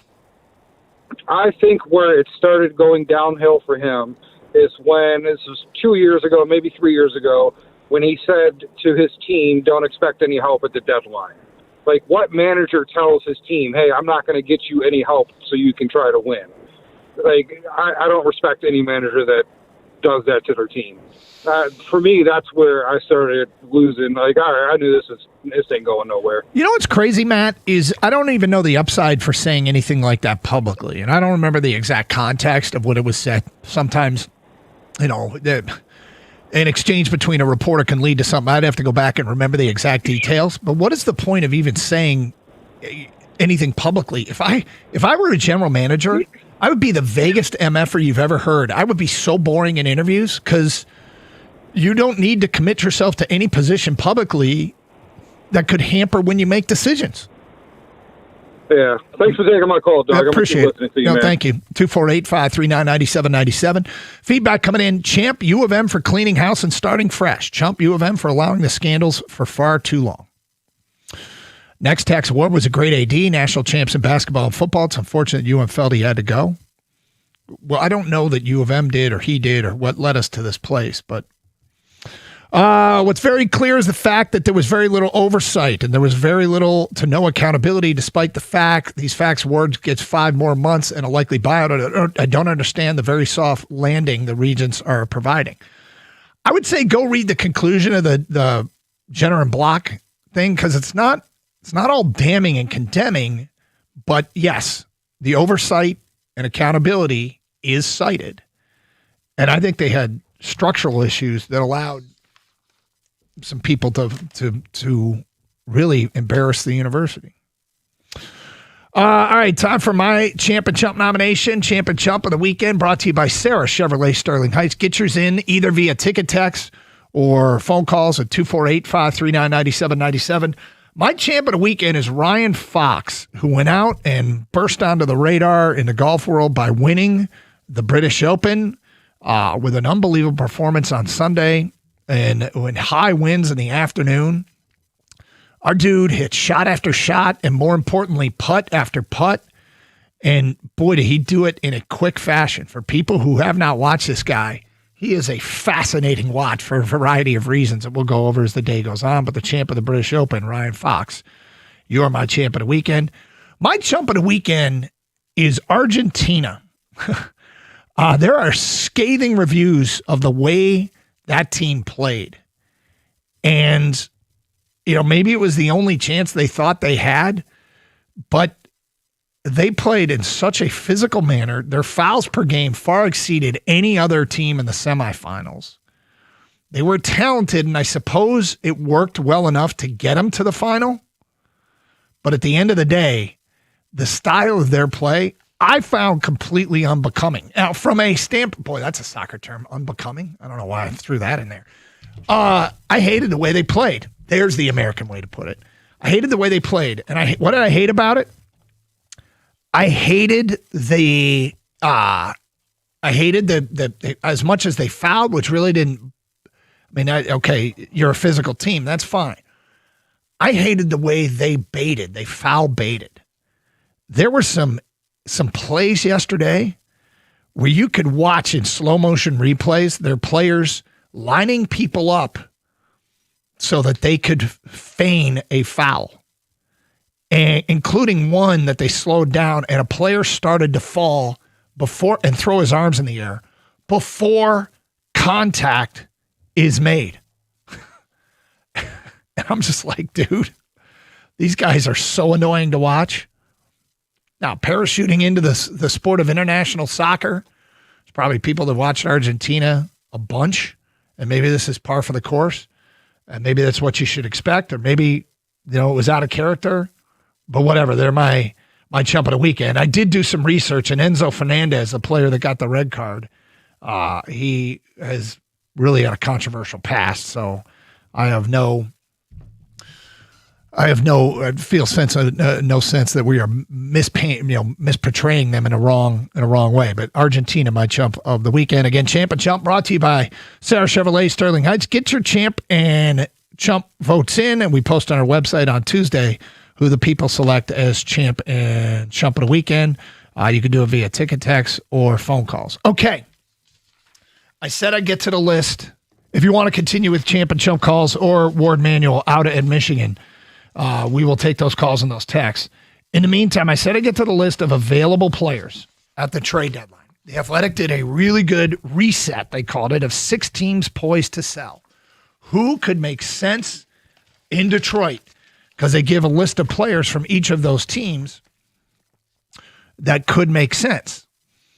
Like, for instance, the New York Mets, potential trade chips. This is kind of funny. All of their roster save a few young players and Juan Soto. The few young players are starters Nolan McLean and Christian Scott, and outfielders Juan Soto, A.J. Ewing, and Carson Bengi. Then they write, you have to listen regarding everybody else. From their roster, a player that stands out to me as a cheap but perfect platoon player for A.J. Hinch is a good center fielder, defensive center fielder named Tyrone Taylor, who also has a 718 OPS. He's got some pop. He's got some speed. He's a right-hand bat. And again, a good defensive player. I feel like a right-hand bat that can play center field could make a ton of sense for them in lieu of Javi Baez's return. But with Parker Meadows out, I like the idea of getting a guy like that in the outfield that could be more productive than a James Outman, for instance. That is one player on the list I like. The list of Angels. Angels are an obvious seller. Jose Soriano, Reed Detmers, and Joe Adell. Those are players I would pass on all of them. The Giants. So the Giants have a player that I love, but I'm not sure that it makes sense in Detroit, and that's Luis Arraez, who's pretty much just a second baseman, although he can play some first. But elite bat-to-ball skills. I mean, he's one of the few players in Major League Baseball still hitting over 326, but he's a lefty, and I think the cost would be pretty high there. And given the return of Gleyber Torres and what he provides for this team, I'm not sure it makes sense. The Reds. Reds are an obvious seller. And the Reds have a player that we've talked about for a couple of weeks, Spencer Steer, a good, versatile defensive player who can play 3 positions for you, first, third, and corner outfield. He's got 14 home runs, a 754 OPS. He's got a little bit of speed, and I think he could be had for not the highest of prices. Kansas City, their potential trade chips, veteran starters, relievers, and Lane Thomas. Lane Thomas is a platoon player for them, an outfielder who can play center field, right-handed bat. Only 109 at-bats this year, but 9 home runs and a 758 OPS. He's got a good arm and above-average cover ability in what would be a big center field. And then the Colorado Rockies have back-end starters and relievers. If you can find bullpen help at the trade deadline, if you're a buyer, I'm in favor of it. As far as on-field position players, Tyrone Taylor from the Mets, Lane Thomas from Kansas City, Spencer Steer from the Reds, and Luis Arraez from Tampa. All make sense to me. If you are going to go into buy mode, what would justify buy mode? I've said it a bunch. 12-4 is a no-brainer. 11-5 probably. I don't think they're going to do that. Even though the schedule says they can, I just can't bet on this team being consistent. But if they do, don't stand pat. Buy. Get aggressive. I hope that buy move is out there. You know? You got to find selling teams that are willing to give you a reasonable price, and that's not always the case. But those are 4 names I like. Who do you like? 248-539-9797. It's Carson Anderson. More of your phone calls and feedback coming up. Champ and Chump, let's get him in here on 97.1. Hey, it's Doug Karsch for Sarah Chevrolet in Sterling Heights. It's time for Star Stripes and Savings on demos all month long. Pay just $189 a month for 24 months on a Silverado 1500 Crew Cab 2FL 4x4 with $999 down. $189 a month. Go now to 17.5 in Van Dyke and Sterling Heights. 87-SAY-SARAH or SaySarah.com. Together, let's drive. With GM Employee Discount, Chevy Lease Loyalty in the household, 10,000 miles per year. Demo may have up to 2,000 miles plus tax and fees with approved credit. Offer ends August 3rd.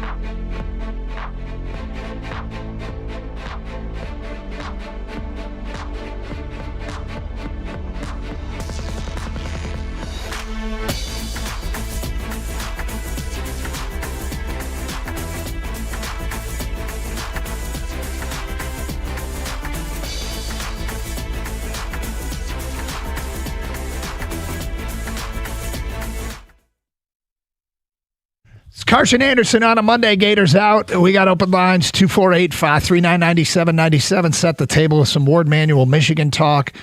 We gave you 4 names at the trade deadline that would be buy candidates for the Detroit Tigers.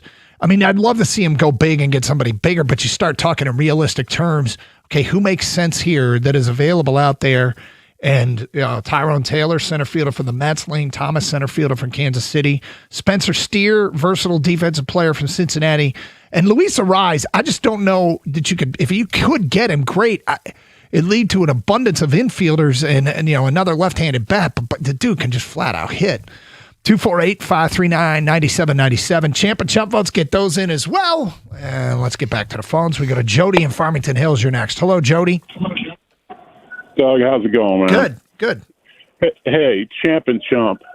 Champ, by far, Ryan Fox. Amazing. It's really refreshing to see somebody, and it's rare in these days, to just get up and hit the ball. Fantastic. Chump, by the same token, I don't know what Bryson DeChambeau is on, but he needs to check himself. He got a 2-stroke penalty, as I'm sure everybody knows. But the bigger story is this guy tries to make everything about himself. It's no accident that all he does is hang around on YouTube all the time. He's constantly looking for attention, and he's really not that good. He's just a show person. And I heard some comments from Rory McIlroy. He was spot on with this guy. He's just a performative individual. He goes out, tries to make it all about himself, and that's not what golf is about. And I don't think he's going to have a lot of success if he ever gets back to the PGA Tour. That's all I got to say. So, Jody, a couple things here. One is absolutely on Fox, and I got a lot to say about him. And we got a topic about Ryan Fox before the show is done. He is a fascinating golfer to watch. DeChambeau, when he burst on the scene, everyone's like, who's this guy? Remember, he made his irons all the same length. That was his theory. And then he bulked up and got all roided up, it looked like. And then he goes to Live, and I think people either like him or he rubs you the wrong way. And I honestly, the 2-shot penalty and what Rory had to say about him, I found to be fantastic, because Rory spoke his mind, said, I'm just not fond of him. I think he makes everything about himself, and he's there at the end of his round protesting, fighting, arguing. People have to stick around. We don't know what time our tee times are. We don't know who we're paired with. And everything had to stop at the British Open because of Bryson DeChambeau and him protesting this 2-shot penalty. And I think for some people, Jody, it would be embarrassing. But I don't think that's the case for DeChambeau. He doesn't understand that whether he did it he didn't want people to think that he did it intentionally. It doesn't matter whether he did it intentionally or whether he did it accidentally. He still did it, and you're penalized for that. Wyndham Clark did the same thing in the U.S. Open. He got away with it, but he did the same exact thing, trying to improve his lie. Yeah, I mean, I watched the whole thing, and I have found that I fairly or unfairly have very much soured on Bryson DeChambeau. To be truthful, I soured on all the Live guys. At some point, I think I can't stand what that tour did to this era of golf as far as splitting up the talent. And, I just want to see the best players all playing against each other. And that was taken from us for the last few years because of Liv's presence. And so I like to see there are consequences from a competitive standpoint, that these guys are guaranteed so much money and playing in shotgun formats and only 54 holes. I want to see there be consequences in terms of their ability to win when they come back and play against PGA Tour guys. But that's my own personal gripe. So yeah, I don't shed a tear for Bryson, and I love Rory more and more for what he had to say about him. I said, the guy's unlikable. The guy held everybody hostage, and he thinks he just did it for performative reasons. And I just wish Rory could have hit a putt this weekend. He just could not. He lipped out so many putts, burned so many edges. He could not make a putt. Feedback coming in. I'm not convinced to buy or sell yet. To be honest, they should have lost the series to the Angels outside of game 2. The offense was flat. That's from Dan in Florida. Yeah, I mean, look, they got the huge hit on Friday night from Hao-Yu Lee. 2-out, 9th inning, 2-run double. Was awesome.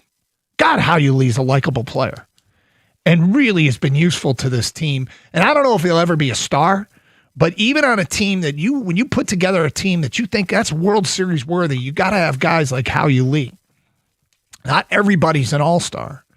And Hao-Yu Lee really came through in that situation. But yeah, I mean, I would never say they should have lost the series to the Angels. You get 27 outs. You got to get 27 outs as a defense, and you have 27 outs to work with as an offense. I don't know. The offense was flat, yes, but I don't like taking away wins because it wasn't pretty. Champ Christopher Illich for kicking Steve Yzerman to the curb. Chump AJ Hinch for having Kerry Carpenter in the lineup. Champ, the U.S. showing the world how we really are. Oh, you're talking about during the World Cup. Yeah, the people. I mean, still a country made up of great people. Chump, Michigan for letting go a multiple sport national championship. AD and Ward Manuel. That's the Ward push and pull. The highs are really high and the lows pretty embarrassing. And that's, I'm sure we talked about it last week. It's up to each individual how much you care about the stuff that happened underneath him. Obviously, this is a person that doesn't care as much. Argentina's final game, there was so much flopping and diving in the World Cup than you're used to seeing with European football. The Premiership in the UK isn't bad, but European soccer is just about impossible to watch because of all the flopping. I'm glad they didn't tolerate as much in the World Cup. That's from G. I mean, they showed replays of a dude falling down before the contact was made. His arms were going up to protest. It was like it's why I don't like Trae Young. It was the first player I saw do it, but all the foul baiters in the NBA that are playing the game to get fouled, not make the basket. It's such an unattractive way to play the sport. 248-539-9797. Lucas in Saginaw is next. Hi, Lucas. Hey, how's it going? What's up? My champ of the week is most definitely Ryan Fox. I mean, that was some incredible stuff we saw from him this week. It's so refreshing to see a different kind of style of golf, and his swing is so unorthodox. Did you like it? Everything looks wrong about it, doesn't it? It looks like a 30 handicaps out there playing in a major championship until you see he's hitting these 4-irons to 15, 20 feet. So, and Lucas, crazy. I'm cracking up because if you got paired with that guy and he just walked up, you'd be like, okay, well, this guy might be good, but probably not. And then if you watched him on the putting green, the way he stands on his putts, there's nothing about his look that screams golfer, and I love it. Absolutely. I mean, he looks like a farmer out there walking too. It's actually really, really funny. But I think the chump of the week is any of the Illich properties. I think it always seems around this time of the year that they're always in some sort of pitch, whether it's the Tigers, the Red Wings. So that's just my 2 cents. They're always in some sort of what? Some sort of pinch. Oh. Like it seems like there's always something going on with the Illich properties. So did you like them getting rid of Yzerman?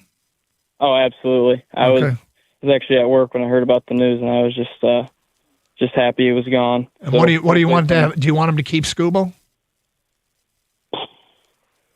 I'm on the fence about it a little bit. It should be. I think it's tough to say, but I'd like to see him to see the Tigers sell. I don't think they're in a good enough spot to. Well, they might to really go for it. The reason I ask is because you chump them, but you're happy to let go of Yzerman, and they may sell. We'll see, Lucas. The thing about it is, I ask you that question. You say you're on the fence. You should be, and I think everybody should be. And I guess I don't like telling people what to do, but that's the reason for being on the fence is let all the information come in before you decide what to do. They could stay white hot. I have my doubts about them doing enough to be buyers at the deadline. I just hope, Scott Harris, I hope you haven't made up your mind yet. I hope you haven't. The reporting last week, I'm not saying these reporters are bad reporters. I'm just not trusting the reporting from last week. that they are plan on hanging on to Skubal. I mean, this goes back to you say you're in it, you say you're going to try and win it until the moment the scale tips and you're not. But until you give up, don't give up. Is the way I read that what motivated those comments. Haven't given up yet, but thinking about giving up on this season. Haven't given up on this season yet, but thinking about it, strongly considering it. But until you've come to that conclusion and reached that conclusion, you say we're going to keep him. You say we're going to go for it. You say we think we can compete, even while you're planning for yourselves not to compete. More Champ and Chump votes next. Carson Anderson, 97.1.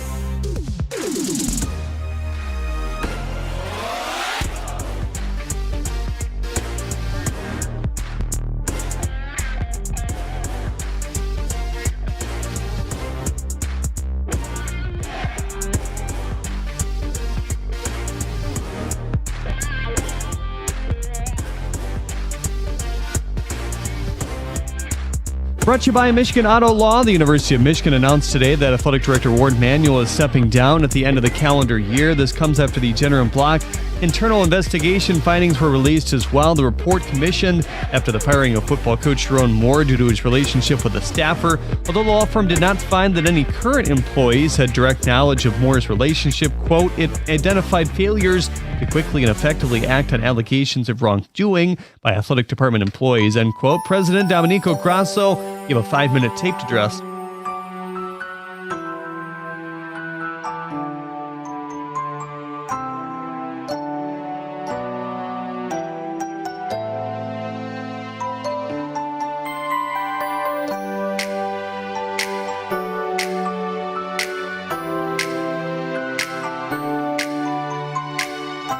The Tigers start an interleague series against the Cubs. Jack Flaherty heads to the mound. His last start before the break saw him give up just a pair of runs in 6 innings against the Phillies. Jameson Taillon returns from about a month on the injured list. 8:10 the first pitch right here on 97.1. Ex-Red Wings coach Derek Lalonde has been hired as an assistant with the Canadiens after a stint with Toronto. At the Corwell Health Sports Desk, I'm Jeremy Otto. For more, go to 97.1 The Ticket or Odyssey.com.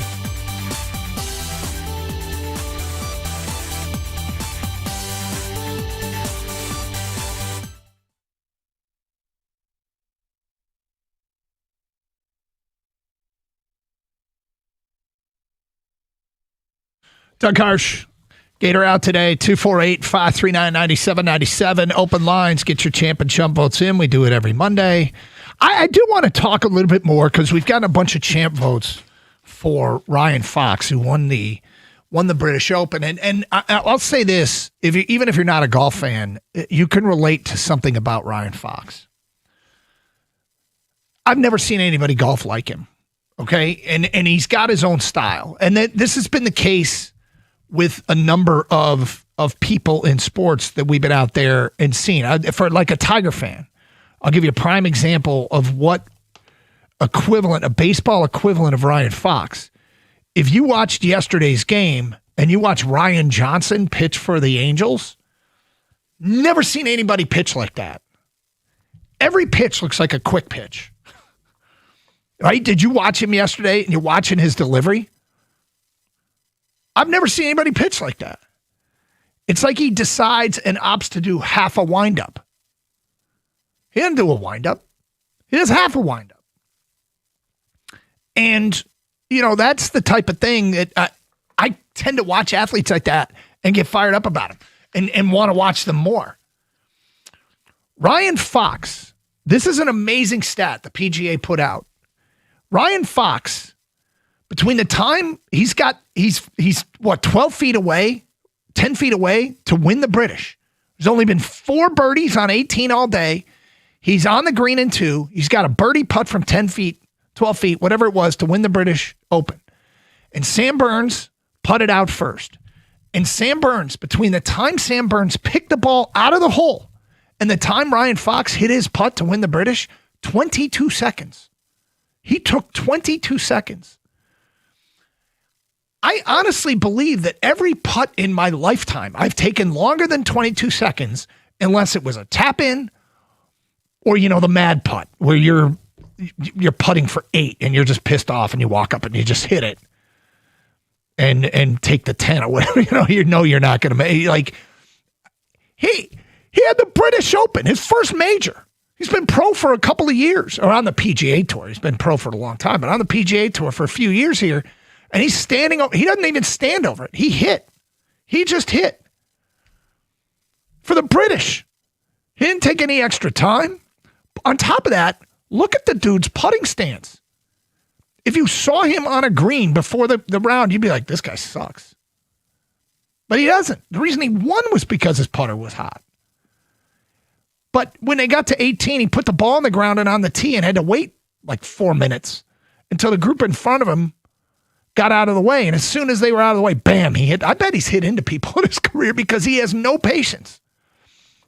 Then his approach shot on 18, they said the group in front of him had just walked off the green. Siwoo Kim, and I can't remember who he was playing with, but they had just barely gotten off the green, and here's the ball in flight coming from Ryan Fox. He does not wait. He plays. Do we have the soundbite, Bobby? We do. Okay, here's what he said afterwards about his quick play.